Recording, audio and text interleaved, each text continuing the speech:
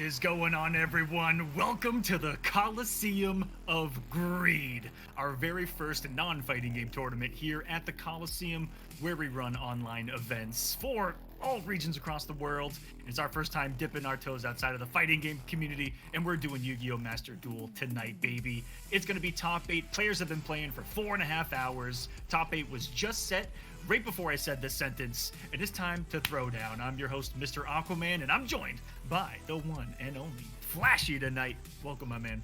Dude, that was one of the most hyped up intros I think you've ever done. You gotta do more Yu-Gi-Oh stuff, man. But let me tell you guys, there was 90 Yu-Gi-Oh sets played leading up to this top 8. 90, almost 100, and not only that, we have representation from countries all around the globe. Aquaman, let me break it down for these people real quick. This was not just an NA event. We have NA, we have Brazil, we had Belgium, Panama, Germany, UK, Singapore, Egypt, and then Canada as well. This was a global event, everybody coming together playing some Yu-Gi-Oh tonight. It was absolutely awesome, and now it is time to find out who's going to be our champion of Greed. This is going to be super hype. Aquaman, do we have a bracket ready for these people? Let's check out this top 8. Yep, Okay, we don't have the bracket yet. I thought we said we had the bracket. The bracket is set, but we're working on it. but we do got to make it for you guys real quick. But before we do that, I just want to say congratulations to those that made it, because this was actually pretty damn sweaty, and thank you for their patience, because it's a brand new format for Yu-Gi-Oh! Flashy. You know, these guys here at the Coliseum, we use matchmaking, which is completely different. They play, you know, it was 4.5 hours long. They played for 4.5 hours straight. They just played a match, looked for a match, played a match, looked for a match, played a match, looked for a match. And then based on those performances, we got 8 that separate themselves from the rest, and they're going to be in this top 8. Just talking to the players right now, and yes, go to table 2. It's gonna be straightforward, guys. Single elimination, first to 2 all the way. I don't know if every single match will be on stream just for time constraints. We are going to be looking at that as we go. These matches can be very long, or they can be very quick. Or they can literally be one turn. It's either going to be a 9-hour show or a 30-minute show. We don't know yet. That's the heart of the cards. What are you going to do? That's it right there, man. You live or die by it. But here we go. Here is your bracket, ladies and gentlemen. Halo R, or Halo. We will have to ask him on that, but it's coming in as the number 1 seed, going up against Embra. Savitar, I think is how you pronounce that, came in and had a really good run. Gonna be going up against Sans. Fez, going up against Bobby Wobby. I mean, that's just 2 guys that are meant to battle it out.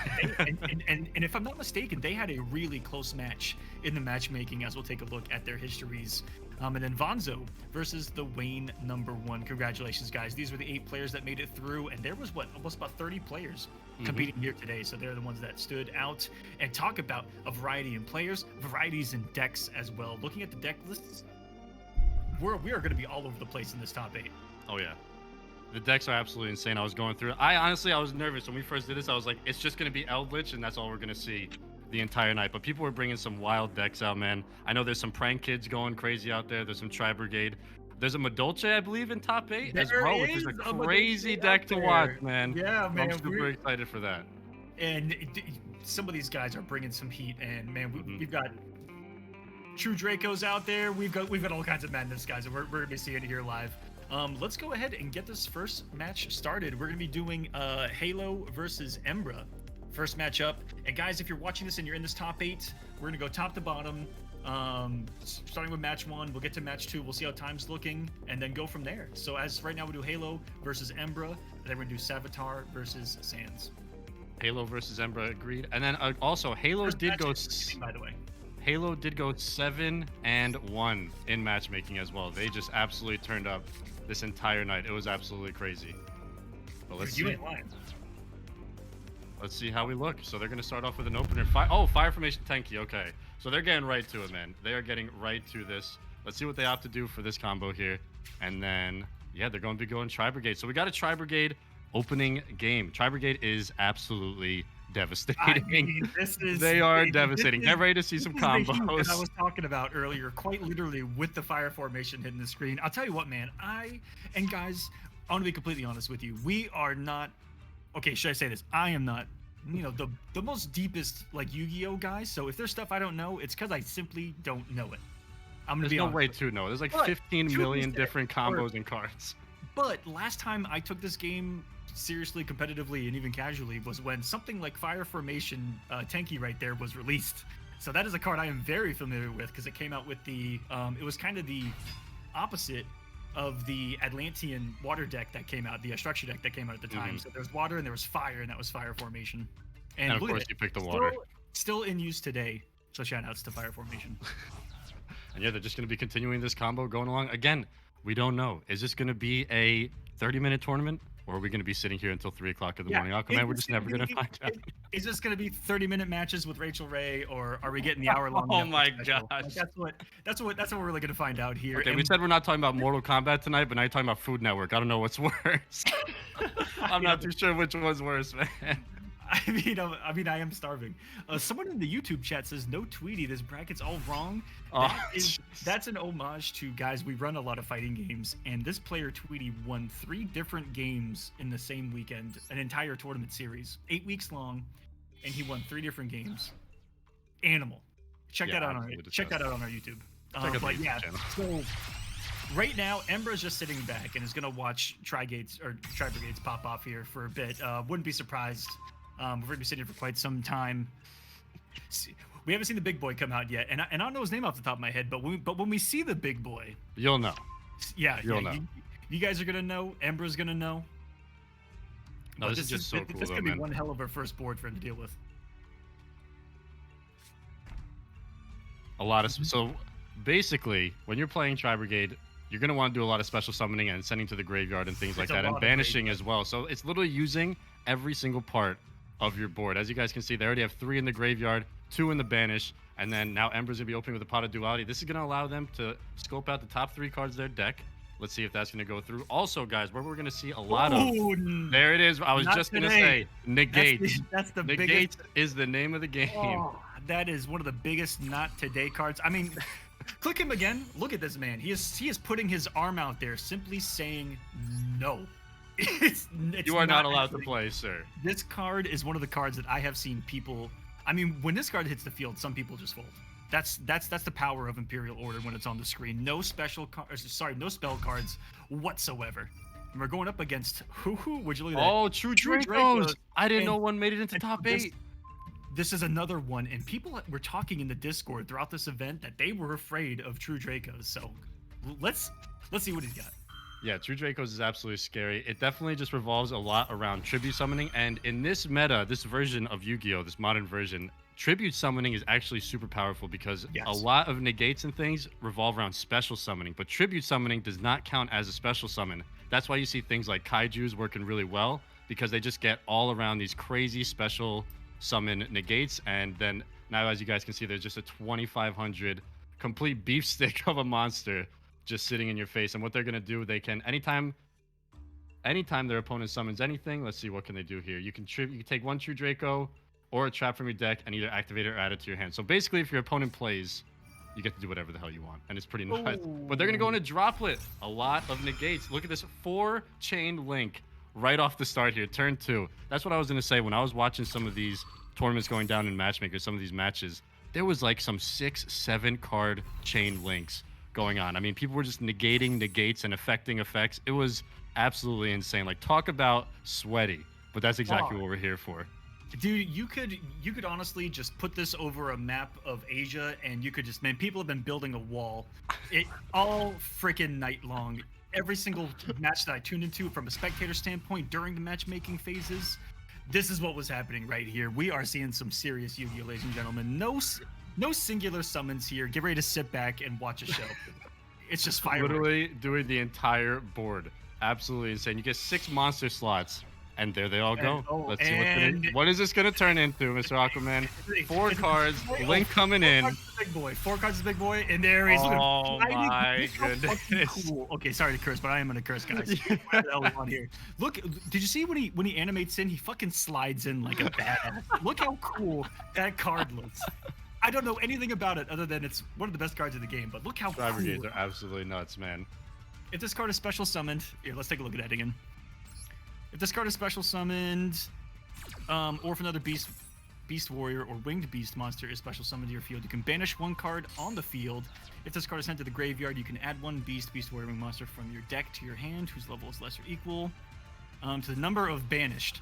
My lord. So this And is as you all guys about, saw, again, they were sending, and then it activates by sending stuff to the banish zone, and it's going to pop off via stuff. Yep, they were sending a lot of things to the banish. They got things from the banish onto their field, then they used those banish cards that were on their field to make the big boy. They threw that back in the graveyard. Now there's going to be graveyard effects activated. I mean, Tri-Brigade is absolutely insane. And it goes back to their hand now. But this is going to be interesting. We're going to see what Ember wants to do. They only have... Oh, no, we're going back to Halo's turn. Okay, so this is not looking good for Ember right now because, as you guys can see, the card advantage, which is huge, especially in Master Duel. They got 3 cards on the field to their 1, and they got now 3 and 1 effect card added in their hand. So the card advantage is looking really good for Halo. Embra does have a response in their hand, but it looks like they don't want to use it, so maybe not an Ash Blossom or Max C just yet. If they had a Max C, that would have been really nice, but unfortunately, it looks like they did not draw that. And this is going to send one to... This is going to banish, is it not, on that first effect? Let's see what happens here. Embra does have something. It is switching over to their turn to resolve an effect, but they're just choosing not to use it. Maybe they're waiting. Perhaps they have a solemn down, or they're waiting for an attack. Oh, and there it goes. It was an Imperial Order. It was a negate. They were just waiting. Oh, no. And now look at this. You have, what, 44, 73, 12. This is GG turn 3. Halo with the Tri-Brigade is looking pretty insane to start this. As long as all these go through, I don't see why they wouldn't. And now here we go. Shiraig with the big hit. That's it. Juicy Turn start 3. here. This is the number 1 seed, mind you, and we are seeing mine. For a reason. I believe, what did I say? They went 7-1, right, during our matchmaking? Yeah, Halo went 7-1 during matchmaking. I wonder who they lost to. Let me see if I can find who they actually ended up losing to. They actually lost to Sans, our number 4 seed. Okay, interesting. Damn, GG's. Game number 1, guys. Yeah, game 1 in the bag. Gonna get the run back. Embra praying to whatever god listens that they win the coin toss here. Is probably what's going through his mind. And that's an interesting thing too about the coin toss and things like that, because a lot of people are talking about in traditional Yu-Gi-Oh! Generally the player that loses gets to choose if they want to go first or second in the second game. But in Master Duel, it comes down to the coin toss again. There is no way to choose, so it's kind of, you know. And I'm also gonna love with you guys. It wasn't in the rule set because I saw others were doing double random, but a lot of people have given me good feedback on that. So I am listening in that regard as far as when runbacks happen, if coin flips, all that fun stuff. But it looks like, are we jumping into game 2 already here? We are jumping into game 2 indeed. I'll go give a second there. We'll jump back in, and it's gonna be game 2. Embra. Let's see if Ember won the coin toss here and gets to go out of the gate, because that's a really big feeling, you know, especially when you've lost with the inability to break someone's board, and then you're like, okay, let's give them a board to break. And it looks like that's exactly what we're gonna pick up on here as Embra taking the first turn, and let's see what we can build. Nothing crazy so far, because I already see an empty hand. That's not a good. It's not a great sign. Yeah, you do have card advantage on the field, but that's just because your opponent has not played yet. I looked up and I was like, is there more coming? Oh, there's nothing up there. There is nothing in the hand, but it looks like they're. I mean, they are just burning everything they got. They do not want to let Halo get started again, which is a good idea. And True Dracos can really shut you down. Look at Vanity's emptiness right there. And mind you, look, Vanity says neither player can special summon monsters, but True Dracos are tribute summons. Again, going back to that special summon workaround. That's what makes True Dracos so scary. Yeah, and that's what makes oh my goodness. That's what makes the kaiju so scary as well, is because they break so many of the strongest monsters that exist in Yu-Gi-Oh! Because tributing doesn't count as destroying a monster, and a lot of people put up that negate of cannot be destroyed by monster effects. Tributing. And that's why one of our most powerful cards in the current Master Duel meta is Nibiru, which is when your opponent special summons 5 cards, you can just drop Nibiru. Oh, but there's the Lightning Storm. What are they going to choose? Destroy all attack position? No, or all spells? I mean, that got absolutely destroyed. Solemned. You might be behind us a little bit, Flashy. Okay. Which would explain Let me catch up here. Let me catch up. I was about to say, we just saw that Solemn, and as you were saying, one of the strongest cards in Master Duel, one of the strongest cards of all time. Judgment. That is just a day 1 banger from Yu-Gi-Oh! Yeah, you gotta love Solemn. I mean, of course, like I said, I was talking about it before. We have Ash Blossom, we have Max C, we have Effect Veiler, but when the Nibiru hits the board, you guys will know that card is just absolutely insane. I played 1 match in this tournament, and I got Nibiru. And I'm gonna tell you guys from experience, It fucking sucks. It sucks. It sucks. I spent 20 minutes dying. That's what it felt like. I spent 20 minutes just to play myself. And now going back to that card advantage situation again. I mean, look, Embra only has one trap card in their trap field zone, and there's nothing else. No monsters, no cards in hand. And this is going to give Halo a chance to just go crazy. Although, let's see, negate the effects of all face-up monsters in the field. The Monarch's Erupt is actually a really solid continuous trap. We'll see if there's anything to deal with that. If not, maybe they might just go for the damage. Is this going to be another? It's going to be a turn 2 kill. Man, is this GG's? The side frame driver attack. It does. Oh my goodness. Halo 2-0 within 5 turns. I mean, within 5 turns. I mean, hey man, if we can get some more matches like this, because this did not exist in the matchmaking. I'm sorry. I'm just gonna come out and say it. It did every time I looked at any of the scores, it was 40 minutes and 1-1. We were 40 minutes into the match and it was 1-1. So that's kind of crazy that we got what we got as our first match on stream. I mean, that's just the power of Halo right now. They're on an absolute mission tonight to take the W. But yeah, first game, 5 rounds total. Absolutely insane. They are really just, some people are saying they've been bricking a lot in this tournament. I don't think Halo can use that excuse, because either they just have the most perfect deck or they're just drawing the best cards that they can. But this has been already off to a crazy start. And like you were talking about, I was going through and spectating some of the matchmaking matches, and dude, you weren't lying. It was literally 50-minute matches every single time. It was 50-minute matches, and that's why I was a little nervous going into this, because I was like, we're really going to sit here for 9 hours, which I'm okay with, but after that first game, man, Halo just looking like a very strong #1 seed. Also, while we got a second to get the next match set up, do we have the Matcherino? We are raising money for the top 4 of this event, so if we can get the Matcherino $73, if we can get that up to 100. Guys, we didn't even talk about it yet, but we didn't even bring it up, and it's at $70. There is money on the line this tournament. We're already at $73, and Flashy, we were talking about it before this tournament went down. This has been one of the most active tournaments we've had in about a year, and I mean that both in players playing and money raised before the event actually went down, which is crazy. So thank you to everyone that's donated to this prize pool, some of the players themselves. We had some donations come in right before the tournament started. Kind of out of nowhere, really surprised me. I'm going to take a look at the contributions now. Thank you to Top Tier Harley, Savitar, who's in this, that are doing some of the coupon codes that are on the Matcherino page, which puts free money into the prize pool. 25 cents at a time, $2 at a time. You can put free money in there. And direct contributions. James Gordon, $30 into the prize pool. Thank you so much. I think Fezzy, one of the players in the top 8, put in 25. Rocker, one of the players, put in $10. Shouts to you guys. And if you guys like to donate, I'm gonna put it in the chat. !Matcherino, all tournament long, and this is going to the top 4 of the tournament. Yeah, we definitely want to get these players paid. They've been dueling, man. I mean, usually we're out here saying that they've been gaming, but these people have been dueling. They started at, what was it, like 1 p.m. Eastern, now 5.5 hours in almost, and they're still going strong with this top 8 right now. And I think our next game is going to be Savitar versus Sans.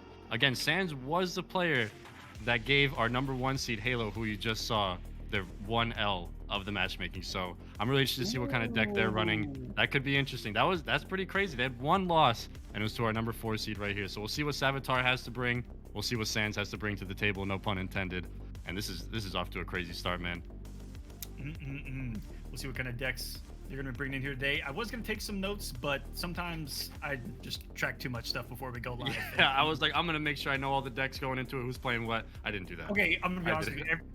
Everyone I checked out, most of them were just outside of top 8. And then right when I looked at who was in, we were already going live. So yeah, but shout out to all those players, man. Everybody that gave us a shot, We're over here usually doing Mortal Kombat Injustice, but listen, Yu-Gi-Oh holds a special place in my heart, holds a special place in Aquaman's, and we're like, we gotta get an opportunity here to get some people together. And like I said, worldwide, we're so used to just like region-based tournaments, but we got like Egypt, Singapore, and things like that. That was so cool to see all of them signing up from all over the world. So definitely shout out to all these players coming together. And I think that speaks volumes to Master Duel as a game.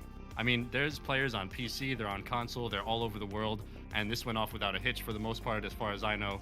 So shout out to Master Duel and the devs back there doing their thing. I think they got to get some love, because this game is absolutely fantastic. Such a great way to get into Yu-Gi-Oh! Such a great way to continue playing Yu-Gi-Oh! As well. I'm super happy that it's out. and we get to get this tournament going, man. This is absolutely awesome. I think I'm gonna say that 58,000 times tonight because this is just mind blowing.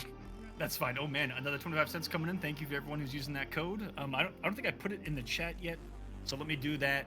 And we're just waiting on this next match to start. If they're in the chat, guys, Savitar, and let me know if I'm saying that wrong and it's Savitar or something. If I'm botching that, please just yell at me.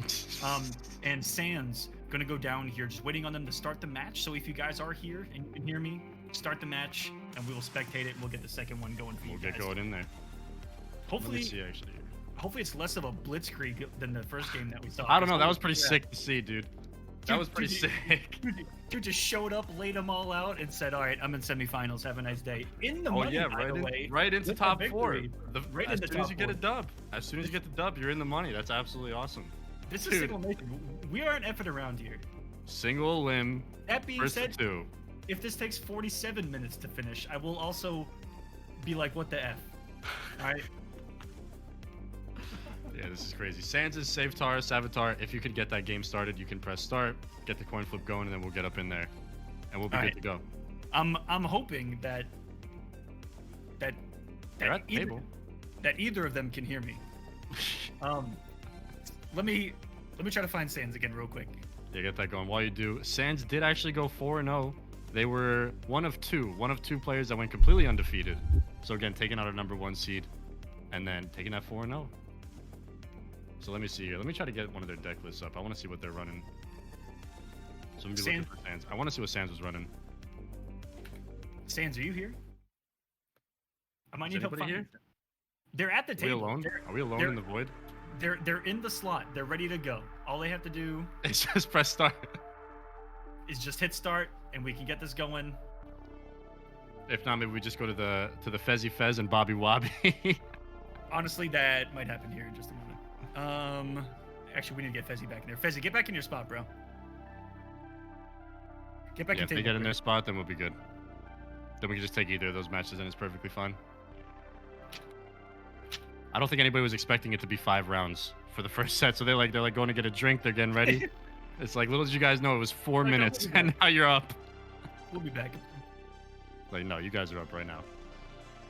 But yeah, big shout out to everybody coming out, checking out the Kolosseum of Greed. You know, completely out of our comfort zone, completely different from what we were doing. But hey, we love Yu-Gi-Oh, and we hope you guys can learn to enjoy it too. Thank you. You know, that's something I've kind of noticed is there's been so much crossover between Mortal Kombat and Yu-Gi-Oh, because all of us grew up on the same. Like, if you grew up on Mortal Kombat, chances are you grew up on Yu-Gi-Oh too. I feel. And you know, I was thinking about that as well, because when Master Duel came out, a lot of the Discord, which is predominantly Mortal Kombat and fighting game players, a lot of them were talking about how much they like Master Duel, and I was like, how come fighting game players like Yu-Gi-Oh so much? But then I was thinking about it. There's probably a lot of like commonalities between the two. It's 1v1. There's combos. You can play how you want, whether it's like stalling. You can just go blitzkrieg full forward. I realized, I was like, maybe there is a lot of similarities between a card game and a fighting game, which I never even thought about. But after seeing all of the MK players like coming over to Master Duel and talking about it, I was like, man, that's pretty crazy. Honestly, anything that's 1v1, I feel like fighting game players can get into, and you can take that outside of the digital realm too. Chess. And tennis. Yes. And multiple other things. Like there's Connect 4. Yep. Yeah, Connect 4, little 1v1 action. Nobody wants to see me in Connect 4. That's all I'm gonna say. Good thing we don't have a Connect 4 Coliseum going on, because that would have been GG's for everybody. But anyway, we are gonna get into this match. We are gonna move on to the next match. It's gonna be Fezzy versus Bobby Wobby. Yep. So we're gonna be skipping the second match in the bracket. Hopefully those players come back. Hopefully they let me know that they're here and doing okay. That they exist. And ready to play. Sans, I'd love to hear from you. If at all. I'll check the Discord while all this is going down if you want to take care of these first few rounds here. Let me see where these guys are. Cheers, guys. All right, we're getting into this. And here we go, starting off, with some absolutely disgustingness. All right, preparation of rites. That's going to get, a level 7 ritual monster or higher from the deck. And then try to max C it. Call by the Grave, the max C. Going to completely shut down Bobby's hopes of getting some free cards here. Called by the Grave. Called by the Grave is a great counter effect. One of the best counter cards to have in your deck, guys. Mm-hmm. Shuts down so many of the meta hand traps. Exactly. I was just about to say, we're in a complete hand trap meta right now in Master Duel, and a lot of these cards require being sent to the Grave in order for their effect to be activated. So Call by the Grave sends them right to the Banished, sends them right to the Shadow Realm. and you do not get to do anything with that. But I did just see Fezzy draw a pretty unbelievable card. So if they get that out, oh my goodness, it's GG's. You don't get to play the game. We'll see if they can get the combo out. But as of right now, they're just taking their turn. Yeah, taking it so slow. Fezzy guys here. Say what you want about him. I hope that the comments come on YouTube later. But he does About play Drytron? Drytrons, baby. We are going to be in for a ride. Yes. We spectated one of Fezzy's matches right before top 8 began, and I think that the entire staff, I mean, we watched it as a group, and everyone was sitting back going, does it ever end? And how does it exist? Does it end, and how is this allowed? Why is what's happening right now? And that's what this can get to. Once we start seeing the heralds, if he's able to get herald out, that's where it's gonna get really scary. I have no clue. Production saw Aquaman explain the deck. He just goes, I don't know. I don't know. He's gonna try to get herald out, and that's all I know. Yeah, just get herald. Literally anything can happen. It's just once herald comes out, that's when the other player is literally not allowed to play the game. Listen, I do what other people do, which is once we see that it's Drytron, you look away until the good cards come out, which takes about 20 minutes. But why it's so disgusting is because once Herald and a couple other cards are out, which we'll read the effects of. But right now he's just really trying to get some of these more disgusting cards out onto the field, and these are all just cannon fodder that we see here. But once Herald comes out, Herald can negate any effect that happens anywhere at any time as long as there's a fairy in the hand. And so it's all about getting Herald out and putting as many fairy monsters in your hand as possible. That's a fairy hand trap that I think is an effect negate as well, even by itself. So, and as you can see, Fezzy just drawing as many cards as possible, picking out their deck, thinning it out, just getting all these fairy monsters in preparation for that Herald to hit the field. We're going to have a summon coming up here. I don't think it's going to be the Herald just yet, or is it? Does it come out just off of 2? No, it does not. We're going to go into the Xyz first. He does like to go this first. I've been seeing that in a lot of his matches. He goes Beatrice first. And let's see here. Effect from the grave. Yeah, give me Beatrice here. You can detach one material, send one card from your deck to the graveyard, which is probably going to pop some effects here. And if this card in your possession is destroyed and sent to the graveyard, you can special summon one Burning Abyss from the extra deck, ignoring its summon conditions. So she is just an offensive and a defensive beast on the field. And hey, look at that 2,800 beat stick sitting there right too, which is good defensively because 2,800 is pretty high, all things considered. And they're still going. Yep. Mind you, this is turn 1, ladies and gentlemen. Once you pop, the fun don't stop here. And they're going to be going into Fafnir here. They're going to activate this effect. More sending to the grave. If you guys look at their grave, they have 7 cards in there, 2 effects, 1 counter trap. So 5 monsters already in their grave, 4 cards in the hand, 3 out on the field. I can't even do that math. How do you get that many cards just on turn 1? They didn't even get an extra draw because they went first. They started with 5 cards. Talk about going plus for your turn, man. And guess what?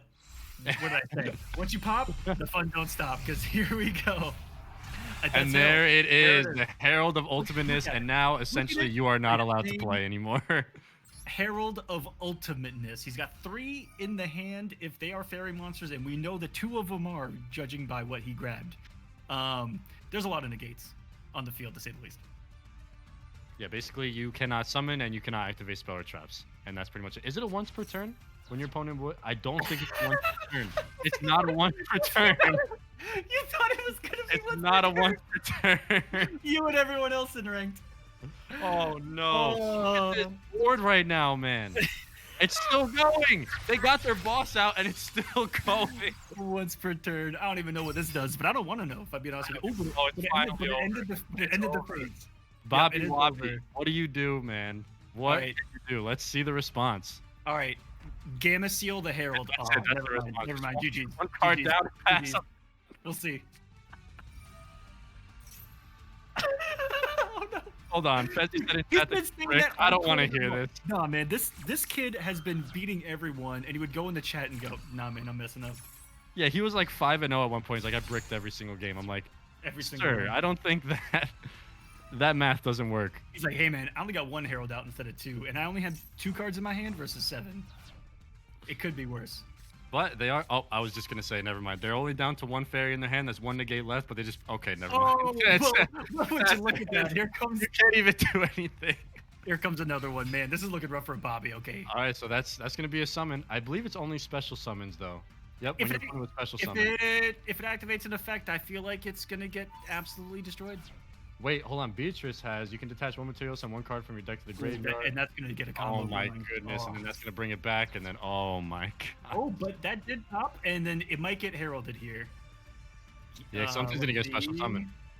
I mean, just using an effect can pop herald at any time, if I'm not mistaken. Quick effect. Okay. I mean, something was allowed to happen there. That's a pretty comes big out. monster. Hold on a second. That's a beefy 4,000. one. That's Hold a beefy on. one.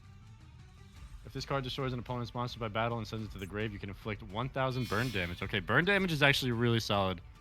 Oh, everything's gone. And it's gone. And Oh no! and it's gone. And I don't even Yeah, want to. well- that was unholy. That is what that was. That wasn't right. oh, and it ends. Underworld Okay, now Goddess here we of go. the You got a 3,000 link beat stick. You got 4 cards in the hand. Herald's out. There's one What? card in the spell trap. What does she do again? You can use one monster your opponent controls as material to link summon this, which is already disgusting because that again beats a lot of the negate effects. You can negate the effects of all face-up monsters your opponent currently controls. This link summoned is unaffected by your opponent's card effects. I'm gonna stop reading right there. Get her out of here. Oh, there we go. Okay, so came down to the word crackdown. Continuous trap. Activate by targeting one face-up monster your opponent controls. Take control of that monster. Okay, so we got a little side switch. Anything you can summon, I can summon too. I like it. I like it. But again, you got to look at that card advantage, man. Fezzi's got 5 cards in the hand. That's okay. Bobby Wobby with 1. That's okay. Unaffected by card effects, except for the effect that just affected it with the trap. The effect of the effect with the effect that affected the effect. Yeah, that thing. How is this deck legal, dude? This person is little. Pot of Greed is illegal, but this deck is legal. Fusion. Pay 1,000 life Oh, points. man. Use a free level 5 or lower. and Millennium Eyes Restrict. The Millennium Eyes. Oh wait, this takes the effect of another monster. Oh my god! They are No! just in a back and forth He's tug of taking it- war right now. He's taking his monster back, like metaphorically right now. He's like, oh, that's a pretty nice effect monster you got there. It'd be a shame if I could use it too. Wait, this deck is crazy. So it's got the Drytron engine with the Herald, and then it can go into Millennium Eyes Restrict as well. That is a this wild. death The deck. dude took one of the most broken cards in the game, and now he's trying to take the effect of that broken card back from him. He's like, give it back to me, you son of a bitch. This is incredible. Yeah, this is crazy. Hold on. So instant fusion. Oh wow. Okay. So it literally doesn't matter as long as you pay 1,000 life points, you get whatever you want. Anything under 5 stars, the Millennium Eyes is a 1-star. All right, now we're gonna have some more graveyard shenanigans, more dancing in the grave. Another Drytron coming back out. More Drytron. Oh my god. Did you say shenanigans? I did say shenanigans. That's what's Dude. happening here. I'm. What is? Wait. How could it not be shenanigans if you're looking at what's happening on the screen with Fezzi's deck? What scares me is Harold looking at the size of the hand. This man's got fairies on top of fairies. I mean, I'm more worried that Fezzi's gonna deck himself out here with all these draws. wait, how many? If he does how not many finish cards this, out there? In the bottom right, just hover over this man's deck. How many cards is this man? 20. They got 20 left in the deck, and they're drawing 17 cards a turn. So they have about 1 turn to finish this, or they're gonna deck themselves out. That's not bad. And guys, if you've never watched Yu-Gi-Oh before, sorry if it's even above a basic terminology that we're using, but the goal of Yu-Gi-Oh is to take away your opponent's life points. So you see that Bobby has 8,000, Alfezi has 7,000, and basic mechanics. We're gonna be summoning monsters. There's traps and spells, and it's all about getting these monsters that have attack points, and through other various methods of reducing your opponent's life points to 0. All while doing some incredibly disgusting stuff along the way. Oh, and it's back. It is back to Fezzi's side. And I believe that's the way the cookie crumbles. That is. Hold on, let them draw 15 more cards first, just to make sure that they got what they need, and then. And honestly, knowing Fezzi, what is about to happen will not need to have had to happen, but it's going to happen. Regardless. 18 cards in the grave. Oh my goodness, this deck is ruthless. Harold is back. 17. You Since thought Harold was coming gone? back to life. You thought Harold was gone? Oh. No. No. The cards So got what do we both. have on the board right now? Okay, they're getting rid of it. Are we gonna go into an Xyz here or another link? Another link. What do we got? That'll do it. Access code talker. This card is disgusting. Okay. 5,300 attack. Oh, I don't even think you'll have time to read it because it's 53 plus 3,000. The way the math works, that's GG's. there is a lot of math involved in Yu-Gi-Oh, ladies and gentlemen. Turn 3. Another turn 3. It's about putting the math together to get those life points to 0, baby. Another turn 3 victory. Fezzy. Oh my goodness. Although still 40 minutes long because of turn 1, and that's what Tritron is all about. I mean, still incredible play. But to be fair, that is so brutal to deal with. But he was still able to put himself in a pretty decent position. Taking that underworld was, but the fact that Fezzy was just like, There's always an answer. I still have 7 cards, right? There's always an answer. And I'm curious about that deck if Nibiru actually works because they were special summoning, I mean, hundreds and hundreds of cards. So I'm wondering if Bobby Wobbly does have a Nibiru in the deck, if they could have done it. Maybe now we're going into game 2, they might have like a Solemn or something that they draw. You know, those opening draws can really give or take, dictate the game and how it goes. But I don't know, just with the way Fezzy's looking right now, that was brutal. That looked like an answer for every single thing that Bobby tried to give. But that's all right. Here we go. Game 2. Fezzy going up 1-0. Looking to get into that top 4 spot, getting into the money. And we'll see. Bobby's going first. Let me give you guys a heads up. I think that Savitar and Sans match is going to happen off stream. There was a communication breakdown. I could not reach out to one of the players, and they might have started it off stream, which could work out in the end anyway. Just want to give you guys a heads up on that. And now, interestingly enough, Bobby is going to give up 4,000 of their life points. They did drop that Piri Rise map, which allows you to add 1 monster with 0 attack from your deck to your hand. So it's a bit of a gamble. But honestly, with the way Fezzy's deck works, this is the life that we live. He's gonna need something like this. He's gonna need it. And honestly, like I said, the way Fezzy's deck works, you could have 10,000 life points. Doesn't matter. They're still gonna summon everything that they can to get those life points down. So honestly, taking this half, you're probably gonna be dead anyway after a turn if you let it get to that point. So there's no problems with that. Piri Rise is interesting. I have not seen it used. I haven't seen it used at all either since I've come back. Let's see what they're gonna be doing here. Okay, so was this the card that they grabbed off of it? It had to have been 0 attack. I'm not too sure. But yeah, I've only ever seen Piri Rise in the Exodia deck that I use. Allows you to grab your Royal Magical Library. But anyway, they're going to put their Dark Beckoning Beast in. They're going to bring their Dark Summoning Beast out. Fezzy's got something here. Is it an Ash? Are we going to see an Ash or perhaps maybe Max C get some more draws? That would already put Bobby in a pretty disadvantaged spot, numbers-wise. But this has been the thorn in his side. But what does Fezzy have? Because is he just trying to read the situation? It's got to be a Max. It's got to be an Ash or something. Actually, no. If it was Ash, he probably wouldn't have let the Darkest Diablos come out. But we got a big boy out there. Let's see. Are they going to negate this effect or are they waiting? Fezzy taking their time. They're thinking. Contemplating all the different avenues that this deck might go. Fezzy has been sweating for 6 hours now. Yeah, since 1 p.m. 6 hours straight right now. And he is going through every possible scenario right now in the cards. What does the big boy do, by the way? Let's take a look at the big boy that's on the field. 3,000 Darkest Diablos. He looks amazing. There's a bigger one on the field right now.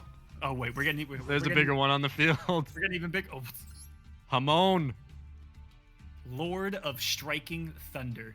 That's pretty badass. That's dude. Yeah, what a title. When that guy shows up, it's like, damn. How'd he get that title? Well, he Stroke Thunder. Oh, wow. Very fascinating. Okay, so while this card is in... Sorry.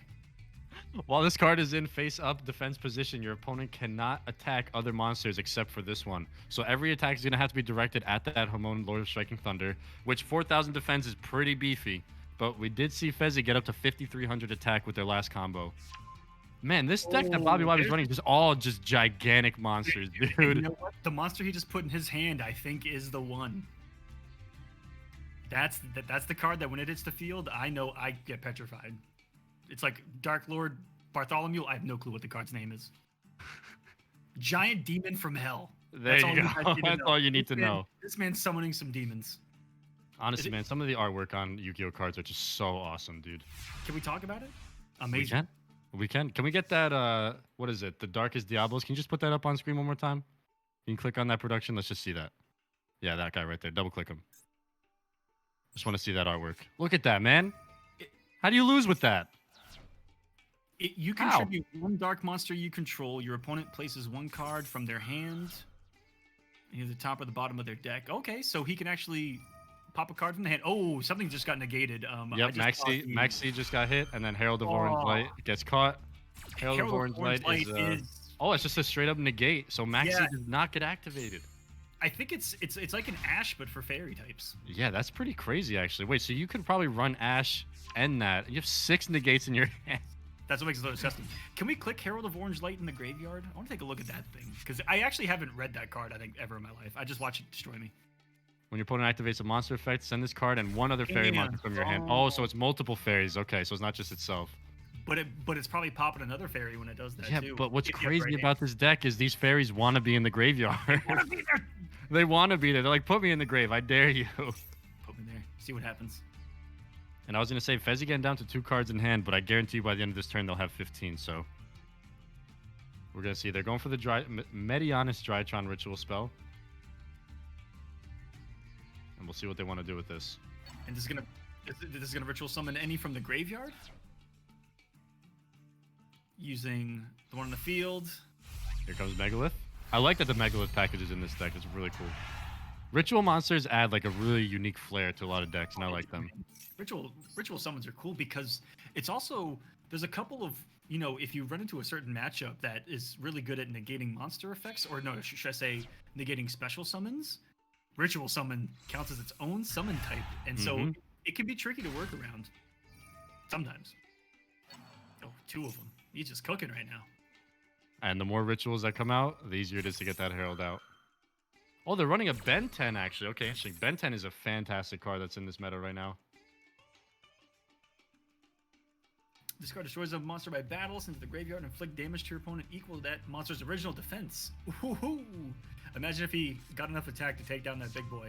And if it's tributed, add a life fairy to your deck. That would actually kill. Hold on a second. Keep in mind, Bobby started this by sending half of his life points to the Shadow Realm, guys, which is really scary because 4,000 life points is not a lot. And granted, they do have a lot on their side of the field right now with the 4,000 and 3,000, but here comes the Beatrice. We saw this combo last game. We know where this leads. I think we know where this goes. I think as long as Bobby doesn't do anything here, he might be in a decent spot because as long as he doesn't... No. I guess if something were to attack that thing, it would activate an effect and Herald would negate that effect. But he's still sitting pretty because I don't think that Dragons is going to be able to get over 4,000. He can get access code talker out. Okay. Yeah, yeah, the combo. Well, why am I even second guessing what he? Yeah, don't even bother. I'm just gonna stop that. Just let the combo play out and then react. Interestingly enough, Nightmom in the YouTube chat says I main Drytron as well. So we have multiple people here that like to just see the world burn. Apparently. Yeah. Let's call it what it is. And you know, I wrote down some of the variety throughout the tournament here today, guys. I saw 2 tri-brigades, 2 blue eyes. There was a pendulum deck out there, Bujin, which I've never even heard of that. Never heard of that. But it was pretty cool. A couple of True Dracos, Sharks from a player named Leftover Shark. So shout outs. But Dolce was in there, Drytrons as well. A lot of variety across the board. And then there was a Prank Kids player. I think they made it into the top 8, if I'm not mistaken. There's a Prank Kids, and let me tell you guys, if you guys like seeing combos, Prank Kids is nuts. Prank Kids pretty much just requires 1 card to start his combo, and then it's pretty much GG's from there. And those are the scariest combos, man. If you just need 1 card and you could just get into a crazy rhythm, those are scary. But we got 2 Xyz monsters out, so they did go into the Beatrice. They went into the Fafnir. Now we're going to have some graveyard effects, and I guarantee you within the next couple of minutes, we'll have another Herald, and then... That looks like it might be. Pop that, yeah. Was Herald in the graveyard already, though? I don't think so. Do I start playing Drytron, man? This is crazy. I thought I was playing the meta by playing Eldritch. This is nuts. Do you want to watch the world burn? I mean, I play Exodia and Eldritch. I think I already do. That's kind of a fact. I think I already do. Listen, guys, not to blow up my co-commentator, but this man had the audacity to challenge me and couldn't even get his own Exodia deck. Okay, coming from the guy that literally said, I won't duel you anymore because I just lost to Exodia.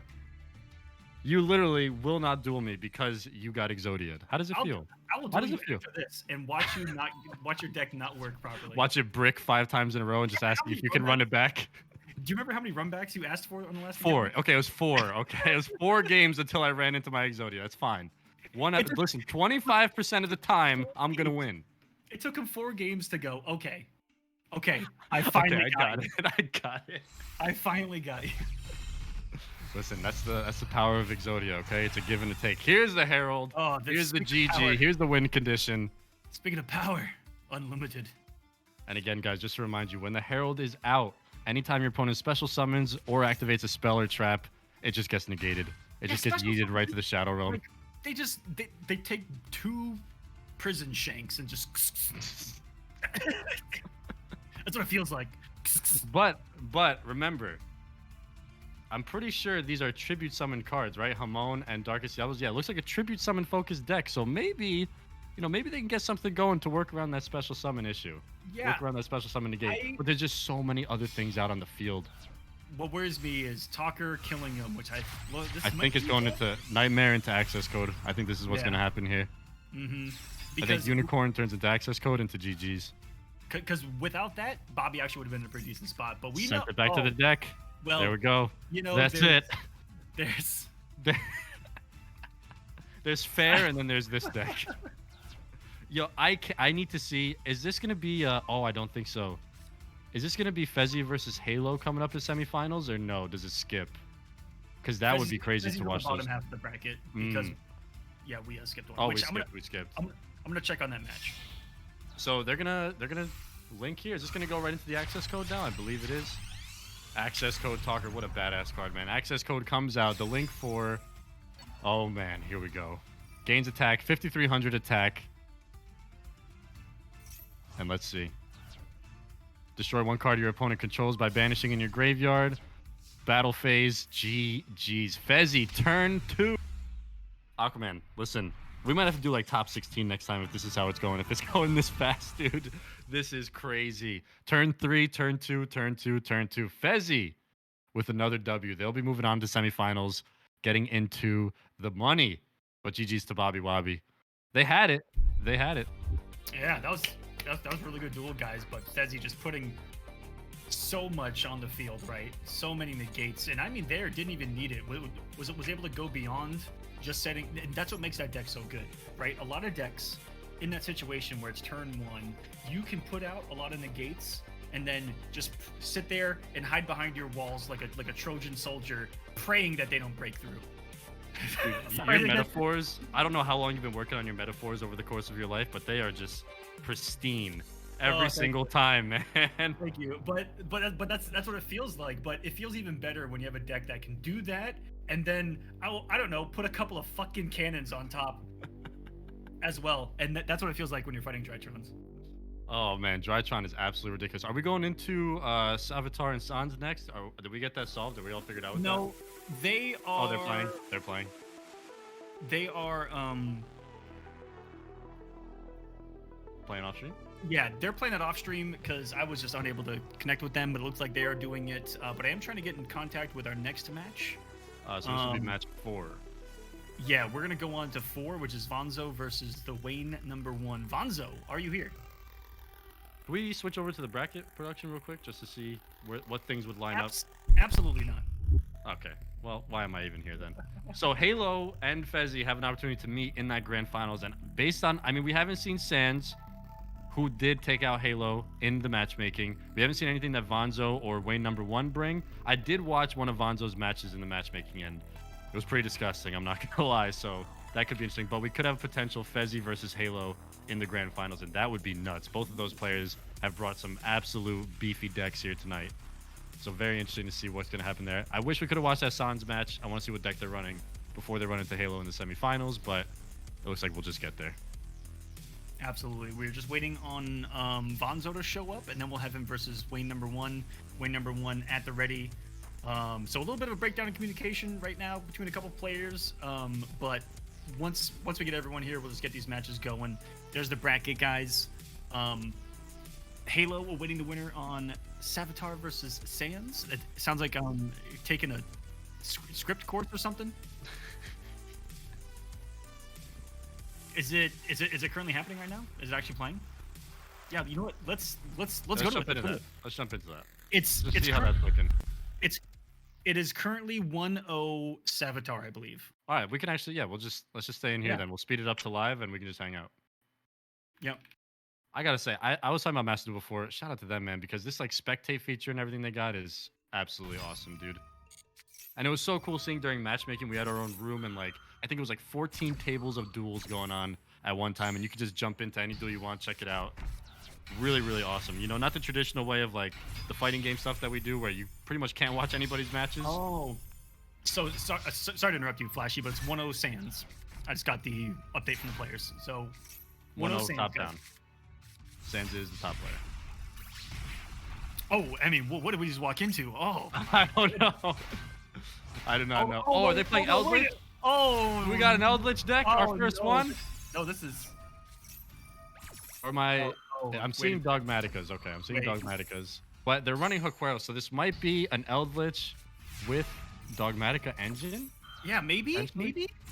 which I'm not familiar with whatsoever. I thought it's just Eldritch and then 38 other trap cards. 70 trap cards. That's right. Yeah. Although, can you get anything going here with skill drain now? Skill Drain is ruthless. And now Skill Drain is at 3 as well, which is crazy. Bonkers. You literally just pock that and your opponent can't do anything. That's GG's. Yeah, Negate all those effects on the Those board. are definitely one of the few cards that hits the field, and you'll see people just surrender in ranked. Yeah, you just can't play. Mine's the one that what's the card that sends any monsters sent to the graveyard or banished instead? When that card hits the field, I know what quit you're talking about. every time. I don't even try to. What's crazy is I don't even try to stop it, and I do have the ability to get rid of it, but I don't Just even instant try. scoop. Mhm. Instant scoop. I usually scoop immediately. But Alright, you'll live. find that there are cards like that. But I mean, hey, he still got 13. He got the 3,000 out before the effects were negated, at least. So they're going to go into Desires. That's going to banish 10 cards from the top of the deck and draw 2. It's going to get Max Seed. Okay. So now any special summons that happen is going to get a draw 4 Sands. That's what makes Max Seed so good. We're in a very special summon meta heavy kind of situation here in this game in Master Duel in the current day.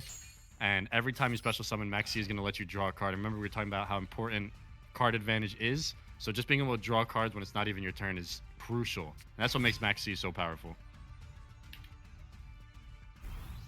Alright, so it looks like a tri-brigade. It looks like a tri-brigade with, I don't know if they're running a Salamangreat engine or if they just run an Almirage on the link. We'll have to see with that.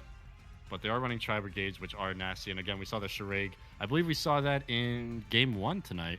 I think there was a Shiraig that was brought out onto the field. One of the beautiful things about Yu-Gi-Oh! In general, man, is that you can find little engines, little groups of cards that could just fit into almost any deck. Or different types of decks, and that's what makes the differences between a lot of people's decks. Guys are little engines that just do different things, lead combos or different routes, and that's all these are on these turns are just long combos to try to get out the biggest nastiest stuff that exists in the game. And it looks like they're going to go in for the attack. Yep, that goes through, takes out a defense position monster. And it might seem a little bit confusing that you see a trap card in the monster zone. Those trap cards essentially are just monsters. There's 2 different ones. There's one with 1800 attack and there's one with 500 attack, and they're just used to set and pretty much set up your next play. I think it's Eldritch with a Dogmatica engine in it, but I'm not too sure. I would like to see Eldritch. Is there one in their grave? Let me see. No, there's not an Eldritch in their grave yet. Someone, hey, I know, and I think it was Sans here, showed up about halfway through the matchmaking, which you can do, guys. What's great about this format is that you can show up in the middle of the tournament and just jump in, and you can take a break, leave, and then come back and jump right back in. But he showed up halfway and went undefeated. 4-0, right? And there was 4-0. someone and I saw in the Discord, someone went, I surrendered when I saw that I was fighting Eldritch. That's the tech right there. You don't even have to play Eldritch. You just show that you're playing it, and then they surrender and you get the win. That's how you climb in ranked in Master Duel, folks. You just build a fake Eldritch deck. You know what? I'm about to do that. I'm about to make a fake one where I'm gonna have Eldritch in it, but not an actual Eldritch deck. And just a bunch of trap cards to make people think that it's Eldritch. The way you can spot an Eldritch is if your opponent puts down 5 trap cards on their opening turn and pass, you're probably playing Eldritch. And as you can see right here, we got 4 trap cards down. What if you did that like as a bait? Like there were actually 5 terrible trap cards, but just to see if someone would fold. Just the bait. Listen, Yeah. it's all mind games in Yu-Gi-Oh, man. That's the beautiful thing about Yu-Gi-Oh. Is there's so many different ways to win. It's Oh. not just about getting your opponent's life points to 0. There's so And you many can different win bluff. conditions. And you can bluff. And That you can. There's a lot of mind games into do I negate that? You know, is there a hand trap? You have to like overplay combos sometimes because you got to assume what your opponent has. So it gets wild. Like the deep meta of Yu-Gi-Oh, it makes my brain hurt, dude. All I know is I play Eldritch or I play Exodia, and that's it. I either flip trap cards or I draw cards. That's all I know how to do in this game. The man doesn't want to think. That's what I don't want to think. That's all I can hear. You know? I don't want to think, and I don't want my opponent to play. I I mean, just who want to does? play Yu-Gi-Oh by myself. Who in their right mind wants to play a video game and not play it? Right? All right, so they're going to be going for the attack. Let's see if they have an option for this. Potentially, I don't know if Eldritch runs Mirror Force. No, it's going to be an Elixir. So it's going to allow them to special summon a zombie baby. monster. Ash Blossom, never mind. There's the negate. So I believe this tri-brigade attack will go through unless they have another trap that they can chain to this. The third chain, Solemn Strike. There it is. Although that doesn't stop an attack. It only stops an effect. Did it pop an effect? It's going on the ash. It's on the ash. Yep, Oh it's negating the my ash. So I think goodness. Elixir is going to go through. This is going to allow them to special summon. Eldritch from anywhere. I think Eldritch is coming out. Eldritch does Yep. start with 2,500. There he is, the Golden Lord with golden- 2,800 defense. the golden child right there. There he is. I don't believe this attack will go through. Yeah, this card is absolutely unbelievable. Essentially, what it does is it'll send itself to the grave and then bring itself back out with an extra 1,000 attack. Forever. Right now, they're just using it as a defense. But what's the name of this card? How do you even pronounce this? The Tri-Brigade Shurag. That's going to go through with a 3,000 attack, 2k damage. And are they allowed to attack with Fractal? No, main phase 2. All right, so they stay alive for one more turn. Ooh, However, so close. now that this goes back to Sands, Eldritch being in the graveyard is dangerous because that card can just come right back out. We'll see if there's an Yeah. answer for that. On top of that, Flashy, when it comes back bigger and stronger than ever. More attack, more defense, and it's unaffected by card effects or something like that. Again, another one of those cards where it's like, you can't play. You're not allowed to play. If he gets rid of skill drain, definitely has a shot. Yeah, that skill drain being on the board is a real true. menace. That's just rocking and rolling and strolling back there. That's what skill drain does. It just sits back there and it goes, you don't get to do anything. So It's like, remember me? It's like, oh, you wanted to activate that effect? I'm right here. I'm right here, friend. But you know, finding any way in your deck that destroys a face-up card would get rid of that. You know? Yeah, And can't you just MST? But Yeah, you could here's just MST skill drain and get it out of Yeah. there. You could MST or something like that. I know my deck in particular would only be able to do that by activating a monster effect. So that's where I would get screwed, you know? So So that's, you lose that's the what skill the problem drain, huh? well, that's how a lot of decks work. A lot of decks' ability to destroy other cards are by monster effects, and Yeah, how you do combos. 9 times out of 10. That's why I'm usually always running like Harpy's Feather Dust or something. I need to just wipe that Oh, let me backboard. tell you, I will never get rid of that card. I think Harpy's Feather Duster is like a must. I know some decks don't run it, but like you can just wipe the backboard, dude. Why would you not want it? Lightning Storm is also really good. Mm-hmm. I believe Lightning Storm is actually at 3. I think it's at 2 right now. I could Is be that wrong. 2? I know Harpy's Feather Duster is at 1, which is, I mean, I understand that card is absolutely insane, but you can just wipe the backboard. But we're gonna see here. 3? Jeez. We are on turn 9. Yeah, I think Lightning Storm is at 3. I honestly might add a couple of more lightning storms into my deck. It Yeah, is Lightning pretty, Storm is 3. It is pretty clutch. Is it a once per turn? I think so. Yeah, you just use. Oh. Ah! Look, Smoke probably knows that in the Twitch chat. Smoke, let me know. Is it once per turn? Peace King saying Dust Tornado in the YouTube chat. Yeah, Dust Tornado is another great one. Man, there's so many good cards. So there are a lot of great ways, and that's one of the things that I know I find with my deck is it's always finding what a weakness is, and if my deck's weakness is something like skill drain, you put something in your deck that's for that situation, right? Like you go, okay, these are some of my routes to try to pop a face up in that scenario. And now you guys are gonna see a really cool counter negate here with Called by the Grave. Anything that's activated in the graveyard, it just gets banished, and since it's in the Shadow Realm, it does not activate. But they're gonna go Elixir. Wait, I'm interested to see what happens here. Elixir will bring back Eldritch, one from the but deck, it right? got called. Okay, so it might be the one from the deck instead of the graveyard. All right, so we are in a 4-chain link right now. Is it about to be a 5? Are we about to? Okay, it's gonna resolve at the 4. Salamangreat goes to the grave. Elixir. I'm wondering how this works. Maybe it's just the one from the deck then, because you do run 2 Eldritch. Oh no. Okay, so they're gonna be grabbing Aquero. Eldritch gets banished. Yep, no effect there. All right, so they still have 1 Eldritch left. Maybe. Okay, I was gonna say maybe it's the one in their hand, but they still got it in their deck. Okay, this is interesting. That was a long chain of events, but we got Tri-Brigade Revolt activated here now. This is going to allow them to special summon Winged Beast or Beast monsters. That are banished or in your grave. Effects are negated, so skill drain is not going to matter whatsoever. Is he pulling out a level 4? Are we going to see... Nope, they're going into Nerval. Nerval brings some big combos, though. Oh, I mean, there's a lot of routes you can go right now. Even Wait, more is so. Tri-Brigade into Zodiac as well. I like that. Oh my god, what just happened? You got another one? Is there one more coming? Where are you going to put it? You got all 6 of your spots taken. Oh, here we go. What comes out on a 4 link? Is it another one? Yeah, it's a... Do you run 2 Shregs? You sure do. Oh, you do. Wow. That's okay. a pretty nice looking board right there. Let's see what happens here. Turn change, turn 10. Mind you, this has been our longest game yet, turn 10. This has been a longer game than our first 2 sets combined. 3/4 of it too, mind you. We're just getting into the thick of it. And thick it is. This is thick with 7 Cs. I think that's it. Does this make this 1-1 now? Damn, is that GG's? Oh wait, let's see. Conquistador comes up. This is gonna delay. This is gonna stall a little bit, but I think this ends up going through. Oh, Conquistador and Aquero. Wait a minute. I mean, still. Oh no. I think they still got it. Yeah, I think so too. Let's see. Because both of they them don't control an Eldritch, so they can't destroy any face-up cards. Yeah. If you activate those trap monsters and you have an Eldritch, you're allowed to destroy some opponent's cards, but that's gonna hit that. The other Shirai is gonna hit the other one, and then Tri-Brigade Fractal can just close it out. I believe this is GG's. Either or, yeah. You do either combination here. The math is good either way. Yep, 2,000. there we go. That's it. 1-1. Wow, that was cool right there, man. Hold on. Wait, this is a match right now. We got a match. We got a game 3. What have we stumbled upon? Thank goodness we decided to jump in here and watch this one. Yeah, dude, this is sort of the match of the night. Yeah, that was absolutely awesome. And now we're going into a sudden death. I don't think we have the sudden death button, do we? No, we do not. All right, can you just say it? Say it how the guy says it. Just do it. Just do it. How the guy says it? How I say it? Yeah.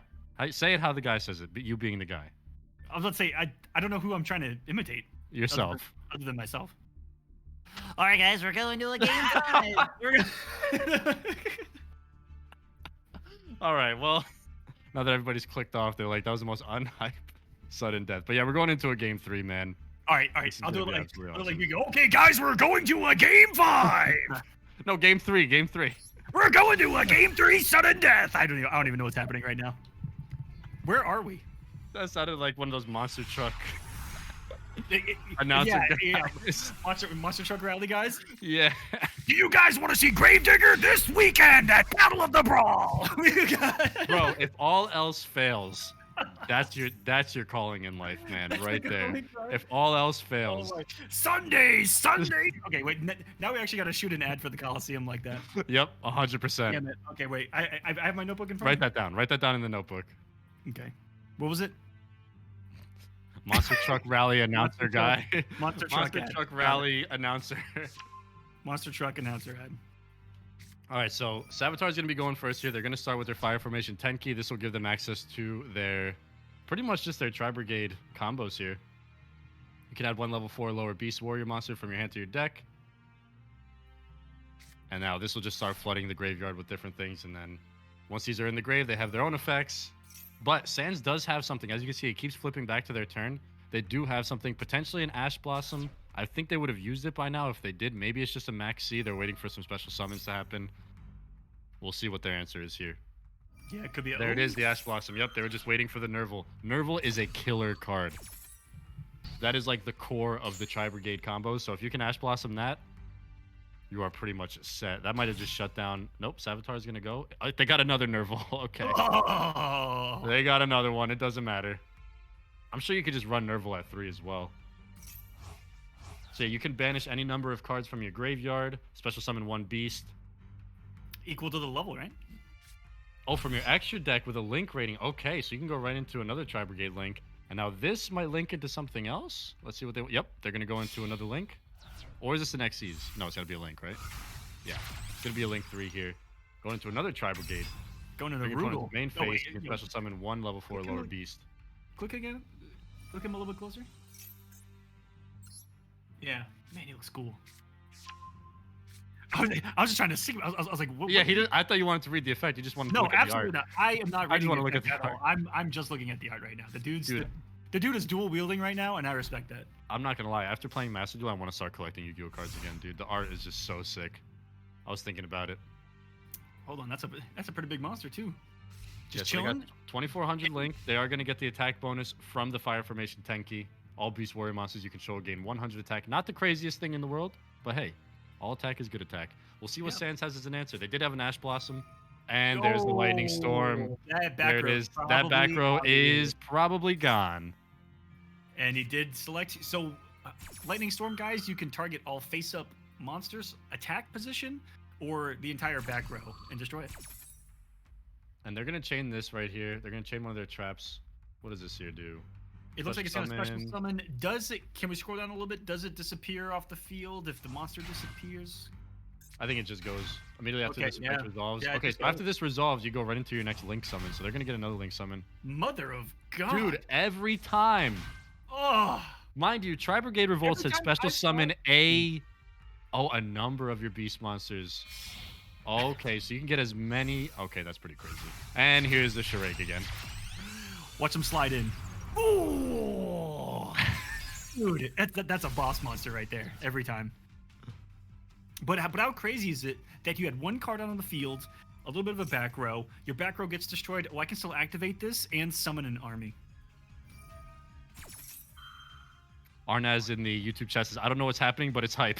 That's pretty much, that's all that you If it gotta makes know, you man. feel I don't know what's better, happening either. me too. But we Not a just see clue. this dude sliding into the DMs out onto the board. Hey man, I'm not a mathematician, but right now he's got 5,300 attack. And right now, That was good math. Quick maths. Tri-Brigades are pretty nuts, man. A lot of Link summoning though. As an old school Yu-Gi-Oh player, I stay far away from Link summonings. I can't keep up with these crazy kids I've with flying actually- machines. I've really enjoyed it. I can't do it, man. I I've really try enjoyed to, it. but it just when you link like 17 times and just don't end, oh, it's a good feeling. I'm terrified of that. I love XC summoning. Synchro summoning is cool too, but XC summoning is like where it's at for me. But Link summoning just takes it to a whole new level, man. Again, I can't keep up with the kids and their flying machines these I days. still don't know what Pendulum does at all. Oh, don't even talk to Not me a about clue. that. Don't even speak to me about Pendulum, bro. Thank goodness I don't run into it either. What did they just ban? And guess what? Guess what? I honestly never know because I bring so many anti backfields that. And it just doesn't work anyways. You don't have to worry about it. They actually just banished Sans' Solemn Judgment, so that is huge. Solemn Judgment is a major player. Doesn't matter what deck you're going up against or what you're playing. I mean, that on a Nerval stops. Can be a deciding factor against Tri-Brigades. But it's gonna go back here to Savitar's turn. They're gonna drop. So what do they got? 53 plus 19. You're not a mathematician, but what is that? 72? I think that's 72. So they're gonna have about 800 attack if all these go through. But again, it's Tri-Brigade, so there's gonna be a little bit of a combo happening here. Expect 19 monsters to come out onto the field, and then they're gonna get linked probably. But we'll see where this goes. Okay, everything's getting banished. What's crazy about Tri-Brigades, man, is it doesn't matter if they're on the field, in the graveyard, banished. And there's a skill drain. There's always something happening with those guys. And what I love about Master Duel, for one, is how great, I mean, the system is to be able to spectate a match like this. But we have that nice little bar on the right there where you guys can see everything happening kind of as it goes if you're looking for a nice breakdown of what card is affecting what other card and in what way you're seeing the effect resolutions. We got Karis here is going to be discarding. And what are we getting into? And special summon from the hand. Level 4 and level 2 out. Is he going to exceed even further? No tuners. I don't think that this deck rocks a single one. Pure monsters here. Battle phase. Wow. So he actually couldn't extend it beyond that. That's like an awkward part of a combo probably for him where he just didn't know where he could take it at the time. And you'll find that a lot in this game with your combos where you're running into a situation you've never been in before. And you're like, okay, how do I continue this? And I wonder if skill drain had an effect on that. Exactly. But now it's looking like this might be, yeah. If this goes through, they have something. Okay, so they're alive for half a second. This is gonna just do 100 damage here. I think they just saved themselves a turn by bringing out the Hook Arrow there. They did. By how Wow, much? 400 life points to 8,000 and a Okay, whole now's slew the of time. monsters looking Listen, down it. that was. I mean, I don't know how you're gonna. One card in the hand. Is there an Eldritch in the grave? I think that this is you're praying. I think Eldritch. Oh no, Eldritch did not get banished. There's not an Eldritch in the grave. And Oh, he would. it's the heart of the cards. The top deck here, Aquaman. I mean, even beyond that, he would need to set and then wait for the next turn to be able to even get anything popping. Yeah, and I think even if he does get like another Huequero or Conquistador or anything like that, it's not going to be enough. All right, Prosperity. This is going to allow them to draw 2. They're going to banish from the extra deck. You'll see a lot of these trap card decks run a full extra deck. There's usually nothing really in it because you're going to run Prosperity, which is going to just banish. Yeah, it's just pretty much fodder for you to be able to draw 2. Actually, 1 or 2. Oh yeah, we can't look at the extra deck, but yeah, there's 15 cards up there, and you're literally gonna see cannon fodder. Yep. It's out of here. Didn't even need them. And all this is you would look at a lot of cards at the top of your deck, and you get to choose which one you want. Oh, and that trap card is probably what he's gonna go for, because if you can set that and get it to activate, that gets Eldritch from the deck. That's what I'm gonna guess here. I forgot what it's called, but it's the red trap card with the lines that's so special summons from the graveyard. I don't think Eldritch. I don't think Eldritch saves them though. I think potentially Eldritch could come out on the field if they have a Conquistador or Huequero in their hand and they set it. Yeah. Okay, they're gonna go Elixir. Yep. Yeah. So this is the one that I was saying, because this is the only way to get Eldritch. I think it's the only play that he's got because of the deck that he's playing. That and if the other card in his hand is one of those other ones, we'll see. Peace King says he needs Sword of Revealing Light. Shout out to the anime, dude. Anytime something was about to happen in the anime, I activate Swords of Revealing Light. And then they just stall. I remember playing this game when it first came out, and when Swords was actually broken. Swords was busted. Yeah, it was OP. I've seen some people run Swords of Revealing Light in their Yu-Gi-Oh! Or in their Exodia decks, but I don't know. I just don't see it played too much. All right, turn change. So what's going to happen is Savitar is probably going to go for the attack. Eldritch is going to hit the field. If there's a Conquistador or Huequero in that trap, they're going to activate that. That'll be summoned. And since they have Eldritch, they'll be able to get rid of a monster on their opponent's side of the field. So potentially saving themselves another turn here. That's going to be a really long-winded combo. I don't know what they have. All right, battle phase. Let's see if I was right. Is this going to go into Eldritch? Let's see. I think you have to swing here, and you have to let him do it. All right, here we go. Elixir popped. This is going to bring Eldritch from the deck. Eldritch, you're right, isn't going to survive this because Eldritch's effect hasn't activated, which is what makes him invincible. But that's where the Huequero comes in, because if it does, then they can discard one card their opponent controls because they have a face-up Eldritch card on their field. It'll get rid of the 3,000 beater, and then Eldritch just survives. Oh, true. So was that other card the one that he needed? Is this the Huequero or Conquistador? Let's see. No, it wasn't. I think that's going to be it. It was not it. Oh, if they had it. Unless right here he can pop Mirror it, Force. And that's what. Mirror Force into GG's. Elixir, special summon one monster. Oh, he's come. Oh, wait a minute. I didn't know they had another one. We did see them place that actually. Eldritch is back. You cannot get rid of this guy, dude. You cannot get rid of Eldritch. You really can't. So this isn't gonna go through. Wow, that was such a good play, dude. Well done, Sans. Sick play. Alive for another turn. They need to draw a Conquistador here. And we still don't know what that other card is that he put down. No, we do not.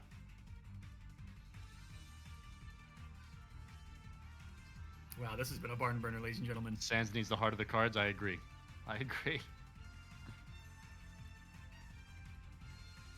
Hey, the heart was with him on that turn. That was dude. If there's a surprise Mirror Force, I'll lose it. I don't think Eldritch runs Mirror Force, but that'd be sick. If I see a Magic Cylinder tonight, I will put another $5 in the prize pool. That's the. Speaking of exclamation point Matcherino, and let's get these top 4 paid. How's the prize pool looking right now? Let's take a look. It'll probably cover the name, but that's fine. 73.25, guys. If you guys like to donate to the prize pool, if you want to see the top 4 from this tournament get paid, donate to the Matcherino. I'll put it in both of the chats. Thank you guys for being here. Let us know. Are you guys enjoying Yu-Gi-Oh? Yeah, let us know if you're enjoying Yu-Gi-Oh! In the YouTube comments down the line in the future, or if you're here in the live chat right now. Me and Aquaman love Yu-Gi-Oh! So any excuse to just sit back and watch people do the most obscene combos to each other, listen, we're all here for it. But if you hit that Matcherino link, you can get on over to the website. Just click claim code. It adds a free 25 cents to the pot. just like that. You don't have to do anything. It's free. You just click a button and you can get these players paid. So we'd really appreciate that. But again, appreciate you guys being here. We did see the Conquistador hit the back row of Sands. So that's going to allow them, whenever they activate it, since they have the face-up Eldritch, this is going to allow them to destroy one opponent's card. That's what makes the Conquistador so good. Because you usually will have Eldritch out, and then as soon as you activate that, you can just get rid of one of your opponent's monsters, which changes the game. Because then you can just flip Eldritch into attack position, 2,500. Avatar has nothing on their field to attack 2,500. Oh, and there's another one. This is actually. I believe that's two. That's two destroyed, and then the Oh 5 my back row. Oh, God. Sands is Oh still my in this. If he That's what wins makes this, Eldritch crazy. I will throw up live. I'm literally gonna throw up live. And it's 1-1. Oh, we're in game 3. Oh, dude, this is bonkers. And we almost weren't gonna watch this set. Jeez, man. Oh, 1 card in hand for Savitar. Sands. Obviously, there's a lot of things to activate back there. Main phase 1. Heartbeast Feather Duster coming in hot. I think you could still activate. You could chain the Conquistador to the Harpy's Feather Duster and still activate it. I think. Yeah, I don't know. I'm pretty sure too. But still, it would get rid of skill drain. It would get rid of. Tell you what, though, not looking like the case here today. More Yu-Gi-Oh content that people are saying? Absolutely. We need Yu-Gi-Oh emotes, Aquaman. Aquaman. We got to get on that. We got to get some Yu-Gi-Oh emotes. We got to get some Heart of the Cards emotes for the Kolosseum. Listen, guys, if we get some Yu-Gi-Oh emotes, we got to get some Yu-Gi-Oh emotes. That's what it's going to be. Well, Anyone running a Blue Eyes deck? A couple of people were running a Blue Eyes deck today. Yes, they there was did 2. not make top 8, so let that speak for itself. It's a sick deck, but I don't think it's going anywhere. All right, so here we go. Conquistador activated. I don't mean anything by that. Please play Blue Eyes and enter the tournament. Where were the Red Eyes decks is the real thing, man. Shout out Red Eyes, bro. Where's the modern day Joey Wheeler deck? Where is it? I want to see. I tried to remake his deck from the anime and I got smoked. Snipe hit the field. I want to see. Dude, Celtic Guardian. Hey, I tried. I got Celtic Guardian over here. Hey, Joey Wheeler. Hey, you. I got Celtic Guardian. I got the sword over here. Now he's got 2,000 attack. 2,000 attack points. And there it is. There's the pop. Oh, but wait. Hold on. Shireg does have a graveyard effect? Let me see. I'm trying to find it. Does it not? I don't think it does. Does it? Hello? Mom? I don't know. There's too many effects. I can't read these Harry Potter novels on the Tri-Brigade cards, man. So I'm just going to wait for the turn to go through. I don't think I'm alone in this. I feel like now they're going to act. Hold on. They're going to activate their other Conquistador, right? And then they're going to be able to pop the other Tri-Brigade? Okay, not yet. Not yet. They do have another one in that backfield. They do. And mind you, next turn, they can just flip that Eldritch. Okay, main phase 2. They can flip that Eldritch next turn, I think. And they can take out that Tri-Brigade Shireg. Oh, no, Rugal. Sorry, Rugal is the other one out. What does he got in the backfield, though? That's what I'm really curious about. Yeah, those 3 back there are scaring me, man. Those 3 in Savitar's backfield are really scary. Dude, what a crazy set right now, bro. This is true sudden death Yu-Gi-Oh. Yeah. This is both men that are how long has this been going on? Like an hour, probably. This single match alone has been going on for almost an hour. You thought those other matches were a taste of what the night was gonna be? Nah. Let's remind you what true Yu-Gi-Oh is.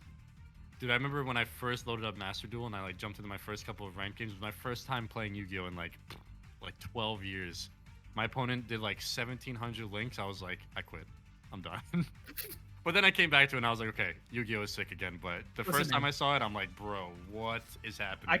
I came into Master Duel. I looked up the current build of Mermail Atlanteans, and I was introduced to a card called Gamma Seal. And one of the first games I played, I sat there, and the guy took 30 minutes to summon a monster, and then I just Gamma Sealed it and went, "This is the greatest game of all time." It is a really good feeling when you can just get rid of all of their work. You know, that's a really good feeling. Dude, Peace King has me literally laughing out loud in the YouTube chat. Joey's deck was broken, and then I always avoid cards with lengthy effects like that. Yeah, I kind of just like skim through it. I'm like, okay, yeah, I know what it's gonna do. And I move on. And then I try to like destroy it or something, and it activates the effect. I'm like, I should have read the damn card text, dude. I should have read it. I And mean, what else am I doing? I'm just sitting here waiting for my opponent to do a turn. I might as well read. Exactly, dude. I've caught up on 10 years of reading in a month of playing Yu-Gi-Oh. Incredible. My language has improved. My overall English. My vernacular is just I'm learning exceeded bigger. all expectations. I'm learning bigger. Royal Decree. I Now have there not- is a dude. card right there that almost single-handedly destroys Eldritch. Holy shit! What is happening? All right, we What- got a and what- 4-chain link. And what's that card right there? The Golden Land. It's gonna sink the Yeah, it's a negate. It's a negate of the Oh negate, my dude. So God. wait, hold on. Haquero ends up hitting the field, right? And this is another face-up destroy. Jesus. Yep. I can't believe that There it just is. happened. We saw Royal Decree, which was already about to be, oh shit, and it was just not today. Oh, wait a minute. Okay, hold on. So Smoke, he had just said it last turn. I'm pretty sure. Haquero is actually not a pop on the board. It's Conquistador that's the pop on the board. So he's just a Haquero body? is a banish. Oh. Can we take a Oh, look at that's- him? The 15 hundo up there. Yeah, let's take a look at Haquero for the people. During the end phase, oh, you can banish one card. No, from that's when either it's in the graveyard. Before that, you can banish one card from either graveyard From either graveyard. when it's yep. summoned, yeah. Okay, so not as crazy as the Conquistador, but they can flip that Eldritch into attack position at any How point. crazy When is it it's turn nine. that skill drain has lasted 9 turns? That's what and- Skill Drain does. And it's still going. Like And the it makes fact you that- feel awful. How Production, has- can you just hover over either of Savitar's monsters? Just hover, you don't have to click. See that big giant nope? That's what Skill Drain does. It reminds you every single time that it's Yep. just no, sir.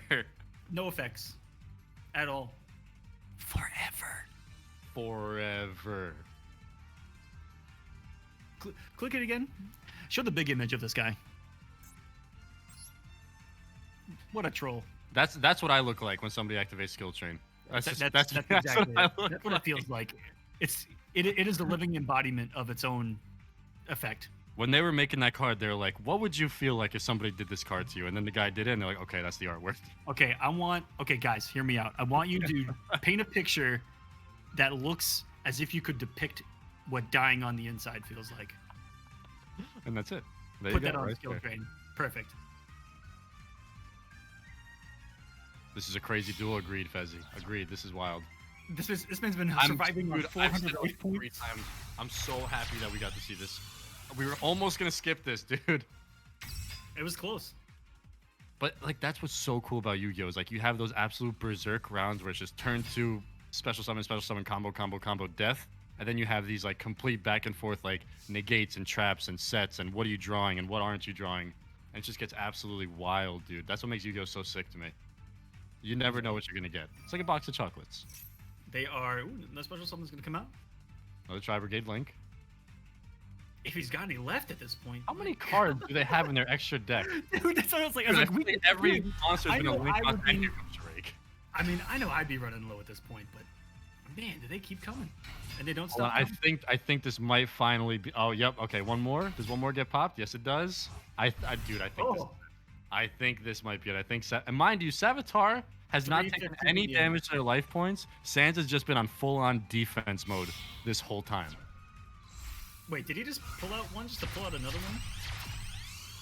And is this another charade? he How just- many he- charades do you run in one? It's got to be 3. Did you gotta do run that? 3. Did you do that to pop effects right here? Because he just. Nouveau activates effect in the grave. I think skill drain only works on the field, right? Yeah, face up on the field, so all graveyard effects are gonna go through. Oh, and this is 100% intentional. This is what we call stacking and jacking right here, guys. That's what, Is that what it's called? that's what we call it. Yeah, I don't in the streets. In the streets of Yu-Gi-Oh! This is called the stacking and jacking move, And where you stack it and then you jack it. I think this is the end. Sans put up an amazing last-ditch effort fight, dude. Wow. Playing defense, almost. But this tri-brigade deck is just unbelievable. And there it is. Wrap Relentless. it up, though, man. That was Yeah, that was a wonderful. crazy set. 2-1. Savitar not taking any damage to the life points. But man, Sans was What a grind. pulling out the combos. The last-ditch effort combos were there, dude. Oh wow, that was absolutely crazy. Is that our? No, we still have one more round 1 match, right? That's the We do. 3 of top 4 sets. We do, and I'm hoping that they are here.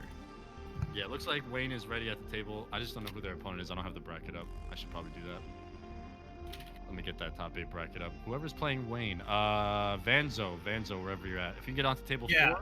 I haven't heard from that guy since we started, so I think that Wayne's gonna get a DQ here. We had been talking about it for the past 45 minutes, and I think that's enough time for my man not to show up, which is really unfortunate. But did make top 8, so hey, congratulations! Thanks for signing up. But my man might be holding a fat DQ. Vanzo, let's give him in the Discord. Yeah, give him a second. Yeah, I've added him. Wayne's added him a couple times. We've tried both chats for him as well. But we can give him a minute just to see if Vanzo responds, and if not, we'll move on to what is going to be semifinals, which is Halo versus Savitar.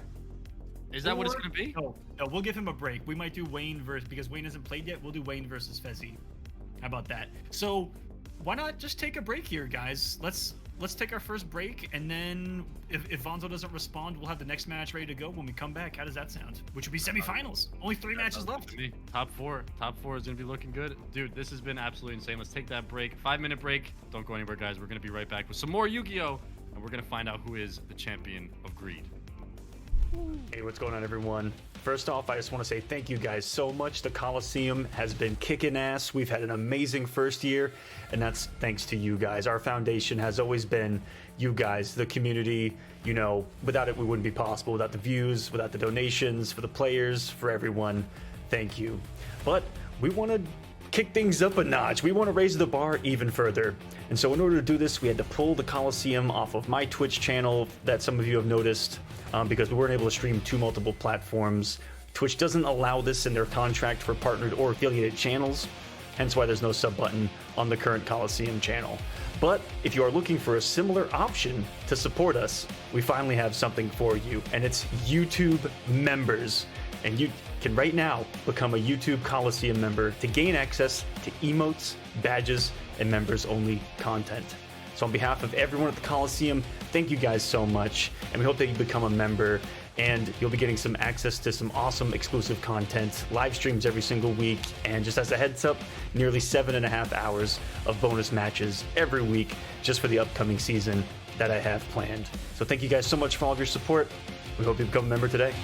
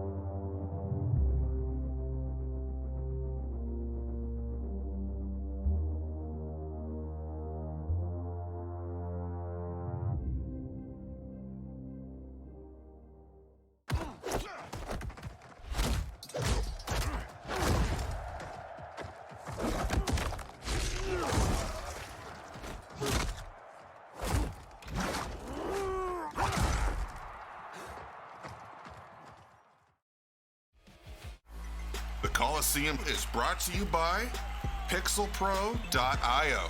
Empower the creators.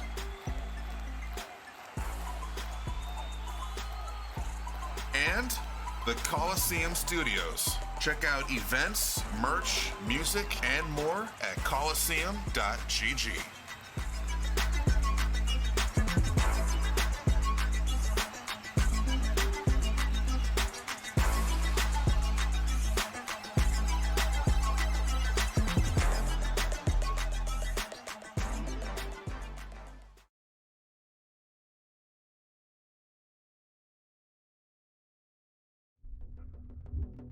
All right, guys, welcome back to the Kolosseum of Greed. We have seen some ridiculous matches ranging from 2 turns to 15 turns. I mean, it has been absolutely wild here tonight. These players are battling it out to get that champion of greed and a little bit of change in their pocket.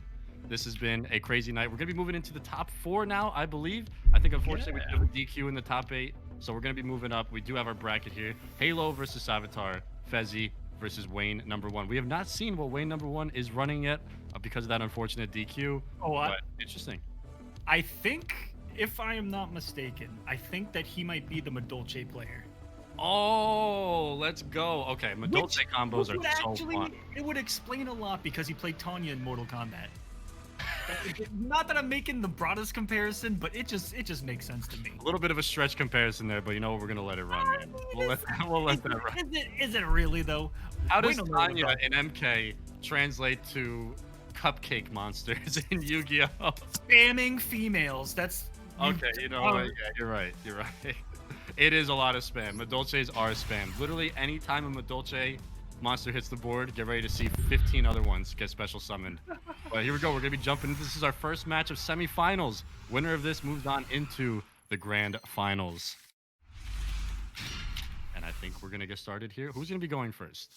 Looks like Fezzi got the first one. And he's gonna start with Drytron Nova. Okay, so we got the Drytrons back. Wayne does have a response. They have some kind of negate in their hand. I'm wondering if it's gonna be Max Seer, Ash Blossom. Are they gonna let this go through? Yes, Flashy, I do know that we just came back from a break, but if you guys need to go use the restroom again, or if you guys need to go get some more snacks, now is the time. I know that we just took a break though, but you got a bit of a second. Got a little bit of time. Fezzi here's gonna pop off for a bit, but let's see where it takes the combo. Do you remember last time wasn't able to get too much on the board, but that second turn was able to really get it going. But wasn't there a skill drain on the board that he wasn't able to do it, or was that another match? I think the matches are starting to blend in my head. I'm not gonna lie. There's another match, but I think that he got something ashed and was still able to continue and get what was it, Dexy, or maybe nothing stopped him so far, and we're just getting matches mixed up entirely.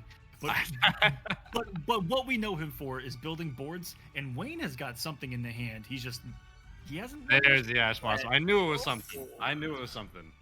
And here's what's key, guys, is it's knowing what to ash. And I'm going to be honest with you, I don't know when it comes to this deck. So I just saw that he had ashed going for the Ritual Monster, which is interesting because it's still going to give him something here. So didn't negate early to try to stop this summon, but did he stop something later on? Now, interesting, he usually goes for the Beatrice first before he brings out the Fafnir. So maybe it was just the way that the Ash Blossom worked. He had to kind of change up his combo and skip to phase 2 of his combo. Or maybe he's saving the Beatrice for later, but exactly, because usually he's got Beatrice up by now, which is may have been what he stopped. Ooh. Here's another ritual. So now we're gonna have some rituals coming out. This is coming from the graveyard, if I'm not mistaken. Again, I love that this deck kind of utilizes rituals, XCs, all different kinds of summoning. That's what makes Yu-Gi-Oh so sick. There's so many different ways to get monsters onto the board. Oh, you ain't lying. Special summon, normal summon, UFOs. We got Abdullah in the YouTube chat that's saying versus. This is our first time seeing Wayne play tonight, Abdullah, and it might be Madolche's. That's what I think by checking his deck list and seeing a match earlier. But we are gonna find out, just like you are. If he gets, oh my goodness, had Nibiru in the wing. Our first Nibiru of the night, but what is happening? I'm curious to see if maybe Wayne should have waited on the Nibiru. I don't know yet, though. Is that a negate? Yeah, what does that do in the middle? Yeah, what does the Megalith do on the second? Oh. Okay, here's another Megalith. I know Megaliths are insane. Okay, no, Nibiru's gonna go through. It's gonna give him a token. It did and make Wayne's gonna have Nibiru. It did make the Nibiru stronger by getting one more on the field, right? Mm-hmm. Oh, and there he is. So Nibiru's on the field, and now they're gonna give a token to Fezzi. And I think the token's gonna be beefy. And Nibiru, guys, one of the hugest cards in the game. I mean, in size too, but special summon 5 monsters. If your opponent special summons 5 monsters, you special summon this. You give them a massive token, but you just wipe like the dinosaurs. Look at the picture. All right, the dinosaurs. There we are with the metaphors again. I gotta say, man, I don't know how you do it. I don't know how you do it, man. Hey, but those metaphors are crisp. Hey, speaking of metaphors, did you know that Nibiru and a giant vessel coming to Earth is actually like really deep in human history, and that Yu-Gi-Oh does some really cool stuff like that, and that one of the earliest civilizations on planet Earth worshipped what was a planet visiting our planet that was called Nibiru, which is why that is called Nibiru. You've been watching way too much. You've been watching too much Ancient Aliens at night, bro. Little history. although that is straight from Ancient Aliens. Shout out Ancient Aliens. Shout out Ancient Aliens. Hey, come on. What a great one. But yeah, again, I'm wondering if actually maybe it was good that they didn't do it when the Herald was out, because maybe Herald could have negated that effect. Probably. I don't know. I don't know like the intricacies of Herald or what it works. But here's the Fafnir again. This time in attack position. There's the ritual. Is this gonna bring out the Herald? Okay, it was in the grave. Looking like it. He's doing some more shenanigans. I think this is it. Here it is. Here it is. I mean, he's got not only does he got the Herald out, but he got a 4100 token Earth Destroyer right there in the middle. That on his turn he can switch to attack. Could have potentially been a bit of a preemptive Nibiru. Again, maybe waiting a little bit more, letting the combo drag out a little bit longer, just to get some more stronger monsters out. But again, that Fafnir just came right out. You do a little detaching, activate a spell. Next thing you know, you got a Herald and you got a GG on your hands. But we'll see. He's been playing really well with this deck. I'm really curious to see and let Wayne get started on their turn, but still turn 1, by the way. Still turn 1. And so a basic combo starter here, guys. A monster that sends something from somewhere to somewhere else. This is sending from the deck to the graveyard. And this is probably going to pop an effect not only of the monster that you're sending to the graveyard, but the monster itself that's on the field. And these are some of the craziest decks in the game. Herald could have negated Nibiru. Okay, so it was not preemptive. It definitely worked out nicely. But again, look at that. Usually when Nibiru's on the board, the turn's over and move on. Let's go next. But it looks like Fezzi is not even phased. He is not even phased by this Nibiru drop. And he's going to go right into Link. Masquerena comes back out on the board. Again, still haven't seen a Beatrice, which is really interesting. We've been seeing that pretty much initial combo starter every single time. But nothing, unfortunately, to take out the primal being Nibiru. So now Wayne's going to get an opportunity here to respond. They're going to go standby. Main phase 1. Let's see what this looks like. I think you might be a little bit behind us again, Flashy. I'm not 100%. Am I behind? I think so. Yeah. I was we've been looking at Fezzi thinking here for about 45 seconds straight. He is lost in his own sauce, thinking of where to potentially go with this.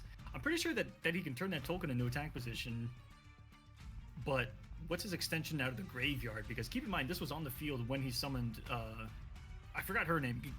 Click the normal effect monster with 500 attack right there. Yeah, because this one is still popping off, so I think he's just thinking of where to go with this particular combo, because this sent to the graveyard, and then what is it?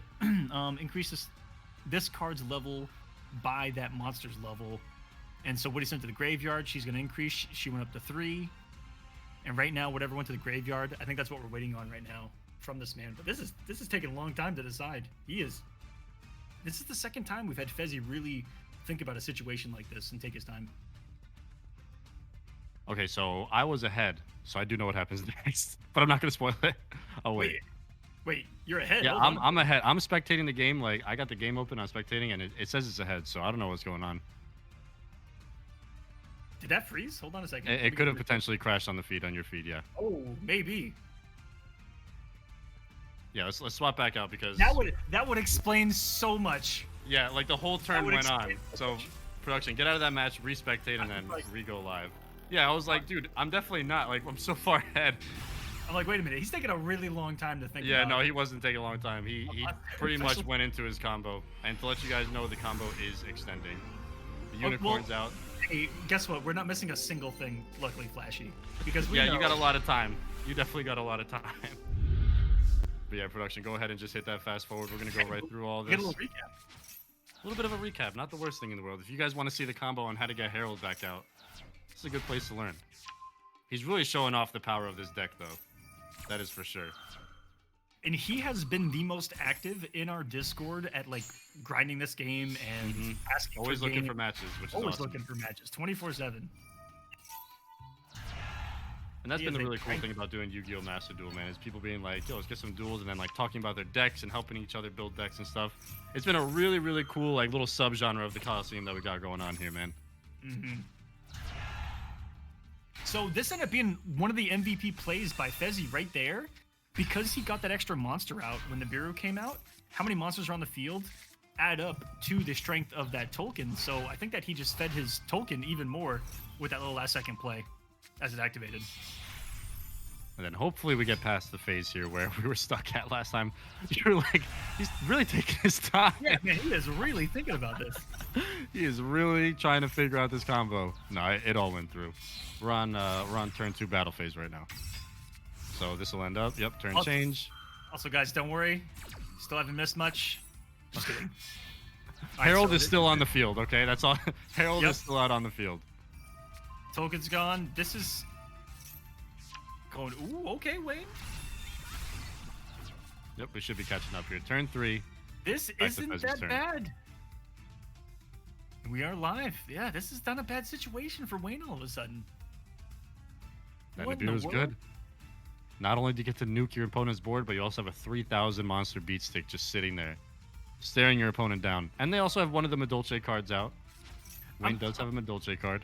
I'm wondering if Fezzi's just unfazed, but did he not sacrifice his own 4100 token?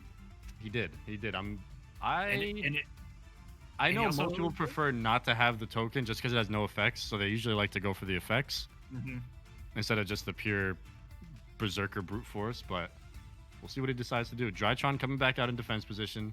We've definitely seen this part of the combo before. That's gonna bring the Metanios. I don't even know how to pronounce it. Dude, some of these cards, man, I will never be able to pronounce them. I don't know where they come up with these words. When you have 5 billion cards, you have to start making. You stuff gotta up. just, I think they just take letters and vowels and just throw it at a wall, and they're like, okay, that's it. There's just an auto generator in the back, just printing all the new cards and all the cards in the future, just making it up. But yeah, very interesting to see what they did with that token, or what he did with that token. But again, Wayne staying comfortably, got the 800 life point lead. But there's gonna be a lot of Heralds and a lot of Drytrons coming out. If he has a normal summoned, this is about to get crazy again. If he goes into the lady, what's her name, Beatrice?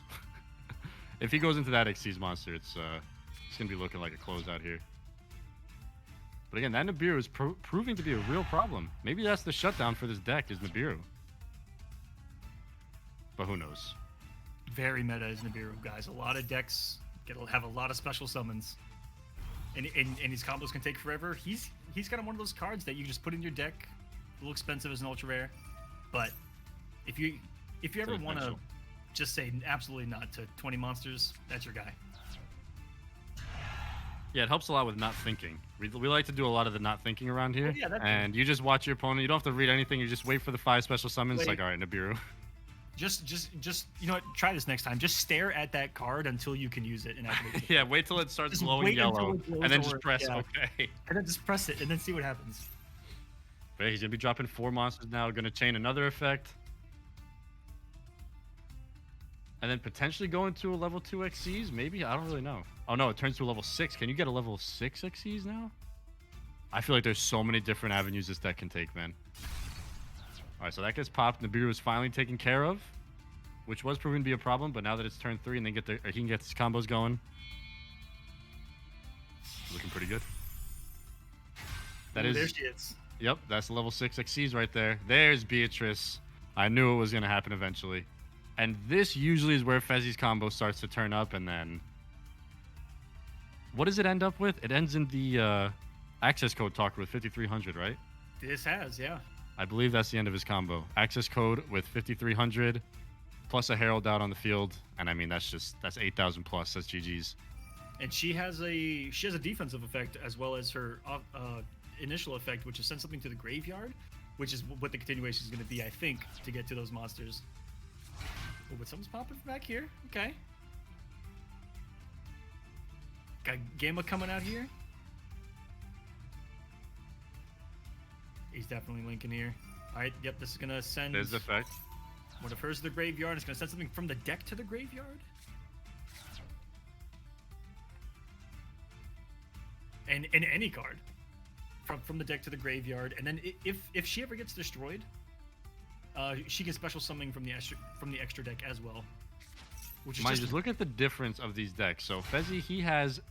How many is it? 16 monsters in his grave. Meanwhile, Wayne only has 2. Like, that's just how insane this deck is. You just shove everything to the grave. They're only hand traps.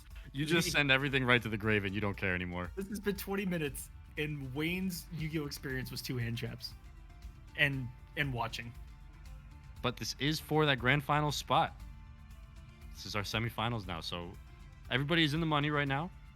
Which, by the way, exclamation point Matcherino, hit the claim code button. You can give 25 cents to the pot for free just for pressing a button. Yeah, guys, please. Everyone watching this live can increase the prize pool another $20 or so if they use those claim codes, which are absolutely free. And it is up to 88. Okay. Oh, thank you, guys. Let's go, man. Shout out to everybody watching, donating. We appreciate you guys. Strife, thank you so much, man. Saying for Chi, which is what Fezzi is going by in the bracket. So rooting for Fezzi is Strife right here. Fezzi, who added $25 to the prize pool himself, looking to get his own money. He did. He's like, you know what? I'm going to put it in the prize pool, but I'm going to win it anyway. Which is about what first place would get. So if Fezzi wins this, he's getting his money back. I don't know if it was the craziest investment, but I respect it. No, shout out to everybody putting money into the prize pool, man. We really appreciate you guys getting these dudes paid. Again, they've been playing. At the end of this, they're going to be playing Yu-Gi-Oh! For the people that made the top 8 for like 7, 8, 9 hours straight. So it's definitely not an easy day, but man, is it a fun one. And there's that Herald back out. Is this going to be the Fafnir link or Fafnir Xyz? Oh, no. It is not going to be, actually. But they're going to go right into he's going to go into battle phase. 400. That can attack directly. Oh, it can attack like 4 times too, right? I've never seen this card. Oh my goodness, it's going to keep going. Attack. While this card has material, it can attack a number of times each battle phase up to the number of materials attached. Okay, so it got 2. So that was 800 plus the Herald, which is 2. But that puts Wayne in a tough position because they got 3 cards in hand, nothing on the field. Fezzi moves into maze phase 2. See if he wants to set anything. Is this the Fafnir? Ooh. No, it's not. Another new one. Okay. I do not know these combos. Oh, I haven't seen her in 20 years. It doesn't matter because she's leaving anyway.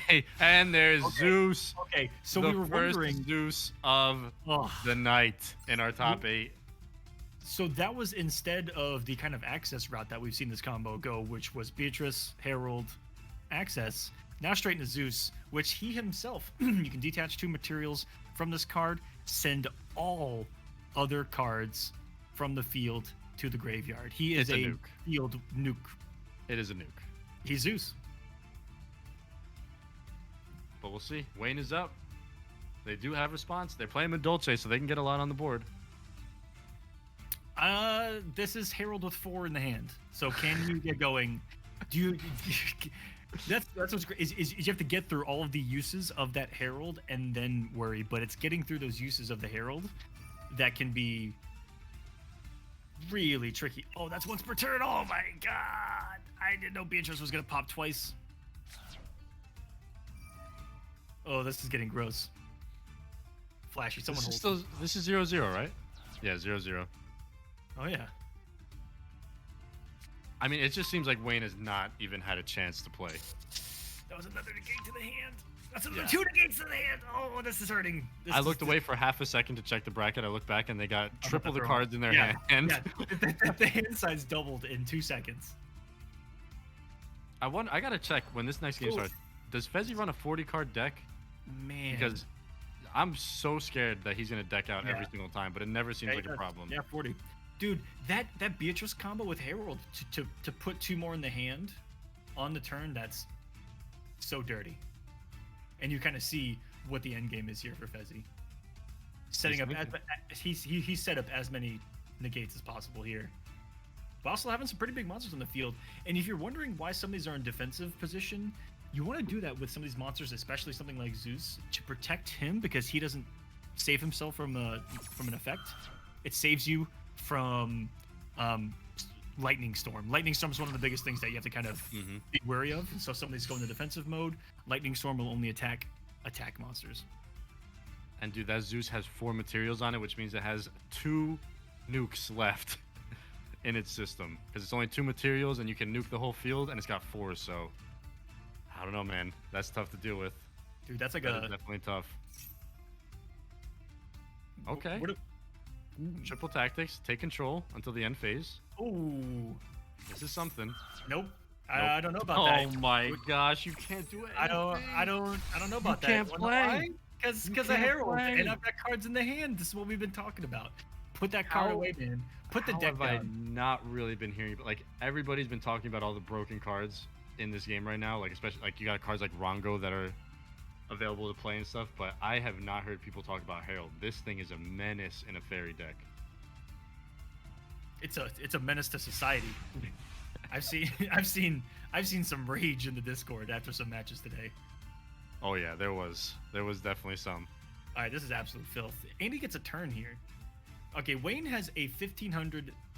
It's just sitting there, staring at Zeus and Herald. Oh, this poor owl and his family. Oh no! Look at them. They're just trying to eat dinner, I think. Oh, and Zeus. Can we get a close up of the owl? Can we get a close up of the owl? No, don't do it. Don't do it. And don't the family. Do it. Oh no! Right before. And they're about to just get completely obliterated. Right before Zeus drops the nuke. Oh man. Let's see what he opts to go for here. Let's see if he decides to finish it in turn 5 or if he's going to give Wayne another chance here. But if this gets destroyed and is sent to the graveyard, it does special summon from the deck. Which could get everything's going into attack. But, Activate attack position. Oh no. Oh my goodness, this owl is literally about to get vaporized. Is that game though? I think it's game, right? That was pretty scary. I think that this is because watching them slowly go into attack position. Yeah, that was frightening. I was like, wait a second, he actually just went into attack formation. Oh, this is overkill.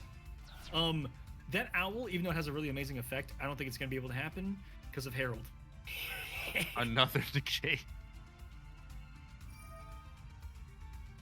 And Zeus still has a nuke. Yeah, so it does it. Two of them to be exact. I'm pretty sure this is just one of those inevitable moments here. But you never know. You never know. They're gonna attack with Zeus. That's 1500. All right. That's gonna. Is that gonna activate, or is it gonna get not with negated? Herald. Oh my. Anywhere in the game, something activates, Herald can stop it for a fairy. And what's so crazy is how many fairy cards you can just get to your hand. Look at his hand. Look at his hand. That's 26 left. Oh, he's gonna have 100. Oh yeah. I think Wayne has 100 left. Wayne has does? 100 life points and a dream right now. I thought he actually did the math right. He's staring down a Zeus, Oh my god. a Beatrice, and a Herald. If there was ever a time to make gaming history, it is coming back from 100 life points against what is on the field right now. It's time. This is it. This is Wayne's moment. Top deck. Believe in the heart of the cards. This is his Evo moment 37. Whatever it is. 92? This would be 92. The Kolosseum moment 92 is about to happen. I'm calling it. Although we haven't been around that long. This would be Kolosseum moment 1. Moment 1. Yu-Gi-Oh! Moment 1. Moment 1 right now. Heart of the cards. Wayne is gonna somehow. He has 3 pieces of Exodia in his hand, I believe, and he needs to get 2 more. I wish there was an Exodia in this top 8. I wish. I was scanning everybody's decks, just hoping somebody was playing an Exodia build. But no. We had 1, but I don't think that they showed up. Yeah, they didn't show up, and it was actually an Exodia deck I've never seen before. It ran 60 cards, and it had Slifer, Obelisk, and Winged Dragon of Ra in it. So I don't know. It was an ultimate god deck, and I would have liked to see that if that was actually a thing. Oh, same. It's so cool because it's like bang, bang, bang, and then just the biggest monster in the world hits the field. Out of the 3 Egyptian gods, Mr. Aquaman, which one's your favorite? Oh, dang, I don't know, Obelisk? Obelisk? You would be an Obelisk guy. The Tormentor is his name, Yep. right? Yeah. Damn, He's I a good can't one. believe that name. You don't remember the Egyptian gods? Obelisk, Ra, Slifer. so, nope. That is a scoop. They don't have a response, and that is a 1-0 for Fezzi. Fezzi, also known get as into the grand finals. Chi, I think is what he's going by tonight. Chi. So Chi. 1-0. Just Chi. We have not been able to see one Madolce combo yet, by the way. Everything has just been negated. So I don't know if maybe Wayne needs to go first to get something going, We haven't seen a Madolce activate in effect yet. which is insane. But here we go. I think we're going to be jumping here How into does- game 2. What I want to know is how does Fezzi get turn 1 every single time? If he wins the coin toss here, I'm gonna say this is rigged. Let's see. Moment of truth.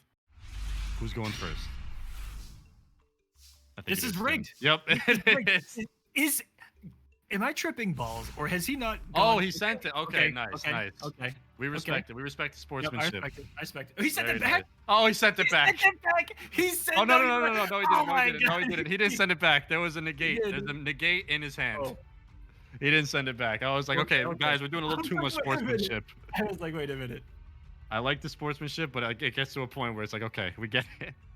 Not No, the still double Wayne's mercy. turn. Still Wayne's turn. We'll see. We're gonna be thinking. All right, finally, Madolce gets on the board. Or this is intentional. I have seen this as an intentional play because of what he has in the hand.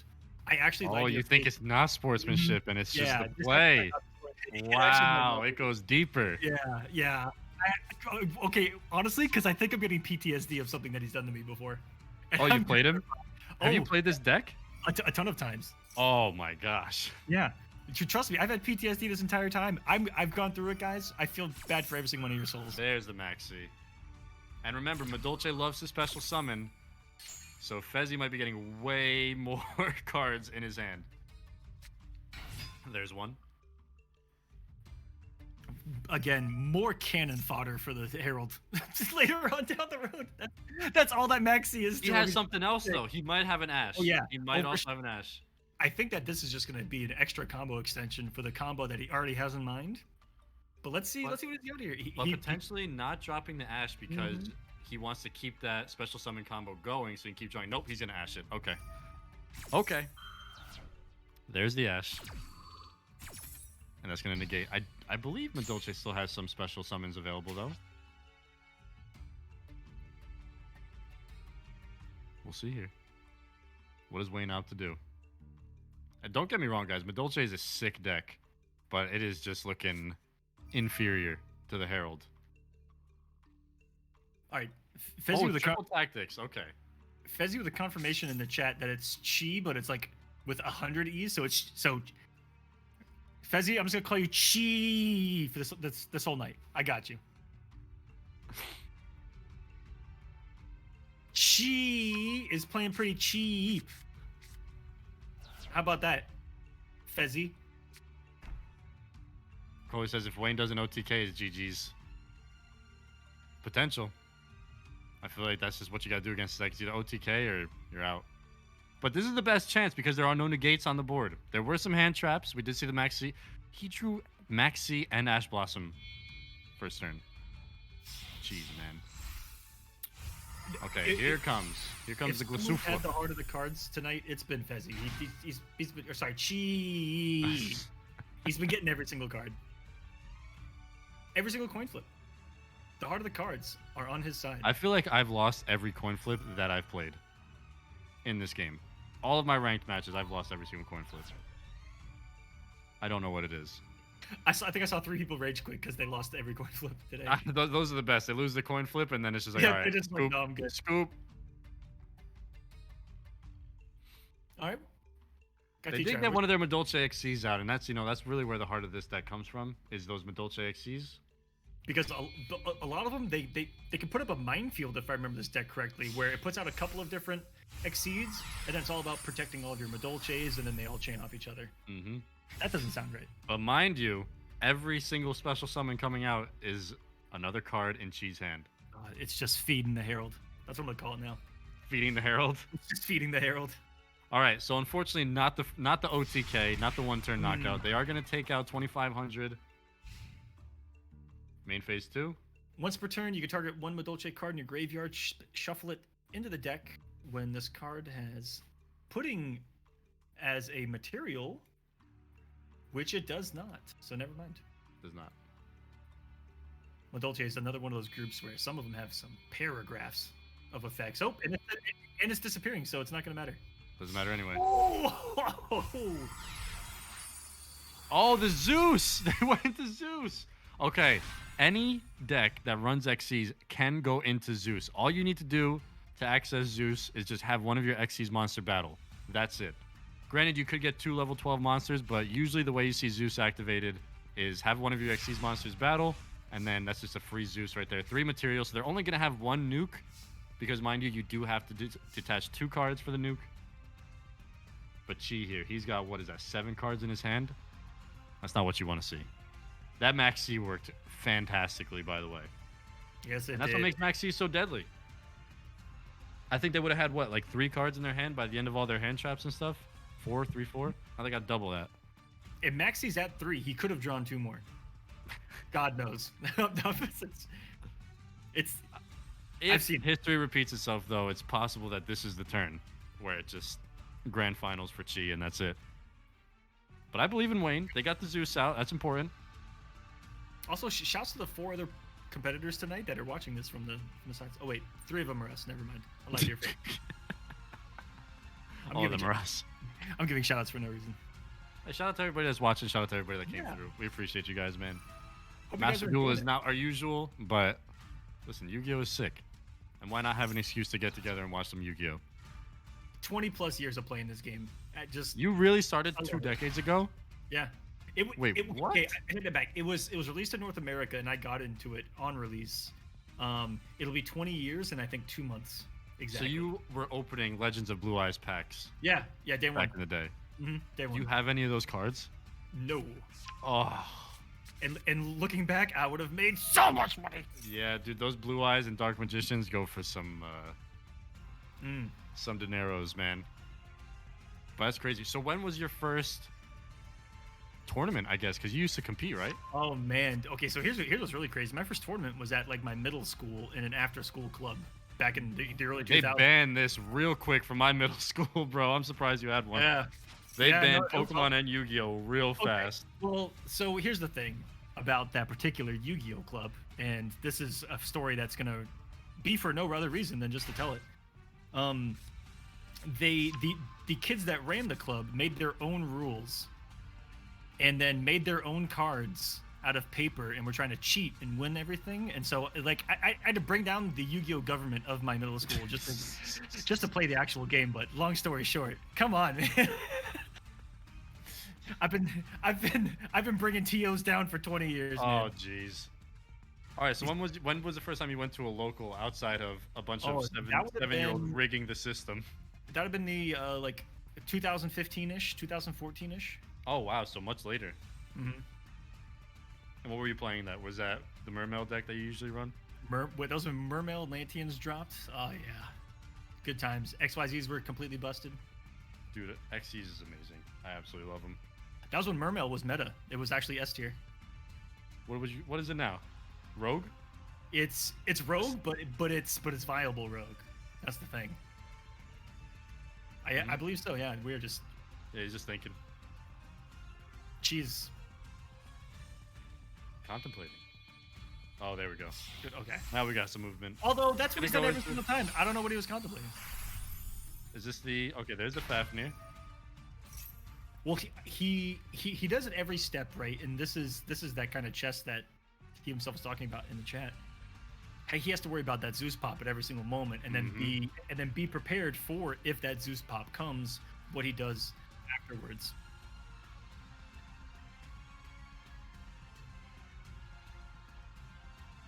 Ewells in the Twitch chat said I started playing when Summon Skull decks were the best. Dude, Summon Skull was like the sickest card of all time. I love Dark Magician, but Summon Skull was such a cool card, man. I wonder if there's like a Summon Skull themed deck you can make. 'Cause I know they got a lot of support in the later years. I'm wondering if you can make one in Master Duel now. That's what's cool, man. Is sometimes you can find like your old favorite card growing up, and then just put it in a deck that's kind of viable. Yeah, but there was a Heroes player. I don't think he made it into... No, I mean, we would have seen it by now. There was not a Heroes in top 8, but it was awesome seeing those cards, man. I was a huge Elemental Hero player back in the day, and seeing Heroes still alive to this day is so cool, dude. I love those cards. Granted, it's not Elemental Heroes much anymore. It's more like Destiny Heroes and Vision Heroes and Evil Heroes. You got all different ones, but the Hero archetype is really sick to me. And again, just a couple of effects, chaining, activating. Wayne has been able to get one card on his side of the field that's been like a problem, we'll call it. As opposed to just getting run over, he's been able to get the Nibiru out. He got Zeus out. So he's able to keep himself in the game. And this Promenade, that's a face-up effect negate, if I'm not mistaken. Yeah, until the end of this turn. Oh. Interesting. Yeah, this might put a stop to this combo. Absolutely not. Nothing stops these combos. Always another one ready to go in the hand. What happens when Fafnir detaches? You can... I thought Fafnir got negated, so I was wrong. That Dolce trap card did not do what I thought it did. Oh, Fafnir negates the trap cards. Ooh. It detaches a negate on an activation and a destroy. So I think that Promenade just got yeeted right to the Shadow Realm. But here comes the full. This is the start of the ritual summons. Gone but not forgotten. Little princess. What are they? Little snack eaters. Little pastry. Yeah, I don't understand them with Dolce archetype at all, man. It's just they're cool cards. Yeah. I get hungry every time. But seriously, look at them all. They're all surrounded by delicious looking snacks. Although, shoutouts to his royal Madolce that's in his graveyard right now. And yes, there are different rarities of the cards in the game, guys. Yeah, the hollow cards are sick. And not that one, but the monster in there. Yeah, there's a glowing one. There's a glowing one in there. On the right in the middle. Nope, you were in the right one, and then yeah. And look at that. Oh, just gorgeous. Yeah, the royal finish is really nice. I like that they do that. It's just cakes and pastries. It looks delicious. And then one gigantic transformer looking dude that's named Zeus out of nowhere from a bunch of cakes. Snacks are in disguise. Oh, jeez. All right. Thank you, everybody, for tuning into the Master Duel event tonight. But Aquaman just... Appreciate it. That's okay. I think, I deserve that. Oh, man. First one of the night. The first Please Stand By of the night. I'm surprised. Yeah, I'm shocked it came this late, too. With some of the... Yeah, usually it's turn 1, game 1. But just slowly moving along in the combo, waiting to get that Herald out. Yeah, this is kind of the curse of this deck, is that it just goes. And how many fairies in that hand? My goodness. I would love to know At least 5, probably? Yeah, I would love to know the ratio of monsters to spells that run in this deck, because it seems like it's literally monsters and that's it, with one spell card that he seems to get every single time. Well, if he gets Herald out, Herald will negate Zeus, and I don't... Herald's coming out. That's no Herald's fight. coming out. Herald's Zeus, on his way. Zeus can't be saved from battle damage, can he? Once per turn of another card you control is destroyed a battle. Dash 1 card. Yeah, so he is susceptible. If he can get Herald out, if he can go into access code, probably, 'cause that's the only way he's gonna get above 3,000. I think in this deck, from what we've seen. And I think that's the play here for him. It's just how can he get there? And I don't have enough familiarity to know exactly how with the cards that are on the field, but I think that's the goal. So Wayne does have a response in his hand. He's thinking. Is he going to allow this to go through, whatever it is? Oh, that's the response. I guess the Zeus attached to the spot. Does he nuke? This would be a really good time to nuke because I don't think anything's popping here. Megalith does something on the quick effect, which is ritual summon one Megalith ritual monster from your hand or deck. There's a detach. Does it resolve? No, it does not. No, it does not. And now Zeus does not have any nukes left. He needs 2 materials to detach. He's only got 1. That's just I'm gonna call him a hand herald because, well, that is what it is. It's a herald that's in the hand, and that's what it does. And now Wayne's only option has been sent to the graveyard. Oh boy. Oh man, this is. Here comes the banish. These are. Oh, okay. Nibiru. He had another one. Oh, another nuke. He had a backup nuke. He had 2 nukes. There it is. Storming onto the field. I think this is going to be a pretty decently sized token, though. For those guys that don't know, the token takes up the attack and the defense of all the monsters that got banished. So you can see some crazy tokens sometimes. Look how big it is. Never mind. Okay. Production, hit it. Hit it one more time.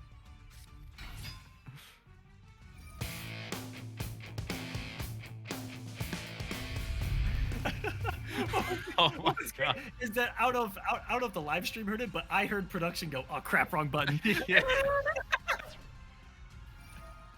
Oh dude, this is great. Oh boy, we just saw what went to the hand. As well as the other army of fairies that are in there. We know what's about to go down here. Does he got Tinkerbell in there? Wait, which one's the tuner? What's the tuner that gets the synchro out? The diviner that's on the field.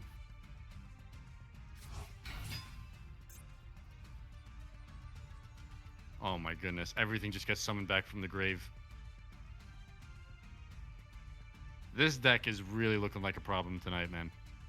One Nibiru looking down across the field from what is going to turn into an entire army of wolves staring at this poor Nibiru, who is now Liam Neeson, as I described the plot of the Gray, apparently. Nibiru. If he can get that Nibiru out of here, he might have enough firepower. I mean, he might just have enough firepower. He can do 31 with his token, just Nibiru for Nibiru, and then get access out, and then GG's. Is this what goes into the Herald? Is this Herald or is it the other Megalith first? Nope. There he is. There he is. Now anything in the hand doesn't even matter. So Nothing he doesn't matters. worry about hand traps. Nothing matters anymore. Oh man. Don't say that. No. I'm trying. Listen, I was super hyped about the Madolce plays, but man. Jeez. We haven't seen any Madolce combos though. That's what's been. There was like one. There was one where we got a couple Xyz monsters out, and then Zeus came out, and then that was it. Curse of the Drytrons. Drytrons? Drytron? Drytron. GG. That's it. GG Tron. Yeah, here's the Masquerena again. Gotta love a deck that's themed around robots and fairies, which is what's possible in Yu-Gi-Oh. Whatever you guys like, there's a set of cards out there for you. That's what makes Yu-Gi-Oh so sick. Mm-hmm. There really is. Ooh, Twitch chat's saying that he's gonna go Underworld Goddess on this play. Are they making the reads? They know more than I do, so what I'm can gonna you try. do? Just being honest. What can he do? Nibiru's out, 1 card set, and a lot of thinking. And I'm gonna guess there's one or two fairies in that hand. Yeah, it doesn't matter. Whatever is about to happen is getting negated. And Mind if you, there's fairies in the if you have a hand full with. hand, I would believe here because if you can get through 1 or 2 Herald activations and then go to town, but I believe what makes here, let's see, Herald. I mean, it would be open to being destroyed after that. Master is going to affect. Immediately after this effect resolves, link summon 1 link monster using materials you control, including this card. And a link monster that's used this card as material cannot be destroyed by opponent's card effects. Okay, interesting. So everything's going to get just yeeted out, and this card can now not be affected by opponent's card effects because one of the link materials was the Masquerena.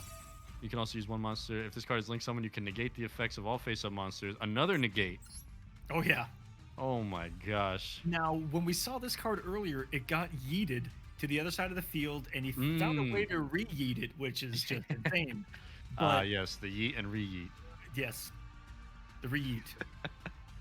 That doesn't sound right. So will it be stopped again? Because it's a pretty powerful effect. I remember that tug of war. That was a really close one too. Was that in round 1? I'm telling you, all of these are just blended into my head, into one duel, one long duel of waiting for Herald to come out. I got one question for Chi here. Can you find a shorter path to these cards?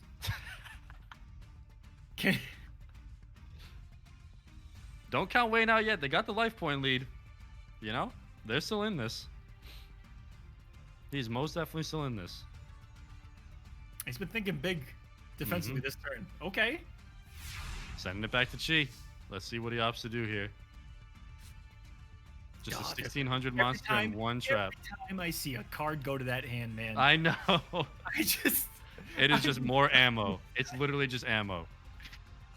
That Herald is just over there with a gun, just going every time a card goes to the hand. All right, here we go. Begin the Herald plays. All right, so Wayne does have a response of some sort. So maybe a trap card is set. It's gonna get banished anyway. It doesn't matter. That card looks dope. Elder Entity. Oh, he took his Imperm out. Okay. Imperm actually. Oh no, I don't think it works. No. I was gonna say Imperm negates all effects, but I think Herald can negate the negate of Imperm. That's exactly it. Jeez, there's just no answers. I think the only answer to this deck is you need to just get rid of all the cards in the hand. You cannot let your opponent have cards in the hand. Yeah, you have to be able to blow through it and still have enough left over. And man, it can be difficult. You see here, everyone's down to 2 to 3 cards by the time they've even gone through 1 or 2 of them. Oh, that's getting crazy though. Herald's gone, but It's coming right back. But he did this last time to get it back. Yeah, it's coming right back. It doesn't matter. You cheeky. The routes of this are crazy, man. The route you gotta take. You gotta take like 1,700 back roads and get to where you get to the point. Just loops back into itself, and once it gets going, you know, it's not just a stall; it's a complete shutdown.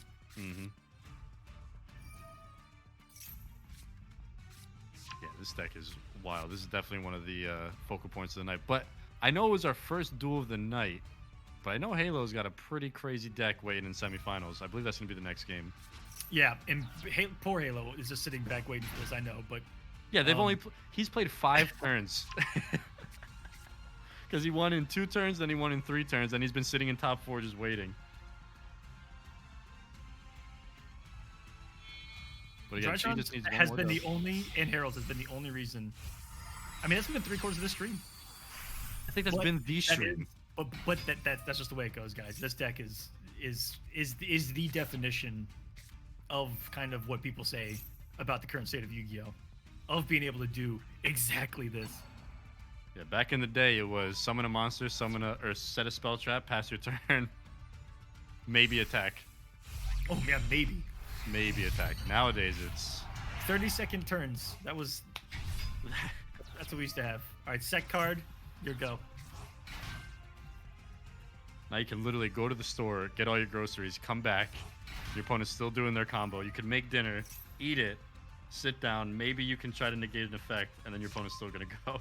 Oh, dude, the worst part's when you look away for a second and you get timed out, and you. Oh yeah, because you have to click an effect. It gave you an option to negate an effect or something, and you didn't, and then it says you lost. Let me tell you, after 20 minutes, then doing that, it doesn't feel great. And there he is. Is he back? Yes, he is. Pretty sure, yeah.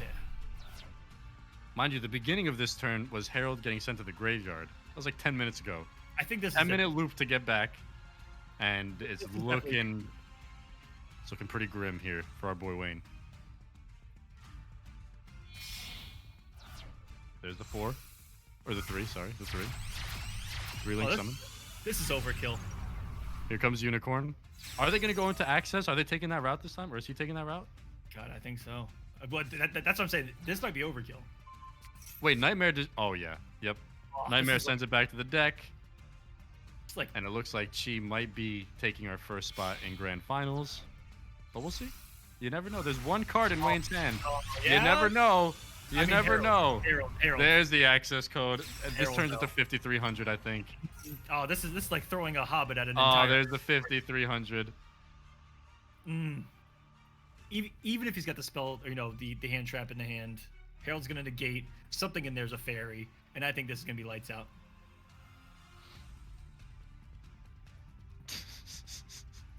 Wayne in the Twitch chat, I couldn't play. I But still says GG's. Hey, GG's, man. You got the top 4, you got the money. Well done today. Very well done. This deck is just bonkers. Chi moving into the Grand Finals with one of the most insane decks I've ever seen in my life. Yeah, that is just brutal. Wow. It is brutal upon summon. Once that Herald gets going, and even really those kind of early Beatrice plays, you saw that people were able to get maybe 1 negate in there, 2 max, but they haven't been able to stop the train that is Tritron Herald. Yeah, and those 2 negates, we saw the Zeus, we saw the Nibiru, those are like hard counter, like you're not getting your turn anymore negates, and the Herald was able to just go right through them like it was nothing. Didn't even care. But we are going to be moving into, we got one more game left in semifinals for our Grand Finals to be set. That we do, and I'm just going to tell them to go right into it. This is going to be jump into it. Versus Savitar, and if we're pronouncing that wrong, I've asked him all Yeah, I've been saying it wrong the whole time. Probably, but he's gaming tonight. That was a sick Halo victory. is gaming. Both these guys are. I love it. What's Halo running again? Dude, I can't even remember. Even though it was only like 2 hours ago, I can't even remember what that deck was. That's still a long time ago. Oh, was it Tri-Brigades? Was Halo running Tri-Brigades? Yep, he was. Okay. So potential for Tri-Brigade against Chi's deck of Herald. But Savitar, we'll see. Savitar, is this Tri-Brigade Mirror? I believe so. Sands Savitar had the match against Sands. That was a sick one, right? Yeah, and that was Tri-Brigades as well. So I think we got a nice little try-off. Oh, try-off? Okay. It's quick. That was quick. All right, I let them both know can definitely get started. Yep, that they can start. Go for it, Halo. Get in there, buddy. Let's get this thing started. This match will be for Grand Finals. And guess what? The higher you place, the more money you get. But everybody in the top 4 is going to be getting paid. Again, can we shout the match, Reno? $88.75. Less than $12 to go to get it to 100 to pay out these players tonight for putting on an amazing show for Yu-Gi-Oh! Whether you like Berserk decks that just take you out in a turn, or you like fluid, drawn-out combos that get you to where you got to be. We got a little bit of everything here in the Kolosseum of Greed. So if we get these players paid, again, just hit that Matcherino link, press claim code. I'm sure there's codes left. That adds a free 25 cents to the pot. You don't have to do anything. You just got to click a button. So we can get these guys paid. There are enough codes that if 20 people from the chat, 28 people exactly from any of the chats were to click the link I just put in the chat, make an account, hit claim code, that's it. You don't spend $1, you don't link anything, you just make an account, hit claim code, you can add 25 cents to the prize pool. If 28 people did that, it would increase it almost near $100. So were you trying to do the math real quick? Yeah, you just gave up? If it was at 50 cents, I would have got it, no problem. But in quarters, 25 makes it a little tough. It makes it a little bit tough. All right, hold on. I got this. Quick math. 28 and a fourth. $8. Is it? Yeah. You can add $8 for free if 28 people were to do that. And it just went up to 89. We appreciate you guys. Thank you. And there are ways to do like some retweets to add 25 cents as well on the sponsor quest on the right-hand side. A lot of ways to just add money for free for these players just by watching. And mind you, like we said, they have been gaming for 7.5 hours now, crushing you again. With our format, there really is no waiting in between matches, so it's just play a match, play a set, move on to your next one, next opponent. So it has literally just been sets for these players. And yeah, they're getting to it, man. They're getting to it. We got 3 players left. Can't wait to see what this grand finals looks like. But still waiting on Savitar and Halo to get it started. We're waiting on Halo, and he was really active for a while, and I'm hoping that he didn't just disappear. I mean, he was like, dude, I've been waiting 45 hours since my game 1. Let me see. Let me try to hit him up in the Discord. Try to get it. Oh, trust me, we have added him all. Oh yeah. Yeah, we got people on it, and appreciate it.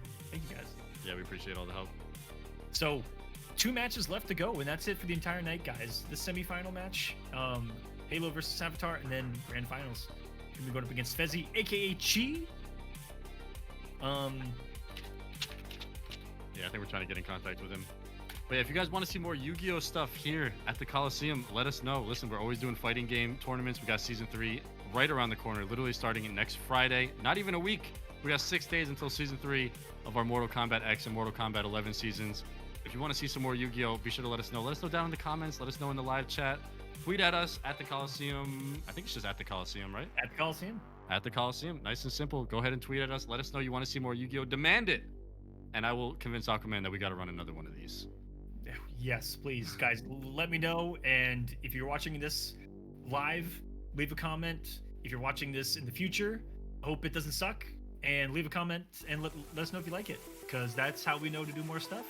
And that had a significant impact on the latest season of fighting games as well, was the feedback in the YouTube comments. So thank you guys. And Halo is here, and we can Let's go. Semifinals, last game before the grand finals. This is for the big money and the opportunity to be called the champion of Greed. Yeah. This is going to be awesome.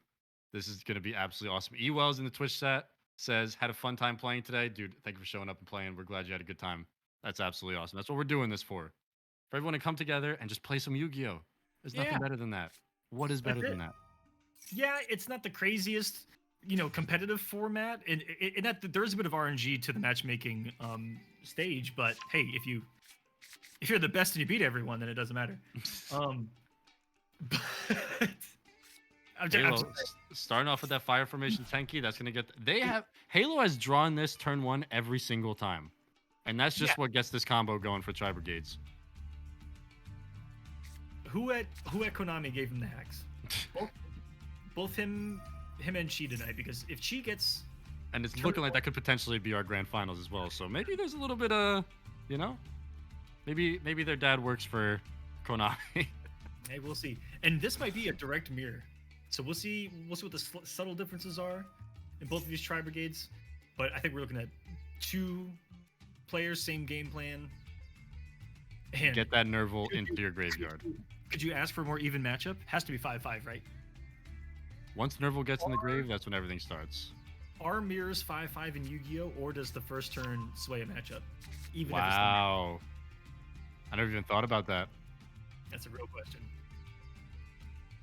Yu-Gi-Oh mirrors are kind of nuts too, because out of 40 cards, are really all and extra deck, are all of them ever going to be exactly the same? Some people might prefer to run some other things as opposed to like what would be meta for that deck. Maybe it works for them. And that's where those different engines come into play, because hell, it could come down to loving a particular card more than another. And you have an engine to get to that card just because you like it. Oh, Call by the Grave is going to do the negate of the negate. Call by the Grave is a great addition, man, because a lot of these negates happen and you're kind of like, well, I just can't play then. But you get Called by the Grave and it's like, nope, my combo is going to continue. And again, Nerval is out on the field. That is a deadly combo starter for the tri-brigades. Let's see what Halo opts to do for it.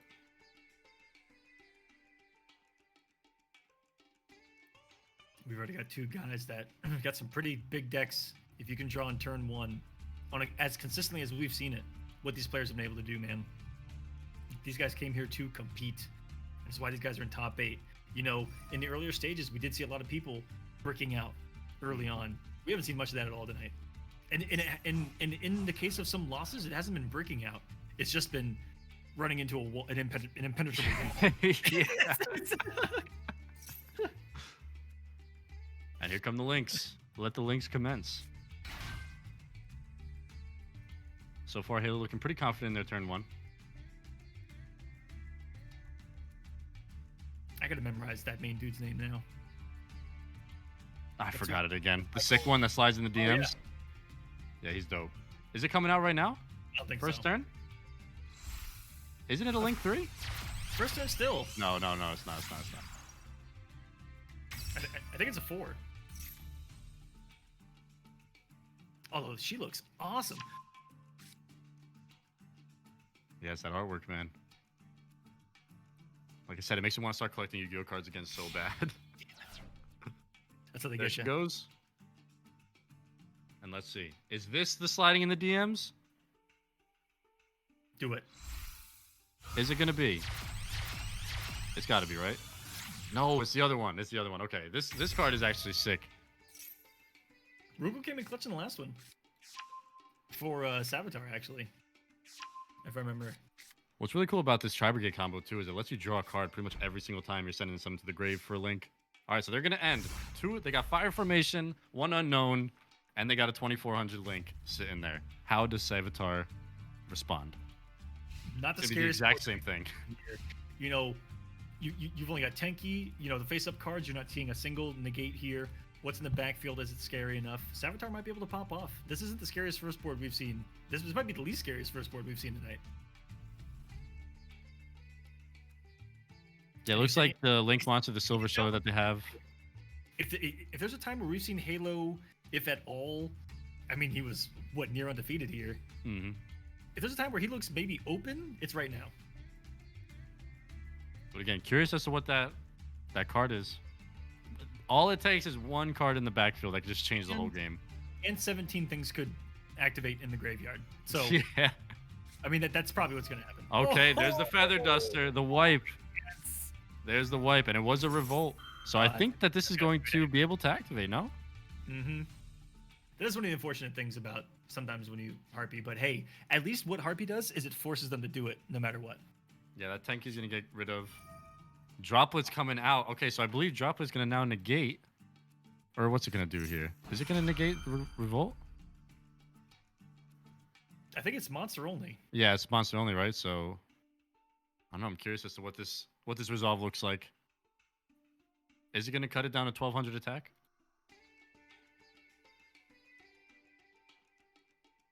Could here. Seen Dropless played a lot recently. Droplet's another one of those staple cards. Always has been, yeah. Mm-hmm. Ever since its Insurgents. That's a good word. Mm. Very I'm good telling word. you, my vocabulary is increased. Yeah, it's from Yu-Gi-Oh.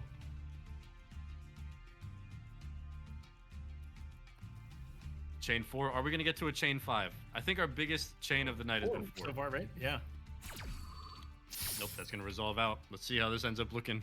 What is this board going to look like at the end of this? And there's one. Ooh. There's the Nerval back. That Nerval is a problem. Yes, Yep, he it's is. going to drop down to 1200. So not as scary. Effects are negated, but he did it in response to it? To get that special summon out? Which was interesting. And in a lot of these plays, guys, at a really complex level, one mistake in placing an effect wrong in a chain can be what makes or breaks an entire match. Yeah, there's so many levels of Yu-Gi-Oh! It's insane.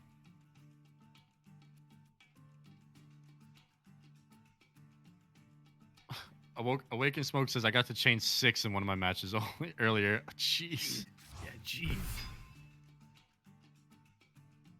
Nerd the Swagger in the Twitch chat. This is a tri-brigade off. What'd you call it before? A try-off? Yeah, this is the try. Try-out? These are the official Kolosseum tryouts. This is. Full of tryhards. Playing tri-brigades. One more. You got one more? Nah, I want to keep it at 3 because it's tri. There he is. He slid in the DM. There it is. Let's go. He's back. Yo, that card is sick, man. I would play Tri-Brigades just for that card. I mean, just look The at ominous omen. the freaking that little like teal aura of electricity as he slides in. Like, Oh, it's clean. they intentionally were like, nah, man, just make it look badass as hell. Yeah, that's good. But now Nervals are going to activate.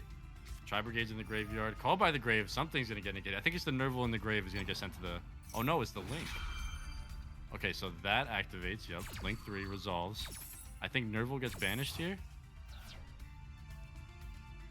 Oh, no, he banished the Link.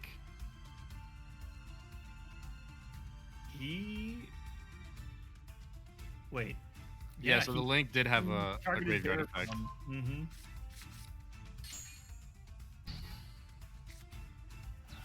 I don't know, man. This mirror match is Yeah, way this too is deep wild. for me, bro.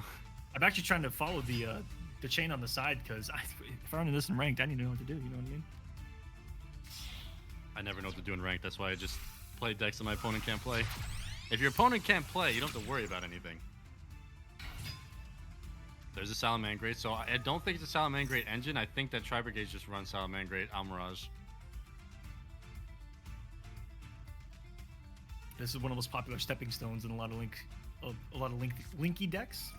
I don't know if you can say it that way. Oh, There's the Ash. that's gonna put a halt. And now look at this card advantage again. I'm The gonna say scoop, shooting immediate. What a gate! That's Wow. it. That Ash Blossom. I And wonder that- if that Ash Blossom got drawn based off a monster effect, or if they had that from the start. Because he was drawing. Halo was definitely drawing based off monster effects. And so now One, you see the nothing. strength of even when we thought that there may have been an opening, that one card in the backfield Mm-hmm. that you had talked about. You know, right Yep. after turn one, it was that's not scary at all. That's not scary at all. It And you just put takes one the card one. based on the backfield, and man, that sucks. Had the Harpy Feather Duster, and in that moment, you were like, if this goes off, I'm about to pop off. Straight into a loss because he goes right in the homeboy sliding in. Dude, the card is so. That's the MVP And of the night. He Is that himself card? had an Ash in his hand. That just got grosser as it progressed. That ominous omen link and then the herald. Those are the two prominent cards of this top 8 right now, man. And it looks like we should be able to get into game number 2. So Halo going up 1-0, looking for that grand final spot.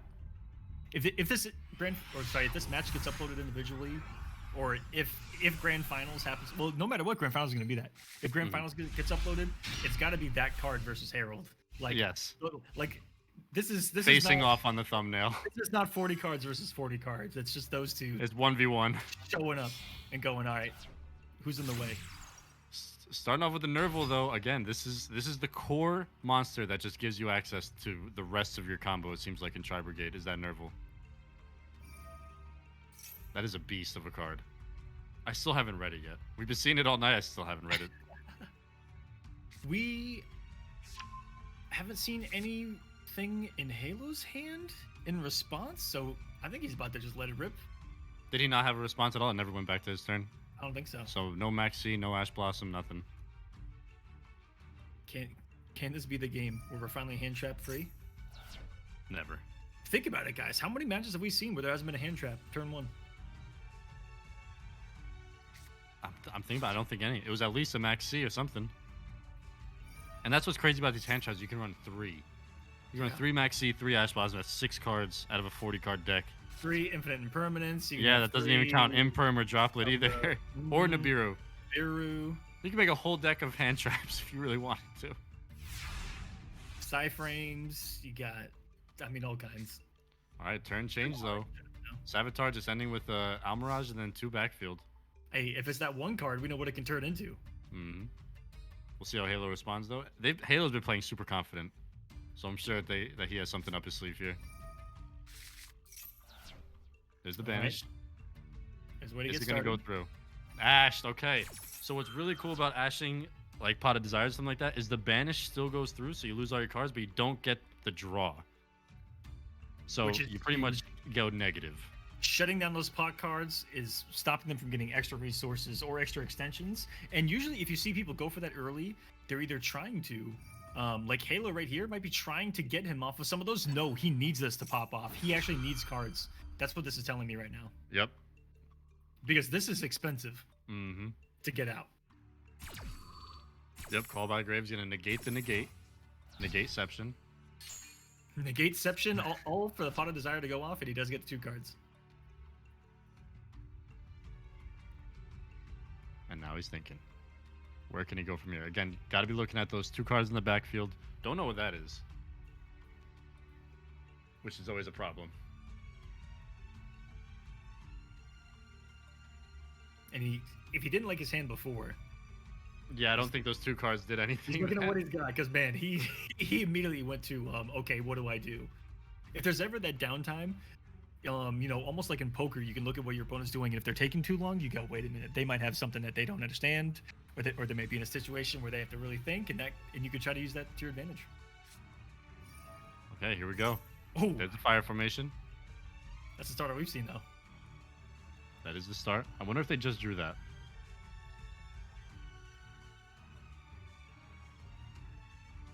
And what Which does is he have huge for it to add? Because Tenki, I believe, gets your main starter just straight from the deck to your Tenki hand. gets, yeah, I'm pretty sure that just goes right into Nerval into combo, right? I think they've been picking Nerval usually, unless I'm mistaken. But it's just, I know that card is like where you got to start. But maybe he has one in hand. We don't get to, okay, no, it's not. Okay, it's a Zodiac. All right, so maybe opting to utilize the Zodiac engine here. See where this goes. Yeah, this is something we have not seen tonight. If this goes through, the Almirage is going to get banished. Does Almirage have a graveyard effect? This card is destroyed. You can special summon. Tri-brigade Revolt. Oh, Revolt comes out. This is another special summon here. This is going to be, I think, all 4 from the grave, and then be Homeboy. Into Link, right? Mm-hmm. Yeah, immediately I after think- this effect I think resolves, we're Link sliding. summon. I think we're sliding today. Let's do it, Is he Flash. sliding in the DMs? Oh yeah, we're gonna be sliding. 4 coming out. Well, 1, 2, 3. And yeah. Come on out, buddy. Welcome to the party. But again, Zodiac, even if it doesn't win the battle, I think automatically that monster gets banished for the Whiptail. I don't know.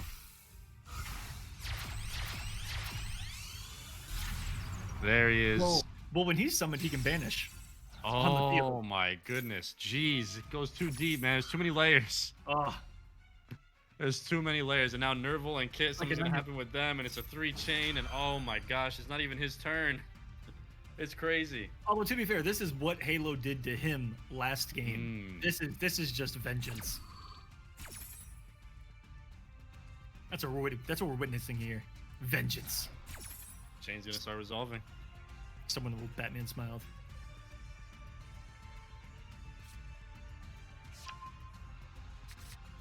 And is he banishing Whiptail? Yep, Yep, there it get it goes. out of Wow. Wide open field. A little bit of a turn of events. Oh, wait, no, Shirai. Okay, so I think he's just waiting. Or is it Halo's turn? And I was like, what do I Oh, do? he had a response. He had a Yeah, response. there we go.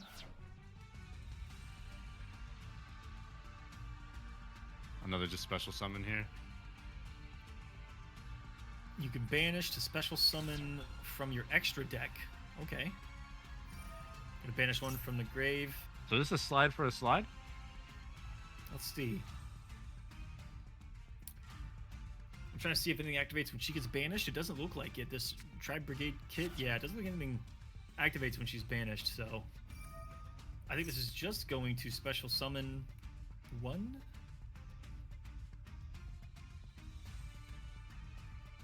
This is what Fractal's doing right now. This is from the extra deck, so there are just other effects popping off on top of that. Beautiful. Back to Tri-Brigade. More graveyard. Dude, I don't even know whose turn it is. Both of them It has just been keep Halo's having turn. an opportunity. Yeah, It's it's both been turns. You see how these cards just, as long as you've got one, you can just go, and that's what makes Mhm. this deck meta. Is you can never count a deck out like this, even if you see one card in the hand, 2 cards in the hand, 1 card on the field, 2 cards on the field, because everything off of one can lead to everything else, It just takes one. and that's the mark of a great deck. There he is. There he is. Slide for slide.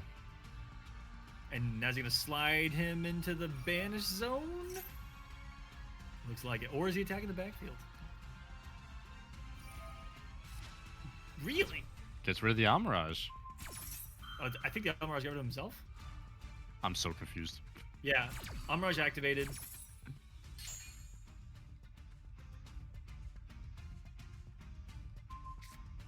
It does. Oh, okay, Amirage did banish itself. Okay, got it. Mm-hmm.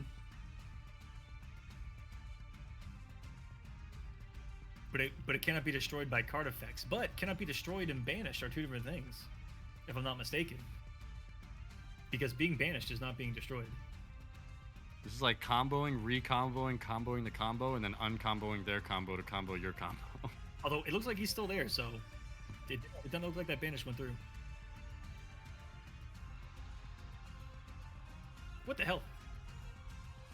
Twin Twisters? Okay, that was sent by the effect of the Amirage. Interesting. And now we got an interesting board here. Yeah. An opt to crash is optional. We still have the tri-brigade Karos there with 1200. Oh, nope, he's just piecing. He's like, see ya. Oh, Barrage comes out. brought out the sniper. What was This scary is about definitely the moving in Look at it closer. Look at the sniper closer. There is not just a knife on her gun. It's a kitchen knife. Like, it's just a flat out, like, cutting knife. Full blown on into that sniper. That's a good series right there, is you examining Yu-Gi-Oh! Arts and just talking about them like that. And just talking And what about makes them broken and sick. Yeah. This guy slides in the DMs, and he looks dope doing it. Watch this. This has a dope animation. Yeah. If you get him on the field, he absolutely destroys everything else. Just get him on the field. That's really what it's all about. I don't care about the other 39 cards in the deck.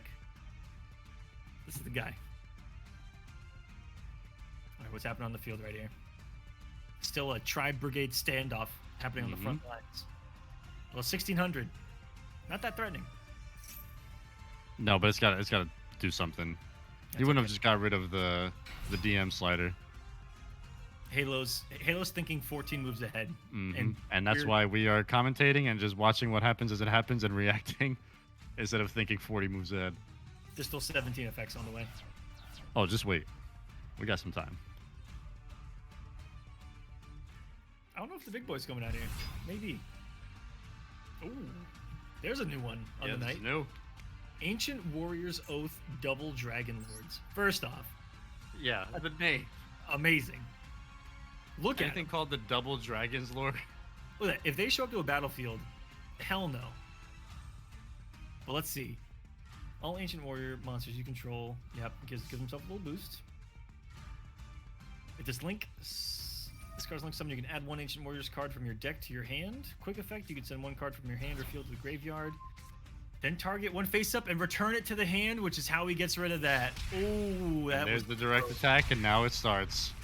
Ooh. Wow. So they took a little bit of a roundabout way there, but they made that work, dude. That was pretty sick. The That was double slick. dragon play, that was cheeky. Returning to the hand is one of the most powerful effects too, because it gets around not being able to be destroyed by battle effects or battle damage. You just boop. All these specific like little one words that you got to be looking for, and you can get around a lot of stuff. Most times when I'm reading a monster, I'm just looking for those keywords, like special summon from the grave, or can't be destroyed by battle, or monster effects. That's really I'm creating a Spark Notes version in my head of the effect that I'm trying to read. But there's the end phase. Let's see what the response is. 8,000 to 2,900. That was actually a sick play, dude. We gotta give props to that. That was dope. And we haven't seen that play yet tonight. No, we haven't. Usually it was just DM slider and GG's, but yeah, they took a little bit of a roundabout way. There's the Harpies. It's gonna activate the trap. Oh, and if it's said trap, Revolt. There's a special summon. Here it comes. There's a special summon. We're gonna see the 4-Pete here, and this is where he sent it last game at 2,900 life points. This is looking grim. Do we potentially have our grand final set? Oh, Let's see. he actually can't get him here. He does not have a lot in the graveyard. But I think it's that- banished. that are It's banished. banished. Yeah, there's Oh my 17 God, banished. there's There's 17. You gotta look at the banished pile. I can't breathe after that one.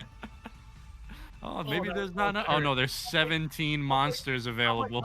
I'm like, oh man, look at his graveyard. He's only got the one. I don't know if he can do much here. Nah, he's got 17 cannon fodder in the. Now 10 of those are from the pot from before, so those are face down. I don't know if you can access those, but it doesn't matter because you're gonna get 4, right? He Those can access 2, something. 3. And what's great Man, here that's is Tri-Brigade that Revolt. this man is just on Christmas morning looking through the entire thing of presents, picking out what he wants right now. Actually, Mind you, it's not even his turn right now. He's just Hey. resolving the effect of a trap that got banished. There he is. oh boy, and all that because you just decided to Harpies Feather Duster. Second I mean, time. regardless, this was happening either this turn or next turn anyway. This is the same way he's died twice. You really hate to see it. That is ruthless combo, man. And now all of these grave effects activate. So it doesn't even matter that you're using them. That's why Christmas morning was so important there, because he was handpicking what effects were gonna pop after. Yes. Always thinking ahead. And those are the layers, man. Those are the layers of Yu-Gi-Oh! That's the Tri-Brigade kit. That's another draw. Still Savitar's turn, though. Okay, has to return one to the hand. Raigeki, is that gonna resolve? That's gonna destroy all the monsters. I don't know what all these guys' effects do. I don't know if there's is that a spell active? Is that a spell negate? No, that's a special summon. Special summon negate. You can make all of your monsters. That's not gonna save him. Ominous Omen. I don't think he's gonna save him. I think this might be going through. Hold on a second. Wow. But did he do that just so it would pop an effect? Hold on, wait a minute. These have graveyard effects, don't they? Sure do. You can add one Beast Warrior from your deck to your hand. And he put Nerval on the field specifically to put Nerval in the graveyard. And Oh now my it is, gosh. and now I think we're gonna see all kinds of ugliness happen. DD Crow in there. Let's go. Nerd with Swagger says, Halo showing us a masterclass right now. This is actually insane plays. It's proven that he's just looking 3 steps into the future every time, which is awesome. And it shows confidence in the deck, too, which is great. Hell of a Rageki though. Because hold on. Yeah, that just nuked the board. But again, look, I have been talking about it all night. Card advantage, man. Granted, these Tri-Brigade cards are pretty bonkers. So you could get, like, any summons and things going like that. But still, the 4 cards in the hand by Halo's pretty good. Sliding into the DMs. He's in. Now, what is the response? He has a response. Okay. Okay, that goes through. Savitar might still be in this one. Some decent damage here. Ties us up here. Okay, give or take. But this man has no cards in the hand. Yeah, no cards at all. That's a scary thought. As he closes out here, it's reflecting. Does he have? Ooh, which is this is pretty common here, guys. Go offensive and then link into defensive.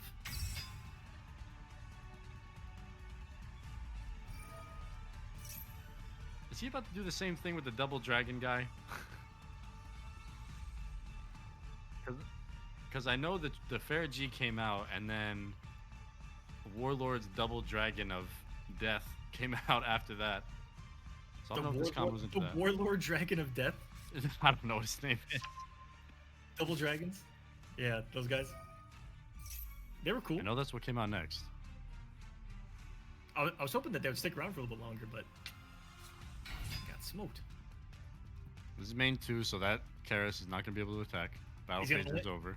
I think he's going to link again, which is going to activate her effect, which is if she leaves the field, you can special summon, which I think is no matter how they're removed from the field, as long as they're sent to the graveyard in any form or fashion, it'll pop. Which is the Fajit there. I hope I'm saying that right. Farajit? Farajit? I think. Oh, Farajit, yeah. I'm just gonna call her Sniper With kitchen knife. with the cutlery. with the Do they go shank into this link? with the shank at 9,000. Oh, sorry, shank at 1,600. Yeah, I'm wondering, I think he's looking through his extra deck right now. Scheming. thinking, plotting. Thickening the gravy, as we like to put it. I have no idea what that means. That had Yeah, nothing to do with the situation. who That had absolutely nothing to do. who's the one that does that? Who calls it that? I just did. I am now. Okay. He's just thickening the gravy. All right. Now that that's a thing, some monsters got banished, and there we go. Oh, it's not. It's the Rugal boy.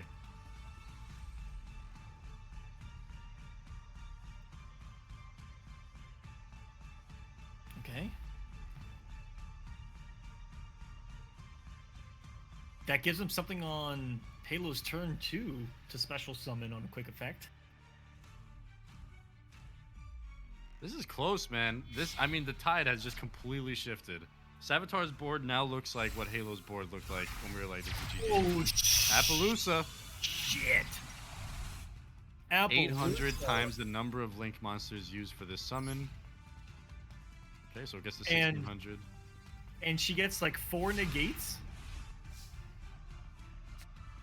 On a once per chain, when your opponent activates a monster effect, you can make this card lose exactly 800 attack, and if you do, negate the activation. So she has 2 negates. So she has 2 negates right now. If you were to, I think you can link up to, yeah. The more you link, the more negates that she has.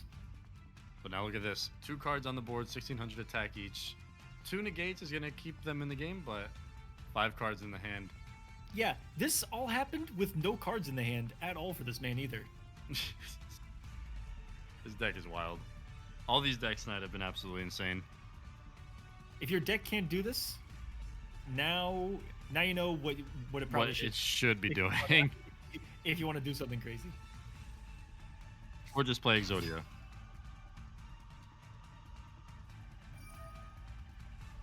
Seeing how far you can take it beyond that basic summon a monster, put a trap down, put a spell down, activate a spell. But here's that Nerval again. I told you the beginning of that combo. Here's the Nerval. That's a scary sight. But there's the negate. First negate, right? Ooh, sure is. So those monsters got banished, but I don't think it's going to go through. Here's the droplet, the negate to the negate.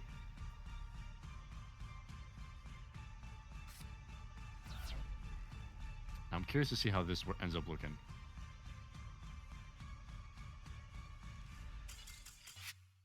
Scoop. And that is GG's. I think we have our grand finals. Unbelievable. That was a lot.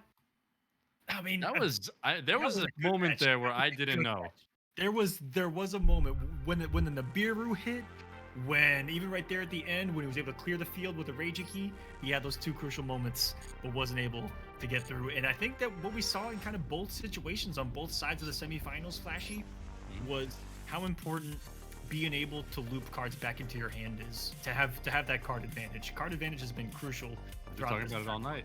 We've been talking about card advantage all night. And what was really cool about that match was it really proved what a mirror match could be, right? I mean, it got to a point where it was 3,100 to 2,900. It was literally anybody's game. And it just came down. The negate didn't pop. The droplet came through. And then Halo probably could have just gone for it, closed it out. But it got so close there at the end. The tide shifted. It almost looked like Savitar copied Halo's board, pasted it on his side, but then unfortunately a few traps and a few spells later, a couple effects, and it ended up going to Halo. So GG's to Savitar. They made the top 4. They got the money tonight. Very well done with that tri-brigade deck. We got grand finals coming up next. Before we go into grand finals, can we just check that match arena one more time? How are we looking? Absolutely. I'm almost gonna tell them to let it rip. Let's We get did this it. going. Let's go. We hit the 100. That's what we like to see. 109.50 for these players tonight. They've been playing Yu-Gi-Oh for like 8 hours straight right now. Yeah. So definitely a nice chunk of change in the pocket for the top 4 players who've been putting on an amazing show, showing off some crazy decks and showing off some amazing confidence in their deck. Again, and you'll see a lot of people just building what's meta, but they don't really know how to use it. These players know the intricacies and the nuances of their entire deck, which is absolutely amazing to see. That it is. Grand finals about to get started, guys. Halo versus Fezzi, also known as Chi. Let me Let me put some respect on my man's name. They're going to He be throwing deserves it. down over $100 on the line. Thank you to every single one of you that donated to that. You guys can still donate up until the tournament ends. If you guys are curious what the splits are, first place going to get 30%. Second place, well, no, first place gets 40%. Second place gets 30%, and getting semifinals, you tie for third, and you get 15% of the prize pool. Everybody getting a little bit of change in their pocket for Simple. crushing it in Yu-Gi-Oh today. Simple, nothing better easy, than that. ready to go. And yes, guys, feel free to go in and get this grand final started. It's going to be Halo, it's going to be Chi, and it's going to be Drytrons going up against tri-brigades. This is a battle. This is a battle of the big boys here. Battle of the metas.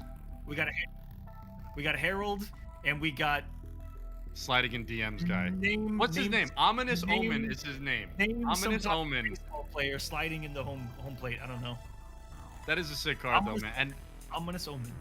that's what's really cool about watching these and watching Yu-Gi-Oh tournaments competing in it. You see so many different types of decks. Like I never knew that Herald was this insane. I never knew what kind of combos tri-brigade can do. And watching these guys tonight, it's been a treat, man. And I need to hope that I get some URs in my next packs because I definitely want to make some of these decks that these dudes are running. It's going to be a first to two for the entire thing. It's a single elimination bracket. If we want to take a look back at that bracket, guys, this is your grand finals. It's been a long way here to the end. Thank you so much for the patience because, again, these players have been going 8 hours straight. Oh, man. Unbelievable. That's a lot of Yu-Gi-Oh. And, of course, my goal with every other game that the Kolosseum has done has been to make that as little as possible. So trust me, I will be looking at the format. I'll be looking at everything. Just try to reduce that for you guys. Because one thing I know, I hate taking up people's entire day. So thank you guys for the patience. Seriously. Yep. Thank you to the players. Thank you to everybody watching. This has been an awesome first journey into a non-fighting game. Still a 1v1 game though. We're not going too far out into the water here. But it's been awesome to see this, dude. I mean, playing Yu-Gi-Oh way back in the day and now Master Duel coming out, it's really just changed the whole game for everything. And a big thank you, of course. Shout out to production for writing that one out. Absolutely. So where's waiting on Halo to get this one started? He might be using the restroom after a barn burner like that one. Yeah. Even though it was 2-0. And dude, I went through the same thing. I actually competed in this and played just one match. Damn. I played one match and it was like 45 minutes and I got 2-0'd. And I was like, ah! 45 minutes to catch the 0-2. There's a couple funny things in the comments. So Orhan says they're still playing this good after playing for 8 hours. Yeah, my brain would have been fried too. They're crushing it, man. And then Ewell says I've been here for 8 hours. I was playing Elden Ring in between Drytron and tri-brigade turns. You do have the time to play Elden Ring in between those turns, that's for sure.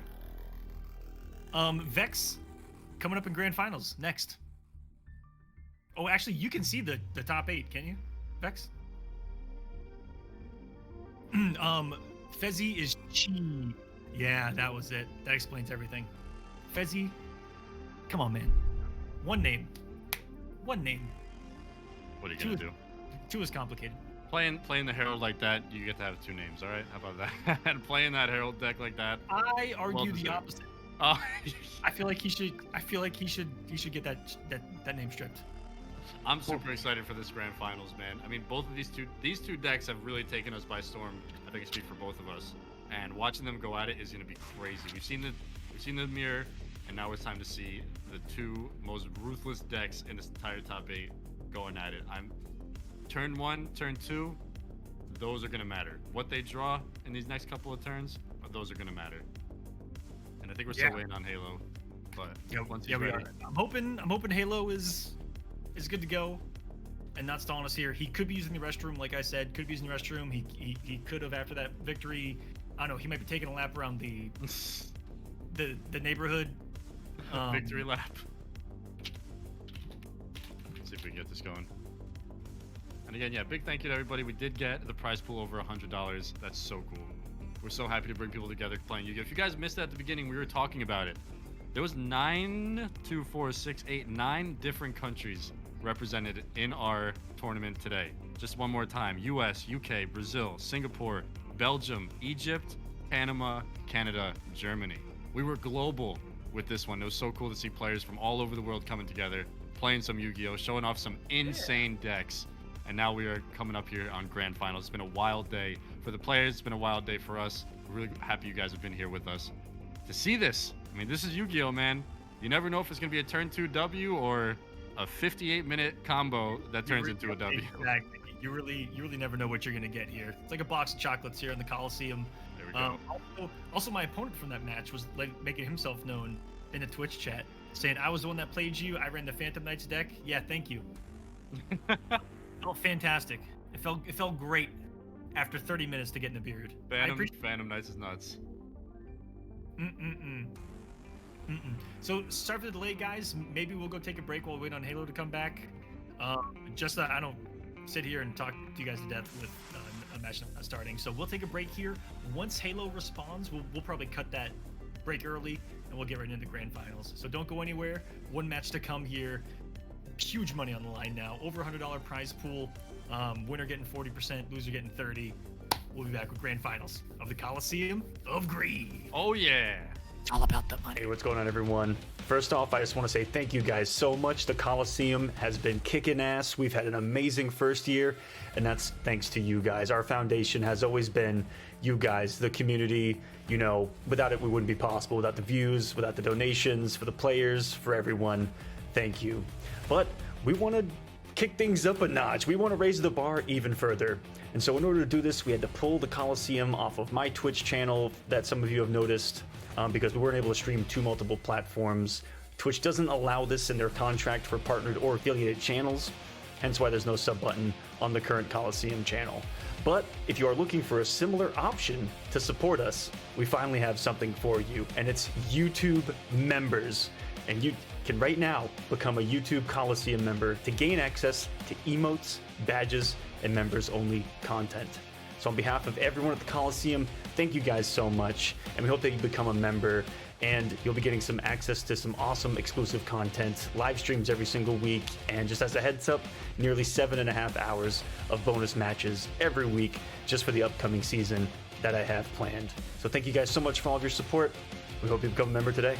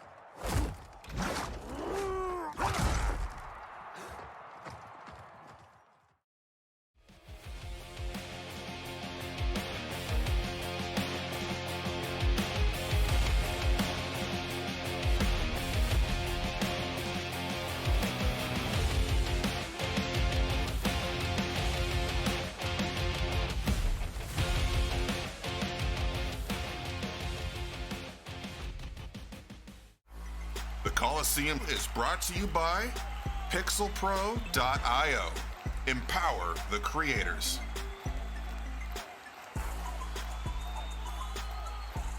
And the Kolosseum Studios. Check out events, merch, music, and more at kolosseum.gg.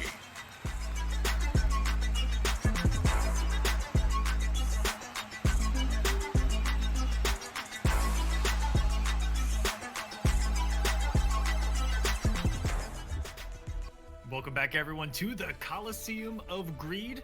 Grand Finals is what we're waiting on right now. Unfortunately, still waiting on one of the players. He just won his match, and I don't know through what rhyme or reasoning, seems to have disappeared before our eyes. He, as magically and mysteriously appeared, it looks like we might have ourselves. Oh, we got a match. We got a match. goodness. Grand Finals, Oh, Kolosseum of Greed. You just have to make it a little bit more suspenseful for us, but that's okay. Oh, thank goodness. We got a match. After the 5 minutes, I was getting really, really worried, but he showed up right as we came back, and now we got ourselves a grand final, ladies and gentlemen, and we're already off to the races as some tri-brigades are going to the graveyard here, Flashy. Let's go. Once those tri-brigades enter the graveyard, you already know the combo is going to begin. Tri-brigade kit, it looks like, is going to be activating its effect. We'll see what Halo wants to do. Again, guys, this is a battle of the Titans. This is an absolutely insane matchup right here. Both of these players have been doing some insane combos all night, and we've wanted to see them go at it, so we're super happy that we have this grand finals to go. Winner takes home 40% of the pot. Exclamation point Maturino. There's a little bit of time left. Hey, that's about $50 right now, which is not Maturino's too looking shabby good. for just an afternoon of Yu-Gi-Oh. Maturino is looking really nice. Again, thank you to everybody that has been supporting. We really appreciate it. We say it every time, but man, this wouldn't be possible without any of you seriously. guys. Without you guys. Because of you guys, one of them is going to eat like a king for a week. Or like a king one time. Tri-brigade kit comes out. Honestly, it all depends on where you go. That's Let's what's see on what the Halo line. wants to make the combo. Depending on where you go is what's on the line. Exactly. Well, luckily, there's not too huge of a difference, but pride is far more powerful than money. Honestly, to me, it's being called the champion of greed. That's what this is all about right now. Exactly. The icing on the cake wanna is the be- Maturino, but it's you wanna be a champion of greed, champion? baby. More than that, let's find out here. And these two have both looked absolutely unstoppable, and now I'm going to pull up their records because I need to see just how these guys did earlier against each other when they ran into themselves. They had to have. If they didn't Oh, run into yeah, I was going to say, did they play each other in bracket? Well, wait a minute. I know, didn't Halo only lose once to Sands? it was the Sands. Yeah, Yeah. but that means that if they played, I'm looking at it right now. All right, got Halo versus Fezzi. He took it 2-0 over Fezzi in the matchmaking earlier, guys. Interesting. We'll see if he was able to come up with a counter pick after playing 2 matches against the Tri-Brigade. But getting the board set, going turn 1. That's what's I've said scary it about. before. Ooh. I go think for it. turn 1 and turn 2 are going to be super important in this grand finals here. What's so scary about the format? You know, outside looking in, there's no side deck, right? Nope. It's just kind of, you know, not necessarily making changes for the matchup, but praying for a better hand and praying to go first in some of these, and that's a huge difference maker alone. Is the fact that Halo's going first right now versus Fezzi. You know, we're not going to see Harold on the screen, and Fezzi's for the first time in this top 8, Going he's second, right? second. Yeah. So this is the first He's time going second. we get to watch him try to do something against someone else's. The first time. That's huge.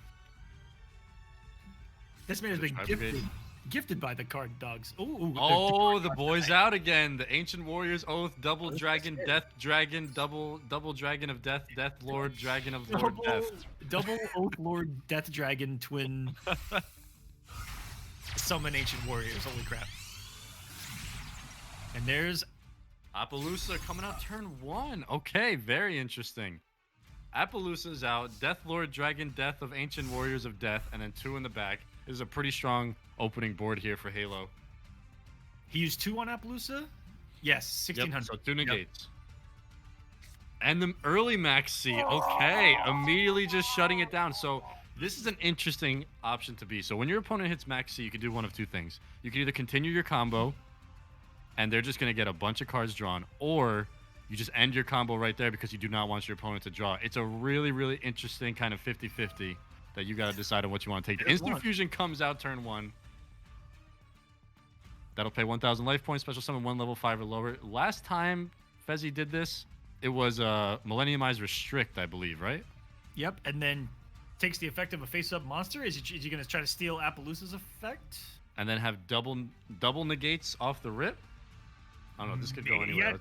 I don't know. When you steal an effect like that, does it work that way? I don't know. Let's see. There's the Millennium Eyes coming back out. Beautiful animation. Not Fusion cards look so sick, dude. I love the purple on the fusion cards. Oh, yeah. It's Classic. so good. And mind you, every special summon now from Fezzi is going to be another card in Halo's hand. And the flip, the Revolt. Okay, we've seen this card cause some problems today. Oh, and there is plenty in the graveyard for him to work with, too. The Max. Okay, the counter Maxi. Oh, this is huge because wait a minute. No, he's gonna get like 4 cards here. Yeah, every time Revolt has been used, there was 4 cards on the field. Holy crap! He made a play with that Maxi. Oh boy! Wow, dude, this is the grand finals. Now do you do it? You're gonna give this man an 8 card to 1 advantage if you do this. Actually, another one if you do the 4 or the 3 and then pull out. Plus the link. The ominous. Mm-hmm. And then Halo's thinking.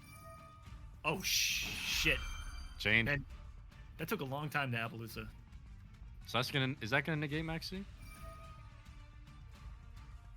And now Millenniumize. This is gonna be a 4-chain. 4-chain link here. Yeah, and that is anywhere on the screen. That Appaloosa is definitely targeting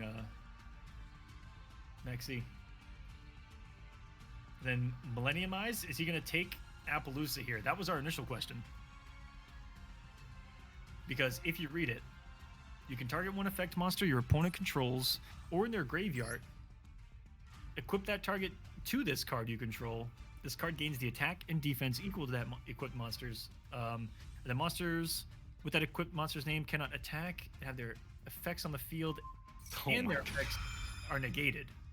Okay, never mind. I actually didn't read that fully the first time I played this. Luke correcting us, so he's gonna get 2 from the counter Maxi if that ends up going through. 5. This is our biggest chain of the night. Biggest chain of the night. 5. Oh my goodness, how is this gonna resolve? Does it go to 6? Does it go to 6? Oh nope. 5. Let the resolve play out. Let's see what this board looks. I don't even know what this board is gonna look like. My After all, God. I don't know what it's gonna look like. So much just happened. It unfolded. Ah, interesting, Smoke. Thank you. Dang. Why can't my deck work like that? God, Yeah, I'm pretty convinced I got to make either tri-brigades or herald decks. These guys have been showing off that these decks are absolutely insane. Shouts to Grand Finals giving us our first 5 chain. Crazy. That's deep. That's a deep chain. That's I think the chain. biggest one I've seen in playing ranked was 6. I've had one go 6, but I think that's as far as I've gotten. But it's cool to see these 2 decks, man. I mean, I know these are heavily meta decks, but, you know, in terms of the Master Duel meta, I think a lot of people were talking about Eldritch and things like that, but no Eldritch. We did have one Eldritch. Yeah. Was it in top 4 or was it just top 8? Top 4. That was top 4. No, top 8. No, that was top 8. Yeah, that was round 1. Round 1, it got tri-brigaded. Oh my goodness, and look at that. Okay, yeah, so Maxi, he only got 1. Multiple special summons, I guess, do only count as 1. Very interesting. See? This is why we learned. Here? Yep. So on this link, does he technically get another card? 4-card link, man. Oh my goodness. Sliding in the DMs, our boy Sharag, the ominous omen of Omen Ominous. Yeah, so that's another Maxi. He said, welcome to Grand Finals. Tri-Brigade Kit in the grave, Nerval in the grave. A lot of things happening with that. A lot of banishing, a lot of special summoning. That is the gift of this Grand Finals, that you're seeing 2 very, very high-level decks and players going at it. And when it gets to that level, you see how, you know, once you're beyond all those crazy summons and all that, how those mind games work. And how you can make really big plays. Yeah, watching Master Duel at this And level. Halos, is I feel different. like made them every single round in this tournament so far. It's been I kind said of I think I said it when Halo was in top 4, maybe even in I don't even remember, but I was talking about Halo being super confident in the deck and knowing the intricacies and the nuances and the ins and outs of every situation. It seems like that he's been in, he's had an answer for. yeah. That's where I'm really impressed because there is so much to simply know. So Drytron Nova spell is activated. There's Alpha. Maxi activates.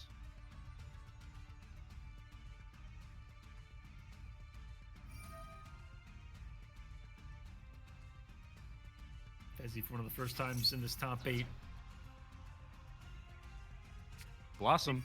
Maybe feel a bit of pressure and hello. There is no better feeling than having that in the hand, just watching your opponent do something and knowing the whole time. And you're just like, nope. You poor combo. bastard. No combo.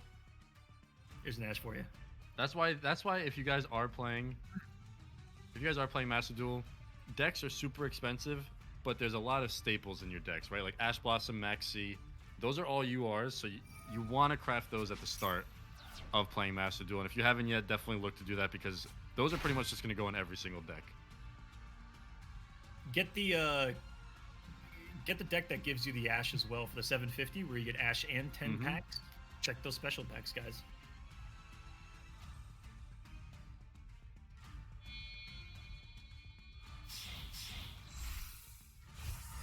Yeah, Master Duel gives you a lot of options to get some really solid cards.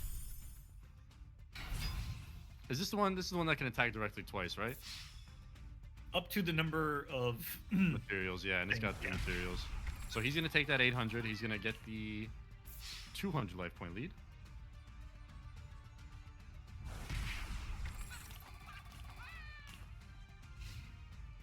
I've seen that used in some crazy win decks, but nothing in something like this. Yeah, so he just takes the 800 and then he just pops out. He's like, free 800, thank you very much. And this is going to move into Downward Magician now. And then Downward Magician doesn't stay long at all. It goes right into Zeus. Yep, this was the play last time. Is this Zeus? Mm-hmm. Oh, dude, that So, animation is the best, man. That animation is the best. Oh, I love Zeus. What a sick card. That is a disgusting. And card to see in the notice field. how many materials Zeus has. 4. It takes 2 materials to nuke the board. That is 2 nukes. 2 of them ready to go at any time. he might nuke right now.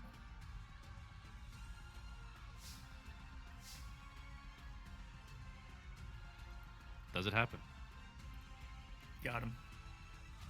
Man, these bots are quick tonight. Let me tell you. They're out there to get the Yu-Gi-Oh! Master Duel streams. And if any of you fall for those bots, that's on you. All right, you could have just been just nice like- about it and been like, "Hey, don't." I click am that. not. I am not being nice. You're about just it. like, "Hey, if you fall for it, you know." That's on you. No, seriously, guys, don't click on that. All right, Zeus gets activated. That's 1 nuke. Does it resolve?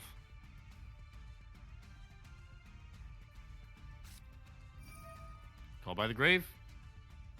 The counter. The counter to the counter. Ooh.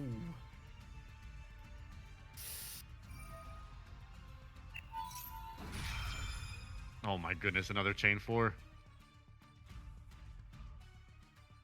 Wait, he has something? Is he going to 5? Nope. No resolve. Okay. All right, so what does this board look like? Nuked. No materials left on Zeus. And back Zeus to back to the extra deck. Right back to where we started. Only now, look at the card advantage. We've been talking about it all night. 7 cards in Halos. 2 And- cards in Fezzy. 8 cards in Halos.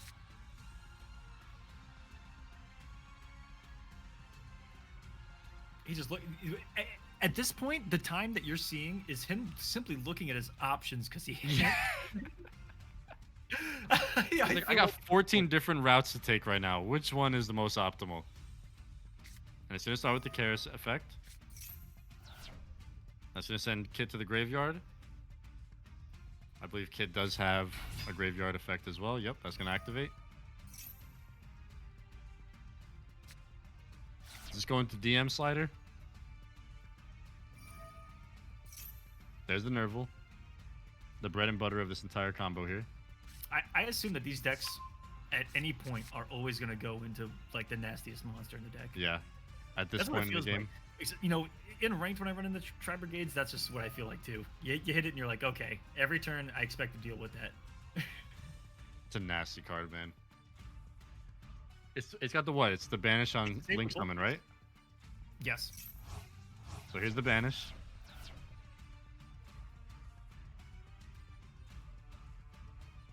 But And now what's the move? you know, it is stoppable. If you ash in the right spot on a certain tri-brigade, you can really stop the combo early, but he just has these guys have not been able to stop each other. And it's been some entertaining Yu-Gi-Oh, that's for damn sure.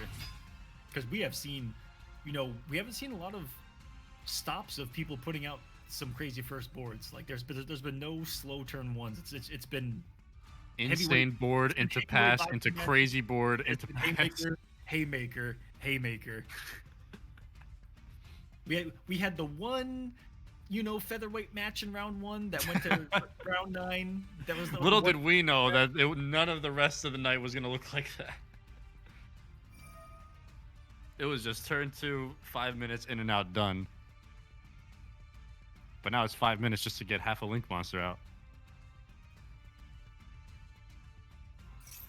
And we are on turn 3, so Halo is going to get a direct attack here. They could potentially be going for the OTK. If they can scrounge up 7k damage. I'm trying to do the math as fast as I that can in is my head. Pretty dang close. You got 4, you got 6, 7, 2. Yeah, that's gonna be it. That looks like enough Is that? math to me. I don't know. I'm going to wait. Do I trust your math? Not yet. Oh yeah, for sure.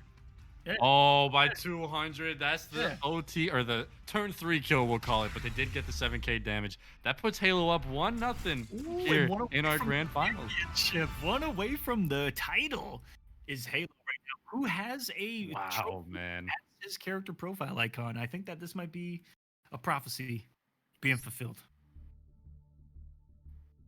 This is great. This is absolutely amazing. And I think they're just getting right into it, right into game 2. Mind you guys, this is a first to 2. Halo on championship point. Fezzi looking to make that reverse 2-0 sweep to try to bring this one back. And I think we can just jump right into this one. They're getting after it.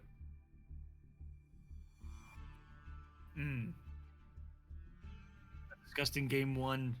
You know, they're talking about it in the chat right now. People are talking about what could have been done differently with different hands. And that's the name of the game. And that's where all that knowledge comes into play. People that know what to do in every single situation are top Yu-Gi-Oh players because they have a brain big enough to fit it all. That's why they call it being big brain. don't know if This whole that is top where it comes 4, from. this whole top 4 has just been massive galaxy brain plays. That's literally it. We've maybe seen 1 or 2, or maybe a few fumbles, but man, they have had some accurate callouts in some of these chain sequences. Mind you, though, Like- now Fezzi going first is scary. DD Crow's gonna get popped. That's gonna essentially play like a Called by the Grave, I believe. Is that a chain to the negate? Ooh, Oh, this is like a different version of Ash Blossom, huh? yeah. This is like the dark version of Ash Blossom. I've never seen this card before. Yeah, hold on. I'm gonna get in here and look at that closer too. So that means that he runs that and the light version of it too. That's pretty cool. I did not know there was 2. I thought there was just one Ash Blossom. See, that's why I love watching these. Yeah, high-level her. players, Yeah, I've man. never seen another one. When a card effects activate, you can discard this card and negate that activation. Jeez. Yeah, so this is Ghost Bell and Haunted Mansion, and Ash Blossom is Ash Blossom and Joyous Spring, I think. So you got a happy one and a sad one. And I guess that's the sad one here. But every time Fezzi has gone first, they've been able to get that Herald combo going. So maybe that's what it takes. He went second last game, right? Yeah, Halo went first. So maybe that's the answer to this deck is you gotta go first. Because if Drytron gets started and Herald comes out, good luck. Good luck. I'm very interested to see how Halo responds in turn 2. And Based already off had, what Fezzi does. and depending on how big this Herald gets, you know, to be, how many fairies he has in the hand, only 4 cards for Herald to work with here. And depending on the size of the Herald, and what I mean by that is the size of the hand, you know, that's what we were talking about earlier. How many of those can you get through with the hand that you've got? and then still have some firepower left. Fezzi's saying GG's. I misplayed already in the chat though. That's kind of scary. That's scaring me a lot actually. He also did say that he bricked every turn when he was 4-0. Oh, he did. That could be the tech. Okay, so this would summon Benton, would it not? Or is he about to Man, the amount that I'm learning about Yu-Gi-Oh tonight is awesome, dude. That's like one of the most fun parts about all of this. You just get to learn so much about different decks and different effects. Decks and effects. Mixtape dropping soon. YouTube saying there's another button like Ash 2 called Ghost Ogre. Yeah, I think Awaken in the Twitch chat said there's like 5 or 6 of them. If he was talking about that, jeez, I didn't even know. I thought there was just one Ash.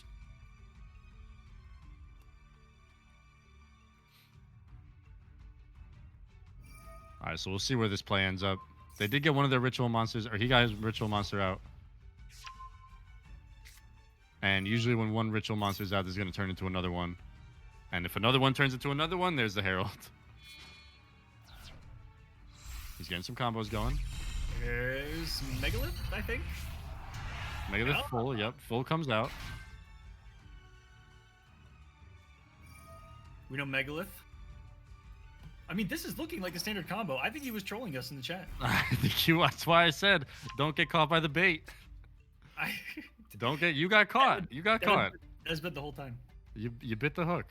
He's just one big troll, guys. Meanwhile, a Yu-Gi-Oh! With an insane Herald. Massive sweater. How does he do in regionals? That's what I want to know. Okay, his next ritual. Remember when I said once one ritual comes out, a lot more rituals are coming out, and then there's the big bad. Yeah, this is looking like the pretty standard combo. Although, did he play that too early and not have access to a second one? Needs to save it for the Herald to begin with. Fezzi said, "Thank God I actually found a route." Oh, he saved himself. Listen, man, this deck plays for you, Fezzi. Just look for the things that glow orange and click them. If you just press buttons. I'm sorry. Dude. I think with this deck, you need to know like every single little step, or else you're screwed. Just wait for something to glow and then click it, man. That's what I do. If my card's glowing, I just press activate effect, and all right. And if it does that, I win. But it goes to show, man, like Aquaman, if like you or I built that Herald deck, like as crazy as that Herald card is, I guarantee you we would get destroyed. Like you have to know all the combo routes, all the different ways around what you got to get around, different ways around negates. What happens if this gets negated? What happens if that gets negated? All those little things come together to make you like actually understanding the deck. And you can tell that Fezzi and Halo definitely understand what's going on in their 40 cards. There's the Beatrice. We know this part of the combo right here. Beatrice is going to activate. He's going to detach. I love XC's monsters, bro. XC's monsters are my favorite way of summoning, 100%. Actually. They're so sick. Especially level 4 XCs, like, they're so easy to get out. They got crazy effects. I was hoping that leftover Shark, one of the players today, was going to do better, because he plays Shark's Kragan, which is all XY. Kragan is pretty nuts right now, man. And pretty strong in the meta right now, and just all around those XYZs. Yep, Kraken is crazy because you get to go into your Bahamut Shark as well as Totally Awesome. Totally Awesome is only at 1. That's how crazy that XC's monster is. Totally Awesome is only at 1. Totally Awesome is... It might be like the best water card right now. It's just absurd. Not only does it negate any effect somewhere, it takes the card from them. You're set on your side of the field. And then he can put himself back into the hand. Even though he's at a limit of 1, he can just put himself back into the extra deck when he activates. Here's the Masquerena. It's fantastic. There's the spell. We know Herald's coming. Turn 1, by the way. Yeah, still turn 1. Messed up hand, by the way. Turn 1, misplay. Found a new route. Turn 1. Turn 1, misplay. He said he bricked. So There's the Herald. There it is. This doesn't look like a brick to me. It looks like a effing complex. What do you do? Halo, what is the response here, man? There's a lot on the screen. Is it a scoop? Is it just a scoop in the game? Oh, it was! Oh, I called it! I called it! Oh my god! Oh my god! I just called it! Oh my god! He said, "I'm not even going." Bro, I was literally just filling the air, and it actually Oh, happened. no. Oh my god, dude. Holy. Game 3 grand finals off the turn 2 scoop. Dude, that turn 1 Herald is deadly. Oh my goodness. We've seen Halo do some crazy stuff on his turn, and he didn't even bother. He's Hey, like, no, there's nothing. But that tells me that Halo knew the cards, he knew the situation, and knew that what he had wasn't capable of breaking that board. And why waste the time? Let's try again. And he got turn 1, and that seems to be the determining factor here. I was Now, just going to say, it's yeah, turn 1. 1-1 tournament on the line. Turn 1 seems to be the winner. So did this grand finals come down to a coin flip technically? I don't know. We're going to see how this one goes. Watch, this one's going to go to turn 16. All right, Nerval's in the grave. If this goes to turn 16, I'm calling. I can barely handle one turn full of chains and combos, dude. I can't handle 16 of them. But Karis, there we go. Karis in the hand. Nerval's in the grave. Almirage is out. And this has been a grand finals, dude. This is sick. This is sick. 1-1. Next game wins. It seems like turn 1 has been the deciding factor. Aquaman, as you said. Halo's got turn 1. Oh, man. All right, Karis is on the board. Again, Nerval in the grave. A lot can start happening here. Is there a kit in the grave? There is. So we got a kit and a Nerval in the grave on Halo's side. Let the combos commence. Yeah, let it rip. Sit back, and if it's a standard board that we've seen before, he'll either put out something, regular. What do you have? He was able to go into Rugal. Yep. And Put the something Sniper Lady, right? Sniper Lady with the coloring, Yep. Rugal. And then put as many monsters in the graveyard as possible. If you have that trap card, you just wait it out, activate that trap, and then special summon them all, and then get them out the next turn. There she is. Fair Yep. G. And so is this going to be that route where he's setting up, if he's got that trap card in his hand? The Revolt, 2 right? weeks Tri-Brigade later? Revolt. Where does it go now? That Revolt card has been the game changer for Halo. Tri-Brigade Revolt. Yeah. All right, here we go. Fair G. And it's crazy how many times he's gotten it. Mm-hmm. Fair G's going to activate special summon. There's Kit. He's probably going to send Kit to the graveyard. Could this be another level 2? Is the Dragon Lord double death, dragon death of Death Lords of all dragons? Is that a level 2 link? He is pretty small, so probably. But that was one thing I wasn't looking at. I was too busy looking at the artwork and the name. Yeah, and the name. And the effect, which is crazy. Yeah, it's got a really solid effect. The hand.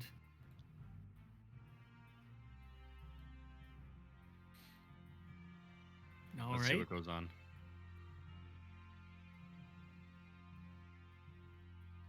Or, chat just bringing up the word Appaloosa makes me think that does he have a defensive style, multi-negate? Because that hasn't been what this deck's really about. It's not about negating. It's kind of like overpowering. What did he go last turn on? And never ending. He went, last turn 1, he... Wasn't it? It was the dual wielder into Farajit, into double death dragon lords, into... Yeah, it was Pass? double death dragon lords and then pass, and then he popped everything on that 5 chain. Yep, it was double death dragon lords. What's this guy's actual name? Is he coming out right now? I gotta see this guy's actual name. Is this him? Oh no, it's not. Oh, new one. Oh no. We've seen. It's the Rampager. Yeah, we've seen the bear. I forgot what it does though. You can discard 2 cards and then target one of your banished level 4. Special summon a banished. Yep. Let's go. And then if this card is sent to the graveyard, he can add 1 Tri-Brigade spell trap. Oh, that's how he's been getting the revolt. That's the trap. Exactly. That's how I was gonna say. Has he been able to search it? But I didn't know. But that's how he gets the trap every time. Wow, this deck is nuts, dude. Having searches for your best cards is a blessing. Holy shit. Yeah, this is wild, man. Wow, Halo I'm loving this grand finals, dude. It was Appaloosa, and then the double dragons on turn 1. Game All 1, right, so he did have the Appaloosa turn 1. which is the multi-negate for Tritrons, as long as you can get through them. Well, There's the banish. Banishes are going down. Everything's happening. Here we go. there he is. Okay, what is this dude's name? Double dragon Is it just double Dragon Lords? Yeah, the double Dragon Lords. Okay.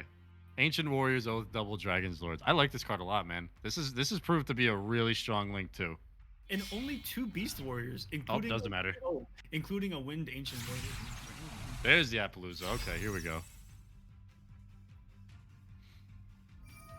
That animation is sick. Use 3 or 4. Oh, that is. And then that's gonna get the Tri-Brigade Revolt. There it is. There's the Revolt. Oh my goodness. God. Oh no, 4 negates, and next turn, Ominous. Now, is that place down card? Is that the Revolt, or is it a bait? Oh, that is it has just put the Revolt down? Don't question. Okay, it was the Revolt. Maxi and the Maxi. Wait a again. minute. And he's got Maxi. Are you kidding? Now what do? Do you just call it there? Don't let your opponent draw. Gotcha. Or do you give your opponent the draw?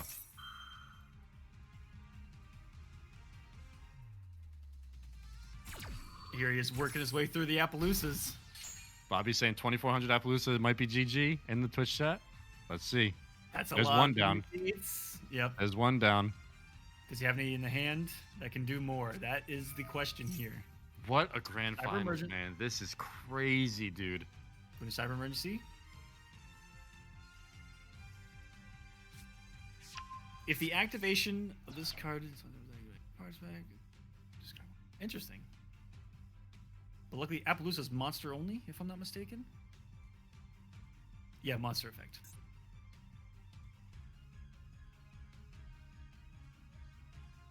That is Appaloosa right there. Looking like an absolute boss on that thing, by the way. Yeah, that animation was sick. Any For coming out. What is it with these archetypes of female archers riding giant creatures? I love it. I'm not complaining. I'm just saying. I want more of them. Yeah, I really like the Tri-Brigade artworks, man. I've never really looked closely at the cards, but they're all really sick. He has popped. That's He's 2. popped 3 of them. Wait, is that 2? I think that's 2. He had 2,400, right? Yeah, and it's 800 each Yep. each use. 1 left, though. 1 left, plus a Revolt and a Salamangreat. Almirage out on the field. Uses. I can't do math, guys. I'm sorry.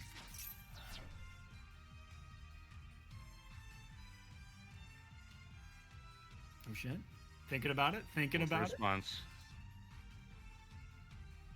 If there's a deck that can blow through 3 negates and still have a little juice to go, it's something like what we're seeing here. And see, this is Aquaman was talking about it before. Where you place your negates in your opponent's combo has such an impact. So Halo Yeah. taking a really long time to kind of play out the combo in And his he head. let it rip. And he let Yep. it rip. And is it going to be? He's got to save it. He's got to save that last Oh negate. my god. Special summon draw, though. You don't want Halo drawing right now. Salamangreat Almirage activates. Gets tributed. I believe that just keeps Appaloosa safe, right? Here's Tri-Brigade Revolt. Can't be destroyed by card effects. Yep. Yep, so that'll keep his negate safe. Revolt's going to happen. And now I think this is going to summon 4. Mm-hmm. Based on what we've seen, this will summon 4. I still can't believe I called that scoop last round. In game 2, that was crazy, man. Oh, what a grand finals. Yeah, what a grand finals this has been. This has been amazing. This is getting interesting, although this is going to be pretty disastrous if it all unfolds. There's the 4. Are they just going to go 3? I've seen Halo only do 3 sometimes. And then right into the link. Yep, 3 into the link. Does this turn into our boy? Yes, it does. Ominous Omen. And he gets a banish on Link Summon, correct? He does, which is probably going to stop the form of Exceed that could stop Fezziness Track. Still has 1 negate as well with the Appaloosa. This is cooking.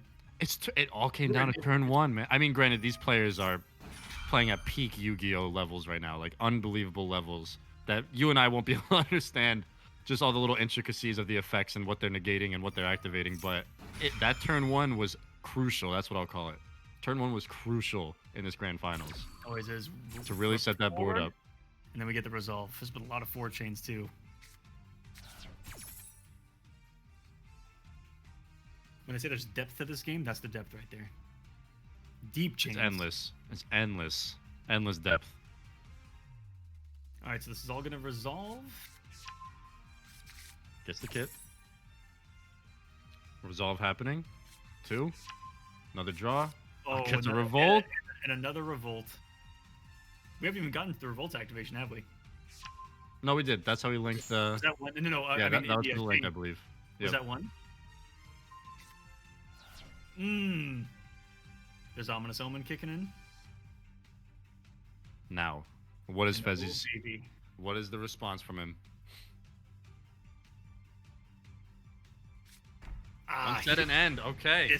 This is crazy. That means Interesting. That means he didn't have enough to get through the final Appaloosa use, and he still has Ominous Omen chilling in there. Still And mid- 3 cards. He's just infinitely sliding in slow motion. 3 cards in the hand. Maxi was a bit of a help, if I'm not mistaken. They get the kit. Kit activates.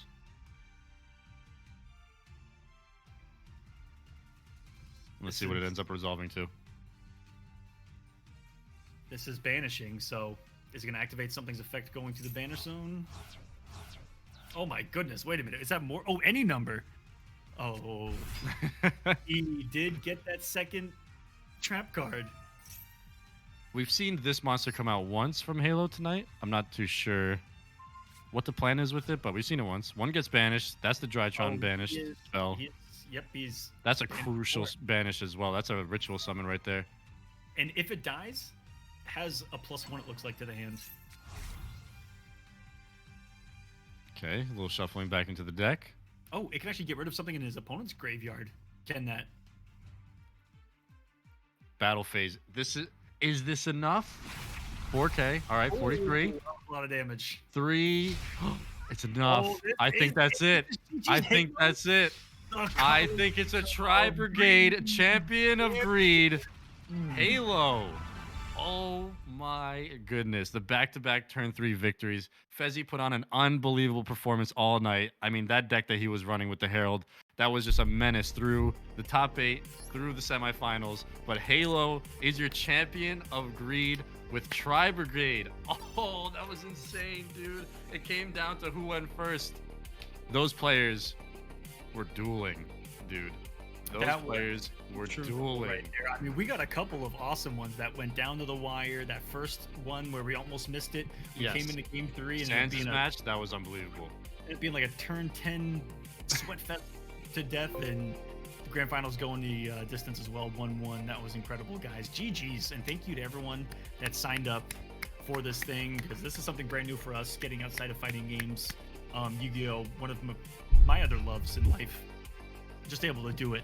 And so for us to get over, near 30 people competing in this thing today, at once was incredible. To everyone who's watched from home, thank you. And Halo is the champion of the Kolosseum of Greed. And how big is the prize pool? Can we get that match reading one more time? 109. We completed all of our goals today. We wanted to hit over $100 for these players. We wanted to have a ton of fun, and we wanted to get people together to play some Yu-Gi-Oh! And Aquaman, I think we accomplished all 3 of those goals tonight. With the champion being crowned, what a night. What a night, man. And to everybody that's been watching, we really appreciate it. Again, we're super known for all the fighting game stuff. We really appreciate you guys coming out, whether you watch Yu-Gi-Oh! Or not. I know there was a couple people in the chat that were like, I don't know what's going on. I don't play Yu-Gi-Oh! But this is pretty sick. Yeah. This is hype, and that's what's awesome about Yu-Gi-Oh! Seriously, thank you guys so much. If you guys want more Yu-Gi-Oh! From me, Aquaman, and the rest of the Kolosseum team, let us know. Let us know in the comments if you're watching this on YouTube later. Let us know in the chat right now. Tweet at us at the Kolosseum. We're always open to feedback. All the players today that played, let us know your feedback. We want to know. We want to make this experience better for you guys as well. So, man, shout out to everybody that came out, gave us a shot, played some crazy Yu-Gi-Oh!, showed some insane decks that I literally am copy and pasting. And I'm going to learn because, man, those decks were wild in that grand finals. But Aquaman, what else do we say, dude? We accomplished our goals. We got to see some awesome Yu-Gi-Oh! Thank you so much. There's more coming from the Kolosseum really effing quick. We'll evaluate how Yu-Gi-Oh! Went, see if we want to do some more, and how we want to do it. Look for some feedback. I'll be asking you guys for feedback in the Discord, so just let me know there as well. And then in the comments below, just what you want to see, because that's what we try to do, man. Give you guys what you want to see. And we got Season 3 of the Kolosseum, just the Kolosseum going down, which is fighting games, Mortal Kombat 11, and Mortal Kombat X. And we've got an extra day where we're playing MK11, but we're limiting the characters that you can use. No top tiers here today, baby. 8-week-long series going down starting next Friday, March 4th. It is happening very soon. And there you go. Vexper, easy. What happened? What's production doing? What's the Vexper was asking in the best way to leave feedback? Yeah. Discord, tweet at us, leave a comment on this YouTube video when it gets uploaded tomorrow. We're open to all feedback. But we see every comment, most comments. I see all of them. I try to look at every single one of them too. So I see all. We stay in touch with you guys. But yeah, seriously, guys, thank you so much for watching, giving us a chance here in Yu-Gi-Oh! And to all the players that came out, especially the ones in top 8 that just played for 9 hours straight. We appreciate you guys, man. We hope you guys had a ton of fun. Again, top 4 getting paid out a little bit. Everyone that made top 8, well done. There was over 30 entrants playing tonight, so that's no small feat. And to everybody, again, that hung out with us, we appreciate you guys. We had a ton of fun. Aquaman, I don't know what else to say. Give us all a follow on Twitter. That's it. Follow us on Twitter. It all, man. And hey, if you're watching on YouTube in the future, give us a like, give us a follow, give us a subscribe. If you want to support more events, you become a member and you get early access. Sorry, not early access. You get extra content on future tournaments. All the preliminary matches and matchmaking, we're going to be streaming those to members only, just for fun and just for some extra matches every single week outside of the top 8s. Thank you.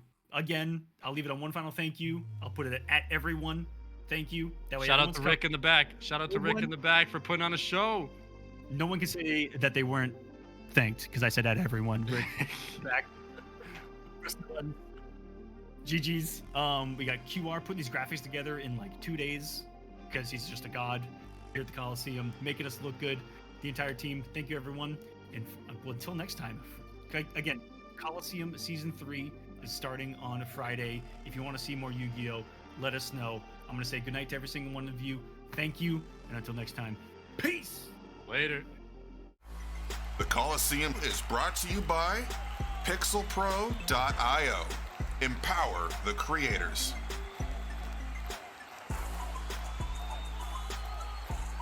And the Kolosseum Studios. Check out events, merch, music, and more at Kolosseum.gg.